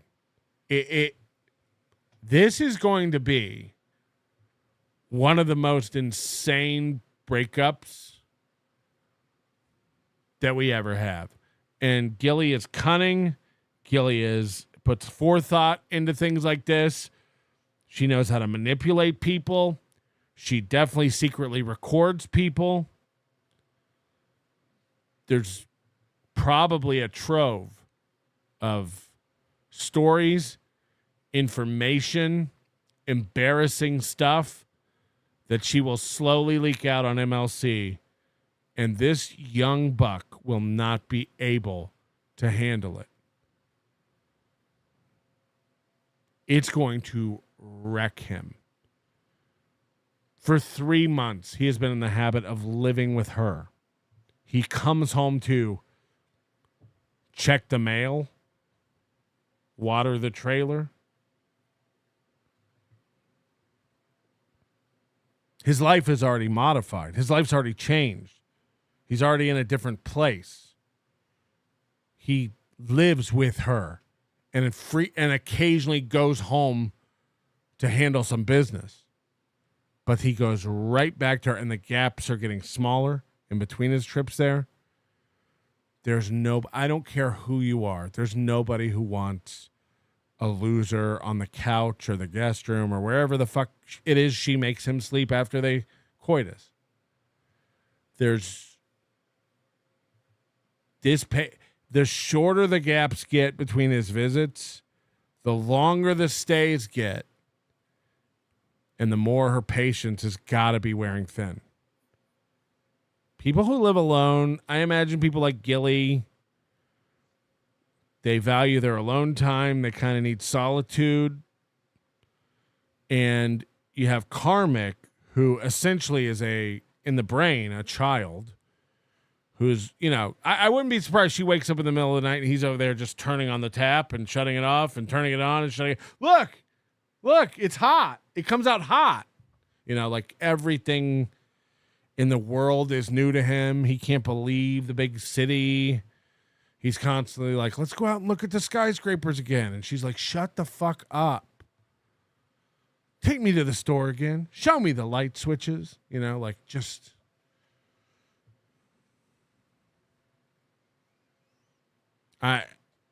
It's gonna be bad. It's gonna be very, very bad. I don't know when and I don't know where. I have a feeling sooner than later. I have a feeling that this can't last the rest of this year, but maybe I'm wrong. Maybe it'll last another year. What the fuck do I know? There's no way she's not getting tired of this shit. And I think she feels guilt, and she realized she fucked herself. She backed herself into this corner, and she's maybe afraid of being judged if she does get rid of him, if she does kick him to the curb. But I'm here to tell you, Gilly, there's nothing you can do that's going to make people think lower of you. We already think you're like a pretty out of it, dope, stupid bitch. And like, if you break up with Karmic, nobody's going to go like, how could you do this to Karmic? Like, well, nobody's going to think you're great or a good person or anything, but it will be your best move. Your best move, Gilly, is to kick this idiot to the curb. Your instincts were right wanting him to take an IQ test, because you might be liable. You might be committing a crime by allowing a retard to rub his big uncut retard penis in between your thighs. He might not have the mental capacity to consent. So I'm here to tell you again, while I don't think this will save your reputation, we all are going to think you're a gross, smelly, towering, fat bitch for the rest of existence because of Pat Dixon revealing your weight at 208 pounds. It will garner you favor with Kevin Brennan. You will get tons and tons of super chats. You will get paid. I'm sure you have great stories. Everyone's going to hang on every fucking word that you have to say. And everyone will dunk on Karmic and make fun of him, because his spiral, when you do that, is going to be epic. And I'm just here to let you know, in case you're sitting there feeling trapped tonight, and I know it's hard, but I do want to let you know, you can't lose this breakup. You can't. You're more emotionally mature. You're more intelligent. You have more life experience. And this guy's going to buckle and bury himself. So rip the Band-Aid off. Stop worrying about it.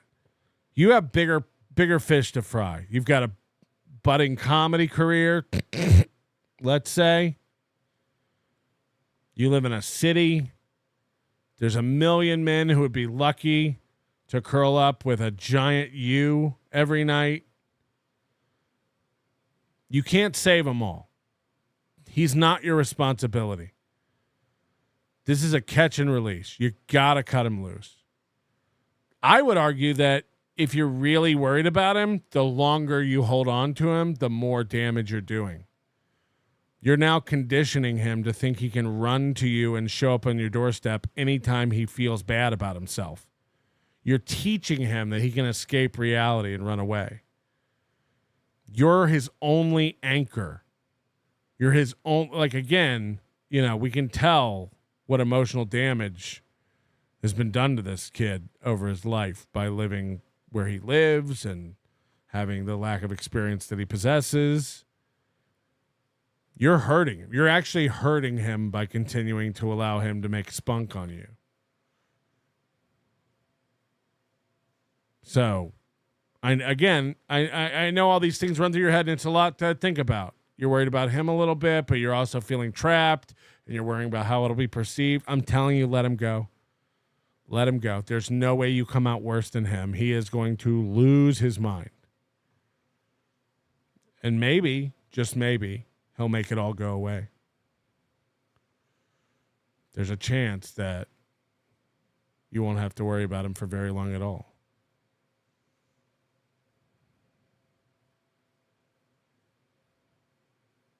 Okay, that got dark. Sorry about that. I didn't mean to do this thing. Is there a demon sex god in here? Every little thing turns into this fucking epic thing. One time I say to her, you know what? Like how it used to be in the 50s, a wife would take the guy's jacket. I think that's kind of cool. And then she comes on and say, "Oh, I demanded that she take my." It's fucking nonsense. Just like with the gas, Blue Jays. It's like it's every little thing, man, gets twisted into this big deal. I might be a fucking asshole, but not all that shit's true. Where there's smoke, there's fire. It can't be a coordinated effort, Dixon. Well, that means you're a homo. Have similar fucking takes on you, dude. Everybody thinks you're a homo. Takes. You must be and gay. I've heard Where there's some smoke, audio there's of you fire. that just You're sold it. flaming so Hammered hard the nightly. nail down. He can't You're stop a coming. You're an angry, fucking petulant piece of shit. Dance, You always clown. will be. Enjoy Felicia. In your heart, you just Dance, little man. want to beat the shit out of me right now, don't you? I know it in your fucking heart. You're out of your Smiling league, grin. Karmic. You're out of I your do league. in my heart, but not in my heart of hearts. That's all you got. That's all you got. That's all I need. Go fuck yourself, all yous. Fair. Who are you talking to us? Toronto. You talking Very Fucking good. everybody. Very good. Very good. Will do. Very good. What are you, Karmics? Fuck everybody. I wish I could be. I wish I dead. could fool my audience to thinking I'm a good guy. Yeah, But in the I wish I could background, cry I'm on breaking stream and shit. get enough money for a 'cause I plane have ticket. nothing better to do. And I nothing. You're a piece. You imagine like when Gilly answers the door, she has to put her leg out to hold Karmic back. Sorry, he barks. He's harmless. And he's like, "What are you doing here, UPS man, you piece of shit? Get away from my girlfriend." And she's got to be like, "Sorry about that." She's getting the Chinese food from the DoorDash guy because, and he's just like, "Who's there? Who's at the door? Get away from my girlfriend." Pat, Karmic. He goes out to Starbucks for his faggy frappe, and she has to put up lost signs. Sorry, my Karmic got out. Tech guy, how about we sing? Kyle's girlfriend is a stupid bitch in D minor. Well, tech guy, Hackamania hats, original or Hack to the Future? Whew. She intentionally targeted a Dixon chatter to get back at him. Now she's going to have to Constaza him up to the Hamptons. Constaza? Fucking magnets. How do they work? Oh, God. Imagine, again, like the time she wakes up in the middle of the night. God forbid she's got a Roomba. And he just keeps following it around like, how does it know where to go? Like, I think about it. Everything in your house that you take for granted on a daily basis, he's confused by. Yeah, I'm serious. I'm crazy. Like he's constantly opening the fridge to see if the light stays on when it's closed. I'm just trying to figure out. Says all the Felicia talk is nearsay. I didn't say near say Hilux. I'm just correcting the record, I said hearsay. I didn't. Yeah, but he's saying you said nearsay. Oh, I don't remember that. Well, you're from Maybe Minnesota, but we caught what you were saying. in a fit of rage, I'm not all that eloquent, I will admit. So if I said that, I don't know. I don't remember. You're never eloquent. You dropped out of high school. Oh, What grade did you Pat's drop been out? watching me. Pat's been watching. I watched it on Karmic, 'cause he has MLC. nothing That's better where to I do in heard his about it. day. He's gonna waste away in his sister's basement. God. All you do, you have to keep talking because you're afraid of what I might say. Well, it's the same repeated shit. We're done with it. No, I'm it done with isn't. it. Certainly. Keanu might have her garbage floor, but when Karmic comes over, I have my cum floor. The world is done with it. When is Carmade? Carmade is an event, right? Well, and this right here, it doesn't exactly negate the reason for it, but it's No, but I'm just- saying that's behind you, right? On your it's green all, screen it's is all Carmade. songs. Yeah, it's all songs, about Karmic, related to Karmic. I'll probably play a few of Karmic songs, Oh, heavens. Yeah. Ghost Party. Wow. Ghost Party. Ghost Party. Somewhere Put my Tuki's demon really mask happy. on tonight. It's going to be great. Pat, the chat's asking if you could do Bull Machine next. Can I do Bull Machine? No, wait. wait, that's the other one. Let's Stairway to Heaven. Do you know about the suffering? How do you know the about song? all those things? My Bull Machine. I don't Settle know that down, one. Dave. I played it earlier. Somebody requested it last night. I'll be playing it at Karmic. Fair enough. Wait, how do you know how to play Bull Machine? It's not that tough. It's pretty simple. You know, it's just chords and shit. It's All right, Karmic, how do you feel him playing Bull Machine? I don't care. I ain't watching this shit. So he can play whatever he wants. He can play with his dick in front of the camera for all I care. I don't. Why would he do that? Why would he do that? It's not a known. Silence too good for Water, the trailer.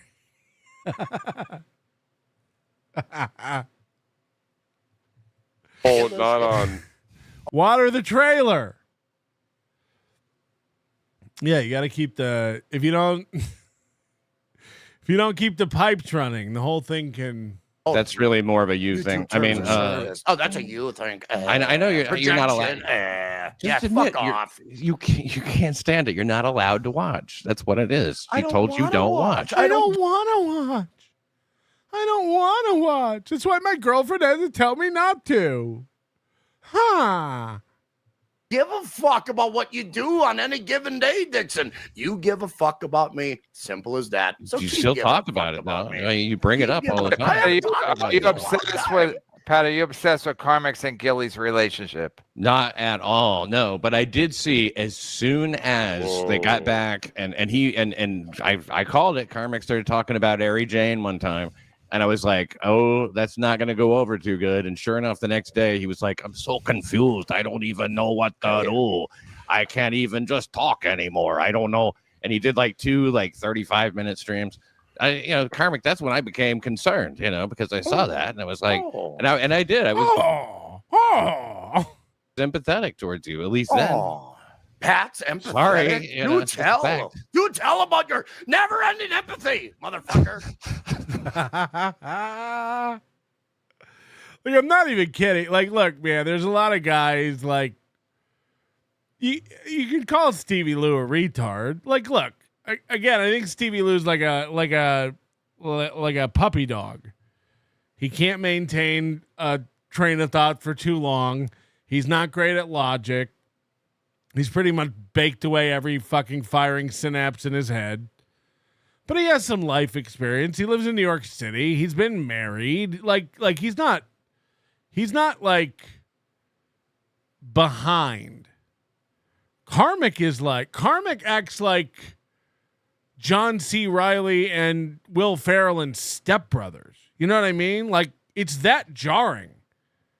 Where you see like this 40-year-old dude acting like a petulant child. It was somebody else is talking and they're just jerking off. Like it's crazy. It's wild to actually see. Like a guy who has no idea how to anything. Like he's just lost. He's just adrift. It's weird. John Smith, hey Gilly, the maniac knows where you live. Are you not scared shitless?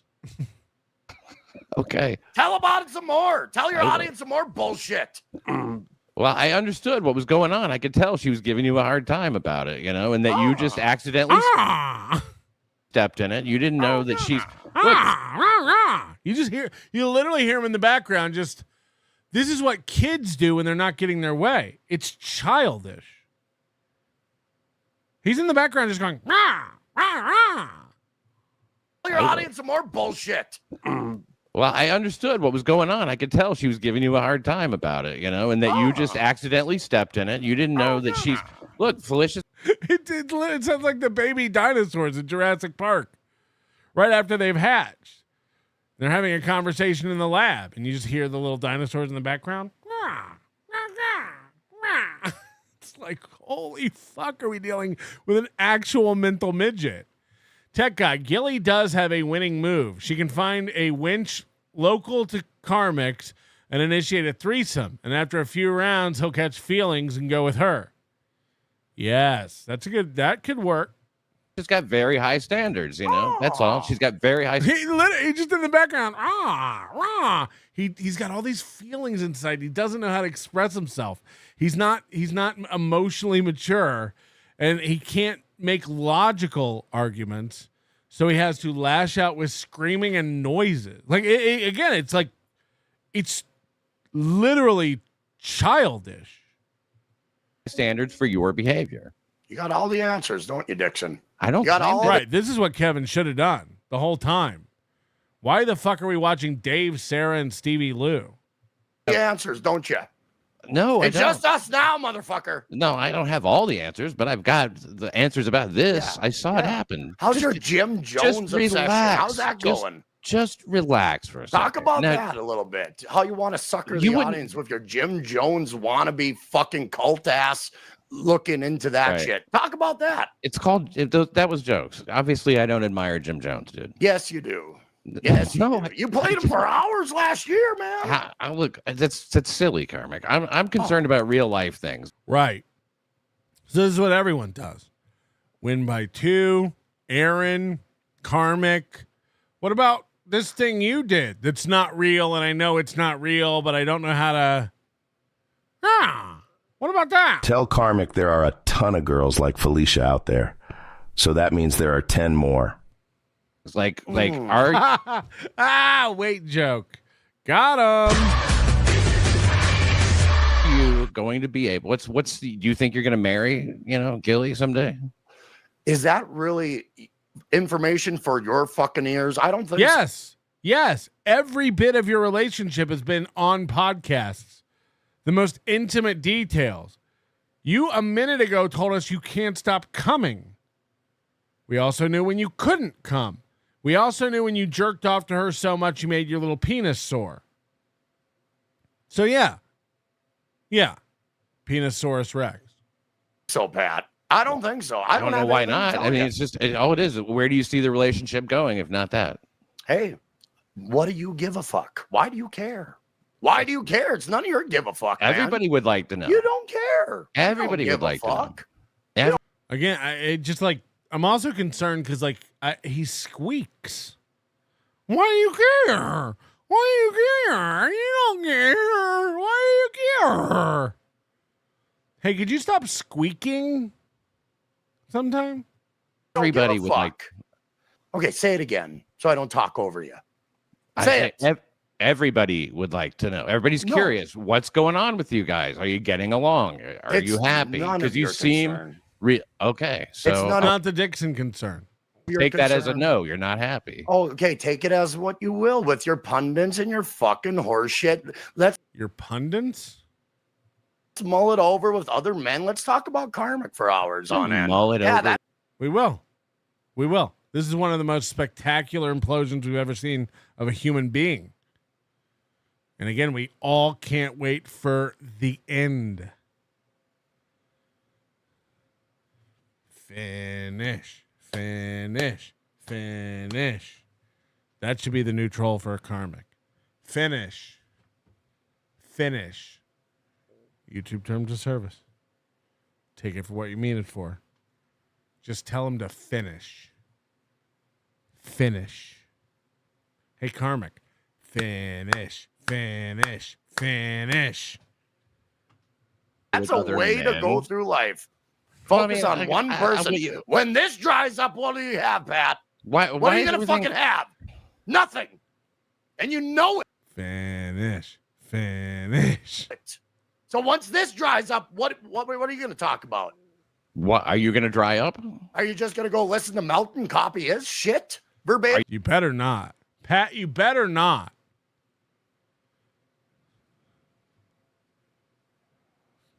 What's he talking about, Dixon? Oh, he's talking about steel toe. I'm going to talk about steel toe too. Are you going to dry up? Nothing lasts forever, motherfucker. Nothing lasts forever. It ain't going to be here tomorrow. You never know. I'm pretty sure if Pat Dixon wanted to do an entertaining show where he talks about other shows, he could and would. He's made it very clear he's interested in playing the piano and putting everyone to sleep.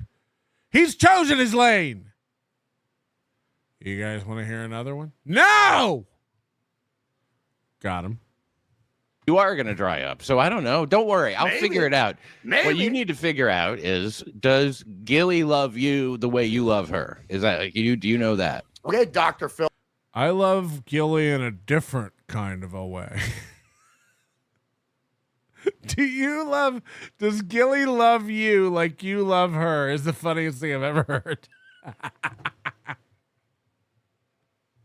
This again is how you have to like talk to children. I love you and your mother differently. It's a different kind of love. Does she love you like you love her? He can't wrap his head around that. Like the concept. Well, thanks for the point of view. Go fucking search up more med. All you can do is ID, deflect. what That's all you can do. psychosis, What? this and that is. So you can rest my tell case. your fucking audience one King thing. of deflection. Even though the truth is in your dark soul. You That's where I left my truth. It was right here in my dark soul the whole time. know the fucking truth. How could I possibly know the truth about what's going on with you and Gilly? Hey, put hands I can on tell women, you don't man. seem happy. Put Is she hands really on there? women. Is she in Put the next hands room? on women because you can't talk your way out of it, bitch. Well, you know, all I can tell you is that you're listening to the wrong person. Who's more likely to hurt a like honestly, ladies in the chat, who would you be least comfortable in a room with? Karmic or Dixon? I'll await your comments. Don't get me wrong. I bet when Pat gets mad, it's not pretty. I'd hate to be there when the laughter stops. But Karmic could like have an alcoholic spasm and knock a bitch out, you know? At least you know this. If Pat hurts you, it was on purpose. Karmic, you know, he's got the retard spasms. Could be an accident. You know, and I can't help you. I can't help you with that. But I can tell you this: I was in a relationship with her, and you know, for a while, like 3 different times, and for me, I got tired of being a personal nightmare. For me, now, does she give you everything you need? I mean, she still watches me every night, right? I really have nothing to give you, man.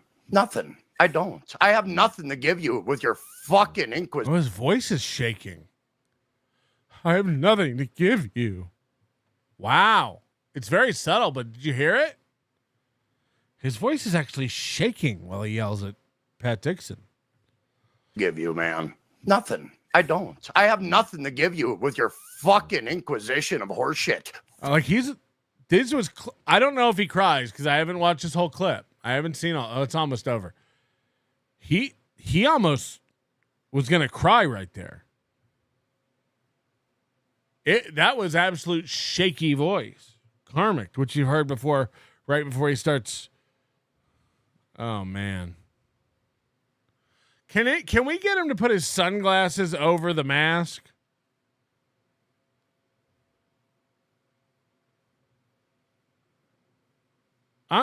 Ever since we found out his face is all deformed and his eyes are in totally different quadrants, different planes of existence, it's throwing me off. Is there a way we can get him to put his cheap dollar store sunglasses over that mask? Watches me every night, right? I really have nothing to give you, man. Nothing. I don't. I have nothing to give you with your fucking inquisition of horseshit. Fuck It's you. not an inquisition of horseshit. Fuck it's a simple question. Fuck you. Fuck you. Yeah. Fuck Do you. it. Do it. I have nothing to say to you, Pat. Do it. Fuck you. Do it. Do what? Fuck me? He's lost his own train of thought. I have nothing to give you. Fuck you. Fuck you. Yeah, do it. Huh? Are we still talking about fucking me? I have nothing at all. You're a criminal piece of shit as far as I'm concerned. Allegedly. What crime? Hey. She didn't report me for a crime. Why didn't she report me for a crime? Huh. Put hands Why didn't she on do women. that? Why didn't she report me for a crime? Yell at Why? women all night long. Why didn't she? Hey, Ask yourself that. Why didn't she? you just Why wanna didn't go she head report to me for a head. crime? She You're not went going to through call me a shit. criminal. You're not going to call me She a went through criminal. shit. Why are you doing that? Why are you calling me a criminal? She didn't report me for a crime. Why? Because because you need to. You just I heard otherwise. You heard that. I heard otherwise. She did. Shut the fuck up. You heard that. Oh yeah. That's how you win an argument. She did report me for a crime. Where'd you hear that? I'm done. Where did you hear that? Ask to see it. I don't know. Hey, I'm defending myself. You're All not. right, You're defending Gilly. Final statements. Go ahead, Pat. Final statements. Karmic, P. Dixon, subscribe. I'll be on live later. You know, everybody come and watch. It'll be great. P. Dixon on YouTube. Joe. Oh boy, it just don't get no better than that. Nella Ella, first time chatter, long time what? Gilly loves Chad's symmetrical face because all she dates is asymmetrical faces. Could be true. Steel Toe Stats. Remember Howard Dean in 2004? Not only are we going to New Hampshire, we're going to South Carolina and Oklahoma and Arizona and North Dakota and New Mexico. Yeah! Yeah, it was up there with Steve Ballmer's developers speech. Tech guy. When KarmicX calls, it reminds me of Futurama where Zoidberg wanted to mate and become more and more desperate. And became more and more desperate. Maybe someone can make a drop for it. Nah! Brian D, no doubt Karmic is a fucking artard, but he stayed on the stream now for a while talking shit. Stayed on the stream now for a while talking shit. When he could have just left. Is 50 really worth the abuse? He can't go any... Again, the guy's fucked. He can't go find another job. He worked for that company his whole life. He lives in a small town where if you blow up like the one company everyone goes and works for, you're kind of fucked. There's not a lot of employment options. And when he left that company, it was because he wouldn't take his medication. And who knows? He was probably on constant smoke breaks. It's probably a combination of things. But something happened with like his brother or brother-in-law or something, and he lost his shit at work and he got fired. And he worked there his whole life. He worked there his entire adult life. So his resume is going to have a big gap because he cannot use that as a reference. He will not be able to use his one employer that he's ever had throughout his whole life as a reference. I imagine that friends and family are pretty sparse, and he doesn't have a lot of personal references that he can use. So he cashed out his 401k, his life savings, all $38 of it, paid for his fucking manufactured mobile home that sits on his parents' land, and that money is going to run out. There's no way he makes enough to live on, coupled especially now with him having to probably kick in for food and toilet paper over at Gilly's and the flights back and forth. And let's not forget that this guy lives 2 to 3 hours from a airport that even has interstate flights. You know, there's an airport 38 miles for him, but they only have crop dusters. I don't think you understand the dynamics of this guy's living situation. He is fucked. And unlike renters, he can't even move because he has sunk every bit of his savings into this shit box on wheels. Okay? The cost for new gas and water fittings alone would bankrupt his family. It's bad. It's bad. So, he can't quit streaming. He can't quit streaming. And he's convinced he's the next big thing. He told us he was going to show us, and we were all going to be sorry when he blew up, and we'd be begging to be on his show. It's bad. It's bad. Brian D., what's the digits, Pat? They're in the fucking description of every goddamn show. And again, if you don't know that, you're probably too dumb to call in, Brian D. What are you, dead fool? You fucking retard. Just kidding. Dunder Mifflin Tuna. I came up with a nickname for Blade. How about Thief? Come on now. Tommy from Rhode Island. Hey, Big Sauce. Have you heard about the new boot goofing sung by Ryan Charles? No. Pimp Daddy Z. Member for 6 months. Melton's new nickname will be Cleaver to go hand in hand with Blade. I can't imagine being gayer than that. Lil Herb, thank you for becoming a member. Baloney Factory, thank you for becoming a member. Keanu C. Thompson, nudes. You need to talk to Chrissy Mayer if you want a successful event. I'll get on it. Ashley the Roo. Ashley the Roo is a new member. JB50, Stevie Lou is a well-known tweaker. They spaz out like that. That makes sense. Stu's Cluster, thank you for becoming a member. And Mitch Connor, how many women has Stevie killed? See you in Vegas. Yes, don't forget to grab your Hackamania tickets. Hackamania.com. I did have this that Moody sent me earlier that I really, really wanted to play. The Charles Chant stuff is going to delay some stuff we were going to do today, unfortunately. But that's fine because I want to move on to something that I really wanted to do at the end of the show today. This is we got to dedicate this show to Mr. P. He's going in for surgery tomorrow.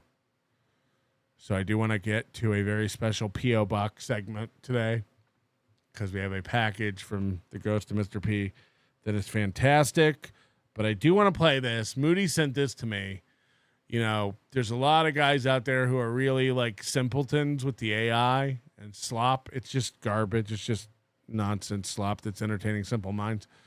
But this is actual gold, and it's worth watching. I think maybe Rocco played it last night, but we're going to play it anyway. It's fantastic by a guy named Rudy Bega, and it's a music video. It's fantastic. Tim Bollinger finished the stream with a little Karmic snipe.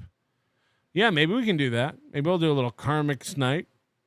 I'm in for a longer show tonight. If you guys will help me beat Carl on the hold on, let me refresh it. Let's see. We got to beat Carl on the super tip leaderboard, and then I'll stay with you for an extra time tonight. Brian D. NLO gets me through the rough times. Thank you, Brian D. I was giving you a hard time. Phone number is in the description though. If you ever want to call in, 702-749-4656. 702-749-4656. Brian D., another thing that doesn't really make a lot of sense is the fact that his family owned land in Minnesota, but yet he's living on a trailer on the property, and it sounds like a substantial amount of land. Why not build? Oh, you got all the answers, don't you? Did you see the Seaman Demon? This is by Rudy Bega. It's fantastic.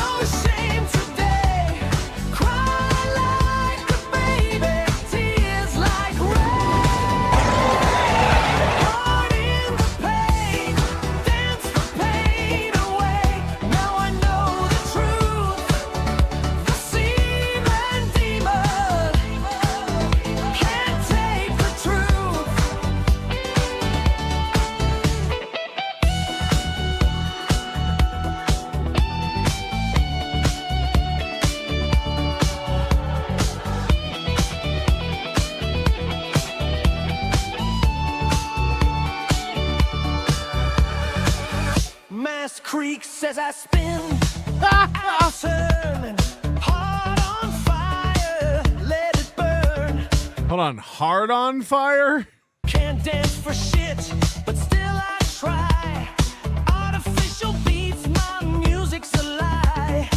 Watch me go, I'm a dumbass goof. Look at me, the seaman demon. Can't take the truth. Screaming loud, like a maniac. Let it out, some kind of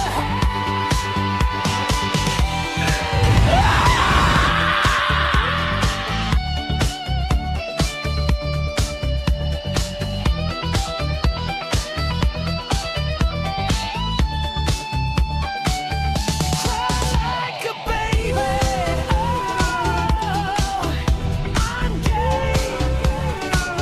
Cry like a baby, I'm gay. Feel it all, no boost today. My girl is mean as fuck, dance the pain away. She's built like a truck. My girl is built like a truck. The Fuddlemobile. Now she knows I'm spooked. Word is out, the seaman demon can't take the truth.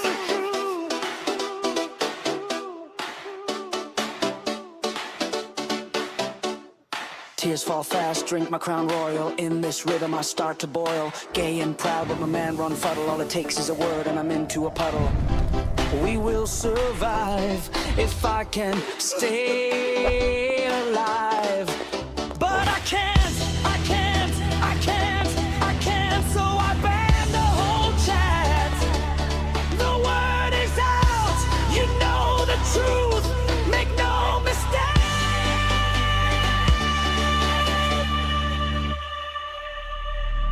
The seaman demon.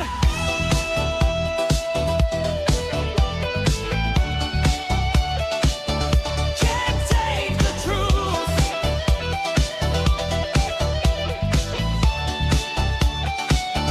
Can't take the truth.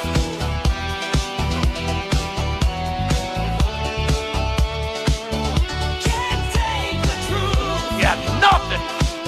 Nothing. You're nobody. You're not a real man. You're a wannabe. And you're going to be that way till the day you fucking expire. Got it? Oh, it's just brilliant, brilliant work. Rudy Bega on YouTube, BAGA. Ooh. Oh, God. It's too good.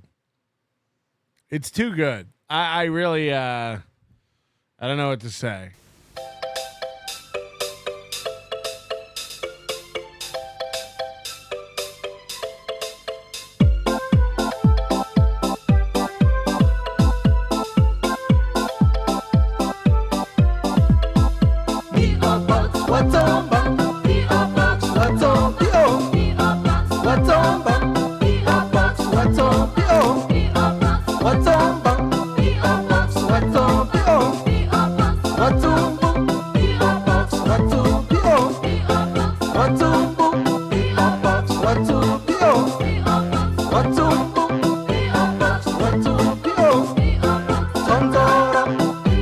All right, we got a P.O. box.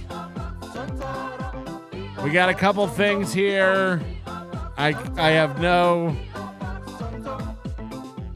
clue. This is from, this one's insane. This is from Friends of Big Bear Valley.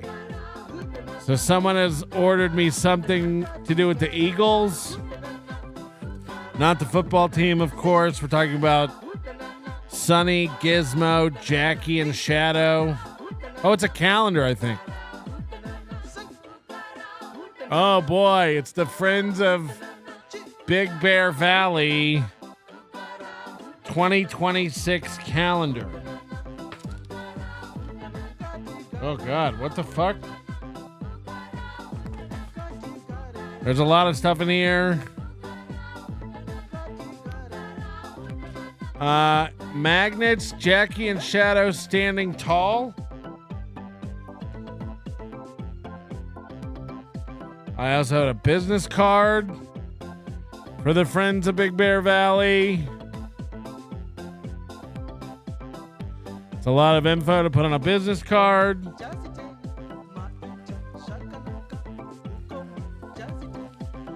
We got a magnet. Jackie and Shadow standing tall.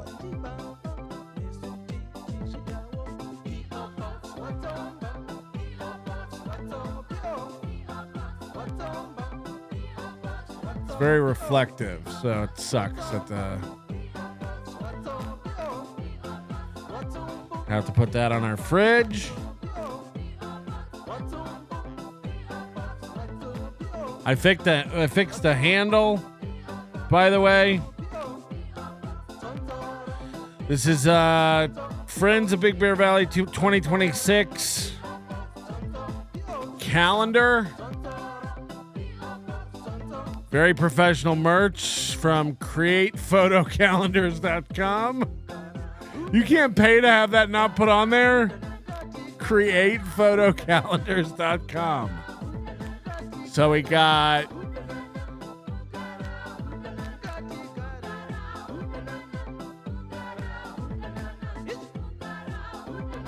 I'm gonna see every month.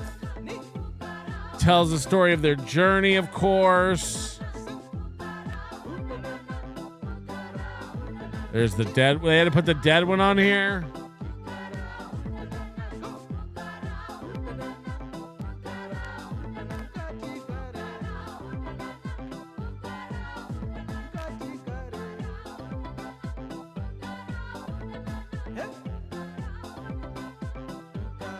Just a real quick cash grab. Did they have someone go up and take these photos up in the nest, or are these from the camera? I mean, these are like, that's a good photo.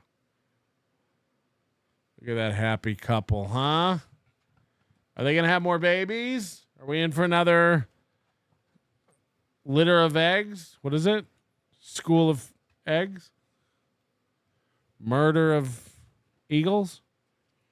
How does it work? Anyway, thank you very much. $25 calendar. Wow, I got the whole receipt here.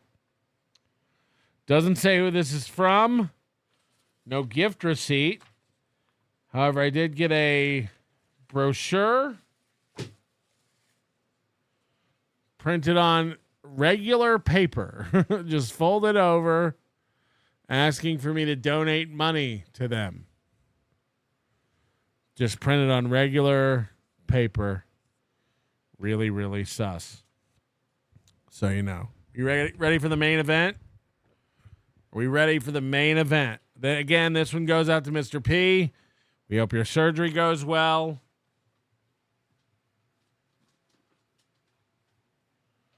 I'm going to rip off your return address.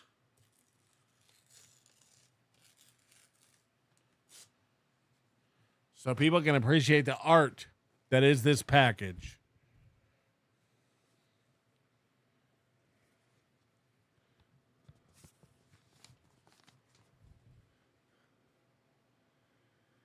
Spooks, Ghosts, Mr. P's grave. Mr. P was his dog, of course, 2017.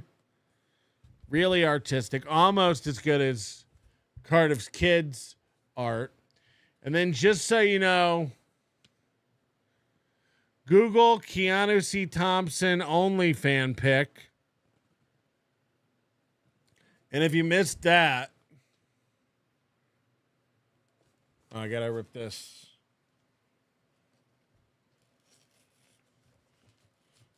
It's got some identifying stuff I don't want to show up by accident. Keanu C. Thompson. Google Keanu C. Thompson's OnlyFan pics. Google Keanu C. Thompson's OnlyFan pics. This is Mr. P spreading the word that Keanu can't stop spreading her legs. Right on the package. This is a Halloween package sealed up with painter's tape. And we know Mr. P's Halloween packages, we've been looking at them for what, 2-3 years? We know that this is probably going to have something that's a biohazard in it, and we're not going to want to ever revisit again, so I'm going to just keep the box. Oh, boy. It's got a lot. It's going to have a lot of stuff.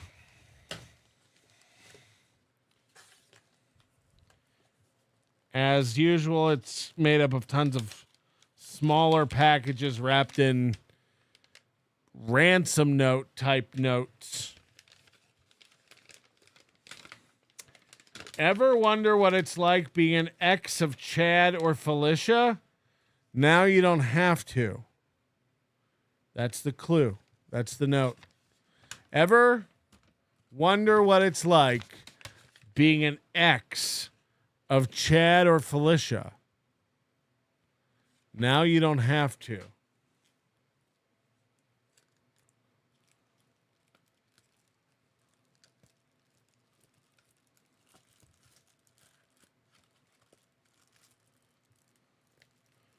This is a decal for your window that you put up that has someone looking into your window. Get it? Because they're stalkers. Now you can have someone looking into your window all the time. Just like if you dated Chad or Felicia. Just a guy going, hello? Are you home? Hello? Hello? We'd love to see you. Come closer. Okay. Not bad, not bad. Right out of the gate. Who knows how much stuff is in there. This is in a Ziploc bag. It says Felicia's driver's license. Felicia's driver's license. Felicia's driver's license pick. Should I do the thing? Felicia's driver's license pick. This is fabric. So this is okay. We got grommets.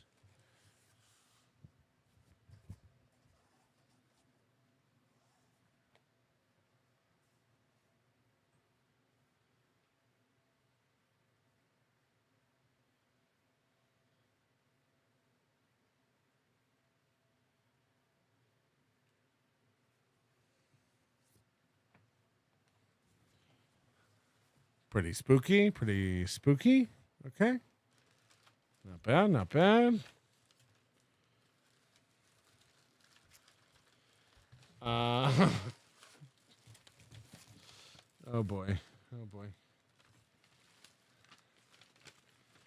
Keanu mask with brain. Keanu mask with brain.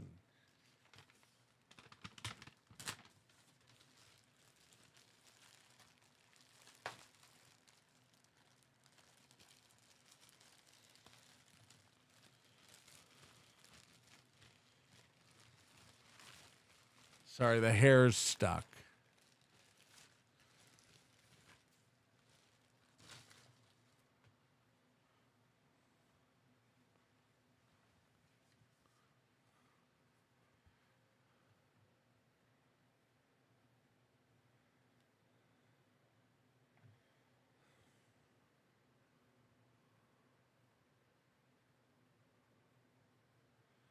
I know what you're thinking, Patrick. Where's the brain? There's a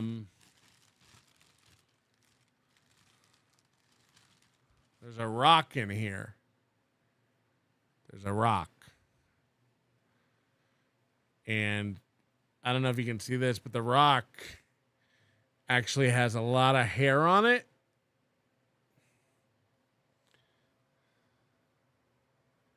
Can you see that? It's very hairy, this rock. Oh, God. Okay. Very good, very good. Next.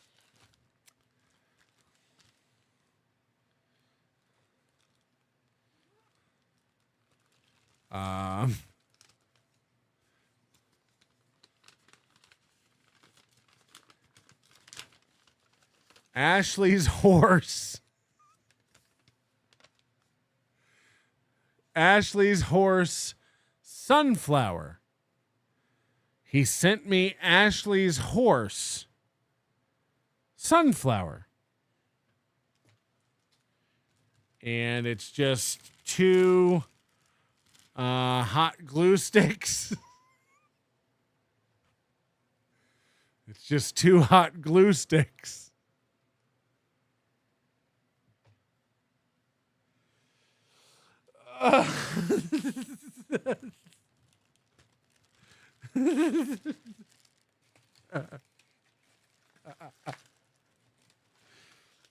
You can't say the guy's not creative.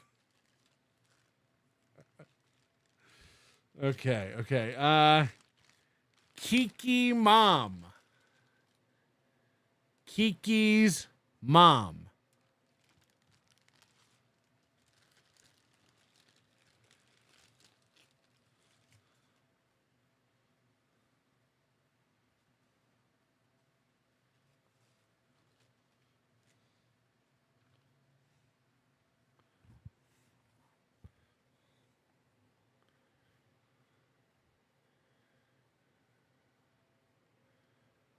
I don't know why. What is that?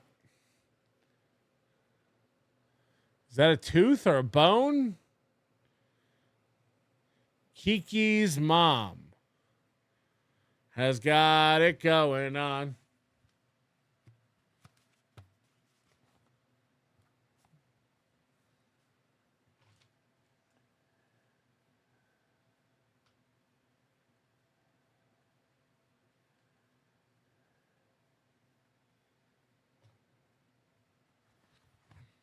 Okay, Kiki's mom.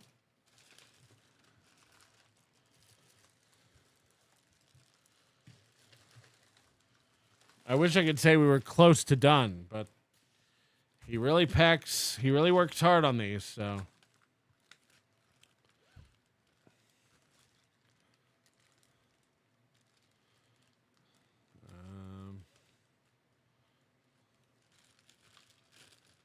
I can't get this one open. I'm actually worried about this one.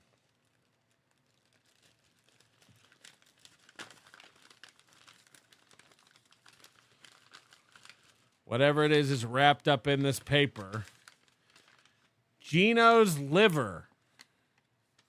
Gino's liver.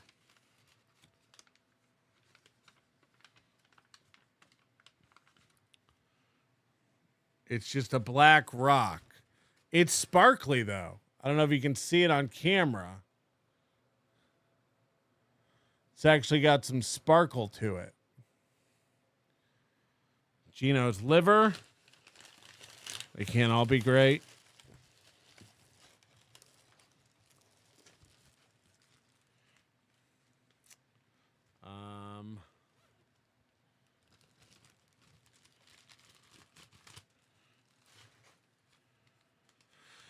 Two tickets to KarmicX Live. 2 tickets to KarmicX Live.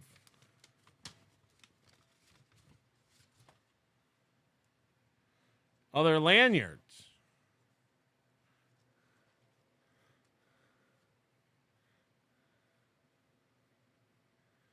Gay card lifetime membership. You too can be gay. 2 tickets to KarmicX Live. Gay, yes. Straight, no.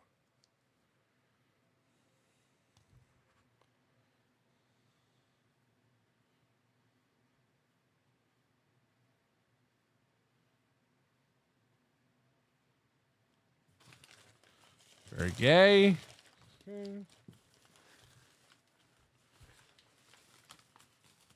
This one's in a grocery bag.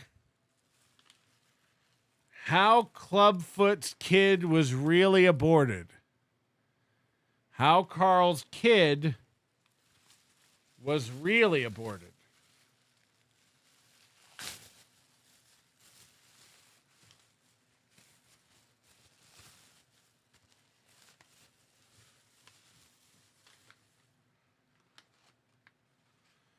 I have a package here tied up with some sort of a shoelace.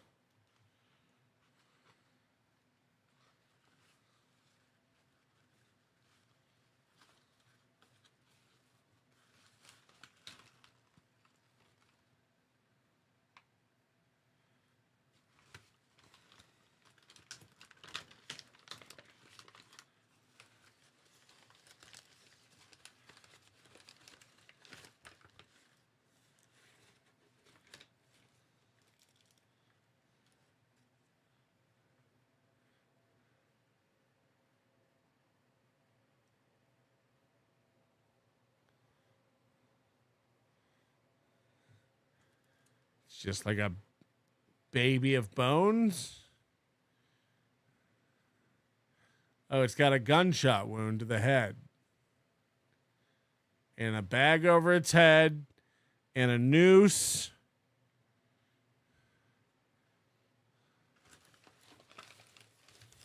I don't understand a lot of these.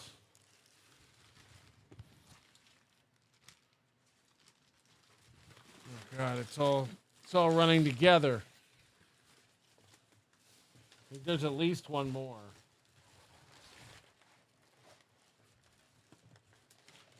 Who haven't we gotten to? Who hasn't been boom roasted? You might say it's the best for last.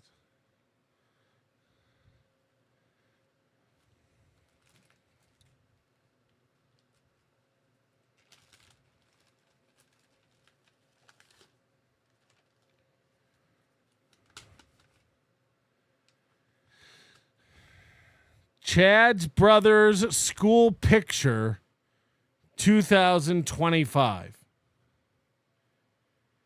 Chad's Brother School Picture 2025.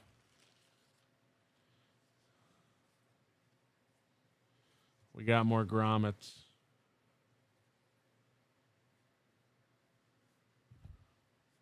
Well, this is just like the Ashley driver's license pick. This is going to be anticlimactic. This is just the same garbage.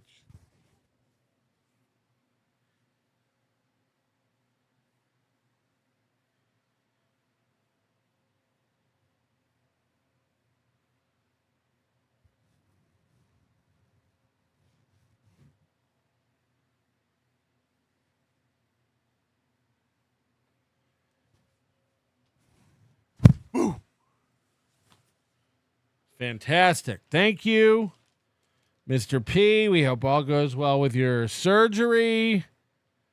You giant piece of shit. If you want to send stuff to the P.O. Box, you can too. P.O. Box 4. Sorry. Nobody Likes Onions. Patrick Melton. 4948 Mountain Vista Street, number 13932, Las Vegas, Nevada 89121. That address again, 4948 Mountain Vista Street, number 13932, Las Vegas, Nevada 89121. Just so you know. Everybody going, are those going on the wall? No. I've warned Mr. P. Almost everything you send me gets thrown away immediately. Where am I going to hang these giant banners? No, I don't want. Look, Mr. P is so mentally ill, he doesn't get discouraged by me threatening him and telling him, don't send in your garbage to me. He just keeps doing it.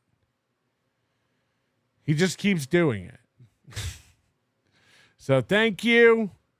You know? Thank you, Mr. P. We appreciate your packages. They are very creative. A lot of it is really, really good. But no, I'm not going to hang up a generic child that's, again, I get what you're saying. This is Chad's brother, but it's not, these aren't custom things. This is a bunch of Amazon trash. Right? If we're being honest.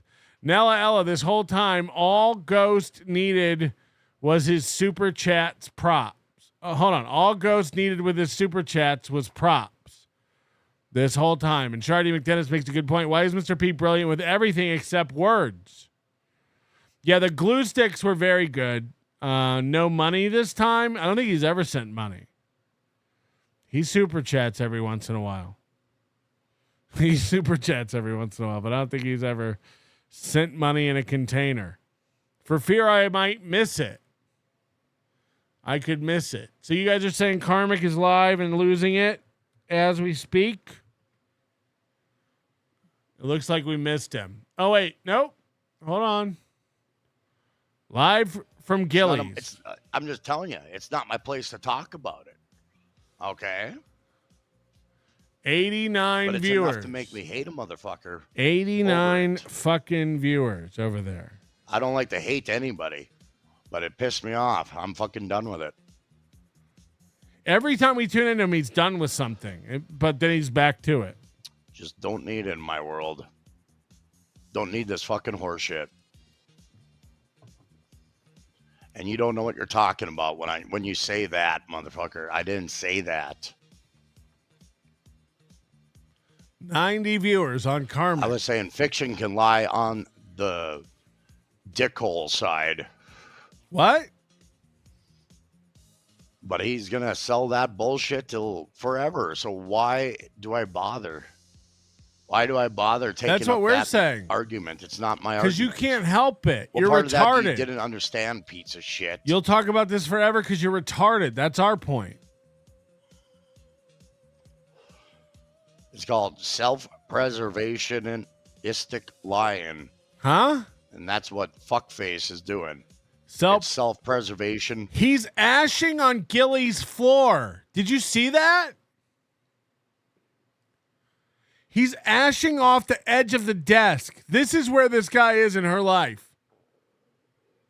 He's just ashing off the edge of the desk onto her floor. How long until she gets fed up with this shit? Be honest. Like, come on, man. Imagine someone doing that in your house.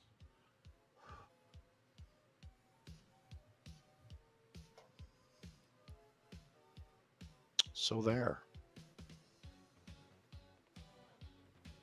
Oh, he's buck broken today, huh?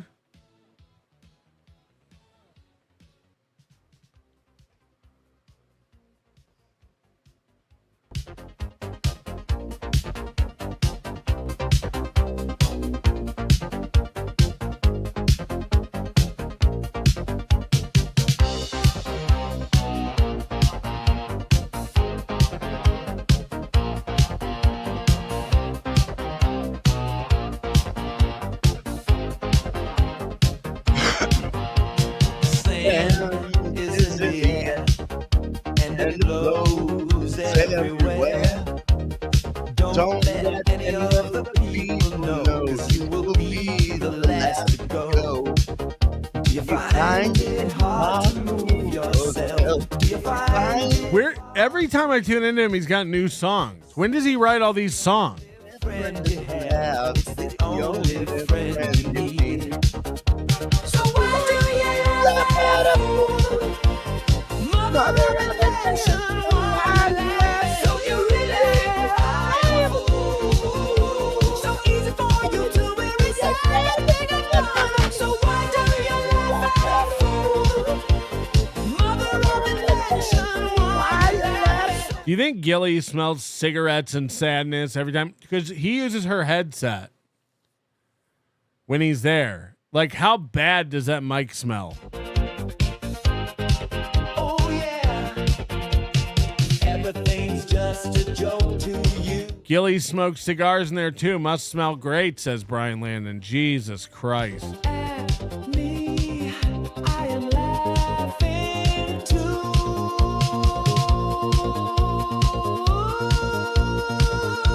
You're saying AI, he doesn't write these. Yeah, but if you asked him, he'd say these are my songs. And every time I tune in, he's got new ones. And he knows the words. And he sings them. Like, how often is he making new songs?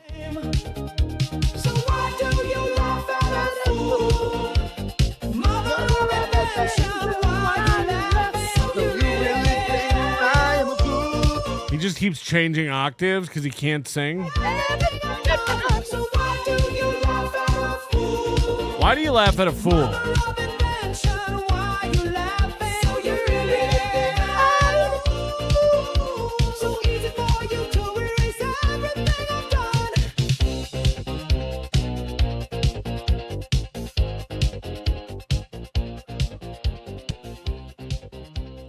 All right, now what? That was it. Now what? Okay. I got that out of my system. Mr. Kill Everything sat in the dark, kissing his screen, whispering to the broken game characters like they were his lovers. Can someone tell him I'm sniping him so we can watch him yell? Telling them he liked them better that way, and once his mic slipped on, everyone heard him gasp, "Touch me back." And something on the other end did. He ate his own goo. Oh my God. Mr. Kill Everything, is this true? Were you filleting yourself with your own mouth? What the fuck, Mr. Kill Everything? I didn't know you were that flexible. To be able to fillet oneself with your own fucking whiskey sobbing mush mouth. I'm sure his dick is pickled from all of that goose suckling from his fucking dick white. Ugh. Goose suckling pickle dick Mr. with Kill Everything, $5. You should be ashamed. This just in, Mr. Kill Everything eats his own semen. That is all. There. That should keep him enraged for another 3 or 4 hours, you stupid fucking drunk ass bitch. Here he goes. I'm sure that'll get him going. Mr. Kill Everything, you're a slob. You're just a fucking slob. But I digress. Karmic's inner child. Dixon, stop thinking about you. Why are we still seething about him? Boss lady still watches him. He sounds fair. broken. I miss when we were happy. Gay. I wasn't seething about anybody. I said I don't want to talk about it no more. He seems broken. I don't give a dude. fuck. I don't give a fuck what Dixon does in his fucking world. I don't care. What part of that don't you understand? I don't care if he's thinking about me or not. You can just troll him with the Preferably same thing not. over and over and over again, like Chad. That's all I give a shit about. I'm just saying there's a whole world he could talk about. Let him You talk could about literally that. write in, why do you think about Dixon so much every 10 minutes? And he would have the same response. I don't care. I don't think. I'm done with it. I don't care. I don't think. I'm done with it. Like Chad. It's like, these guys are like AI. And now you guys are just dragging me back into it. And I'm not in the mood to get invested into it. I'm not. It's not my fucking place. Oh, we thought you were in the mood. That's why. We only like to do things you're in the mood for. That's why you're fun to fuck with. There's bigger, better things going on in the future. And What? What would your show be without this? That's the thing, like, him and Chad don't ever answer. What is all this getting in the way of you presenting to the world? What would you like to be doing if not this? bigger fish to fry. And if we have nothing Hey, Chad and this guy, I'm so sick of this Dabbleverse. Okay, go do something else. What are we holding you back from? fucker will come in and this and that and about this and that. It's like, yeah, we got it. Let's talk about it. Blah, blah, blah. So there. I'm just talking about the only way I can. If he stopped talking, cool. I don't give a shit. I don't want to talk about anybody I have a really bad problem with because it's just going to get worse and worse and worse.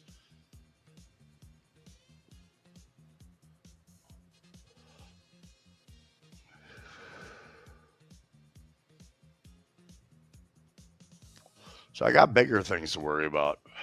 Like what? I do.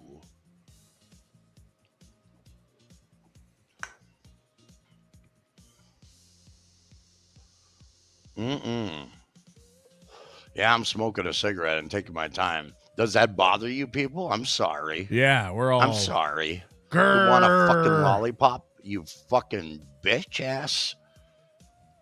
You're just wait. Yelling at. Let me smoke and enjoy myself. Let me enjoy my evening.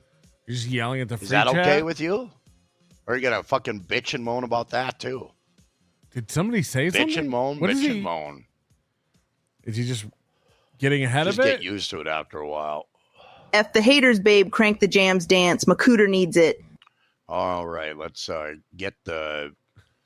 moisten things up with a dance. Okay. Here we go.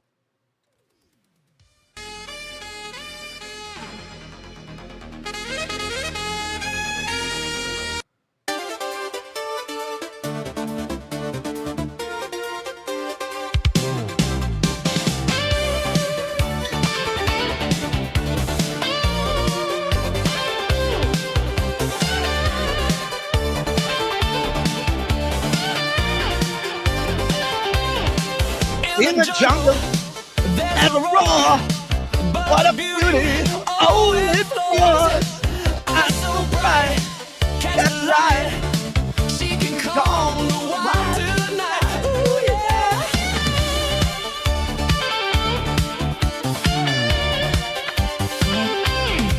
In the night, she walks so free. Have you ever seen anybody ash their cigarette backhanded? He goes like this. He ashes like that, like a normal person would go. He goes. Watch him. He flips his wrist upside down to ash his cigarette.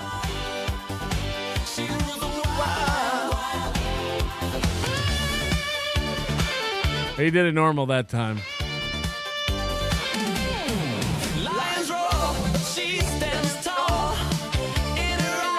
Of course, as soon as I call it out, he does it right.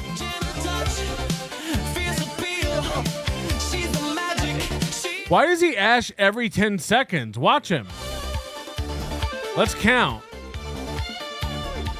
1, 2, 3, 4, 5, 6, 7, 8, 9, 10, 11, 12, 13, 14, 15, 16, 17, 18, 19, ash.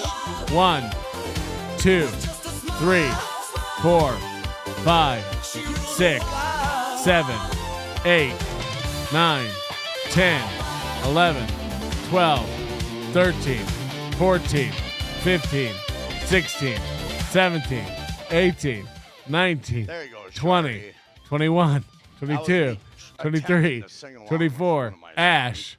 1. He's ashing every 15 to 25 seconds. And he did it 3 times in 20 seconds. Thank you kindly. He's not even smoking it. He's just ashing it all away. Start. Ha ha ha ha ha ho ho. Ha ha ha ha ha ho. Ha ha ha ha ha. Fucking asshole cocksucker. Cigarette Jones. It's Ray DeVito's birthday. Play Mint Shampoo, please. 52 years old, I understand. 52, Ray. Congrats. He's 52. 52 years old, by golly.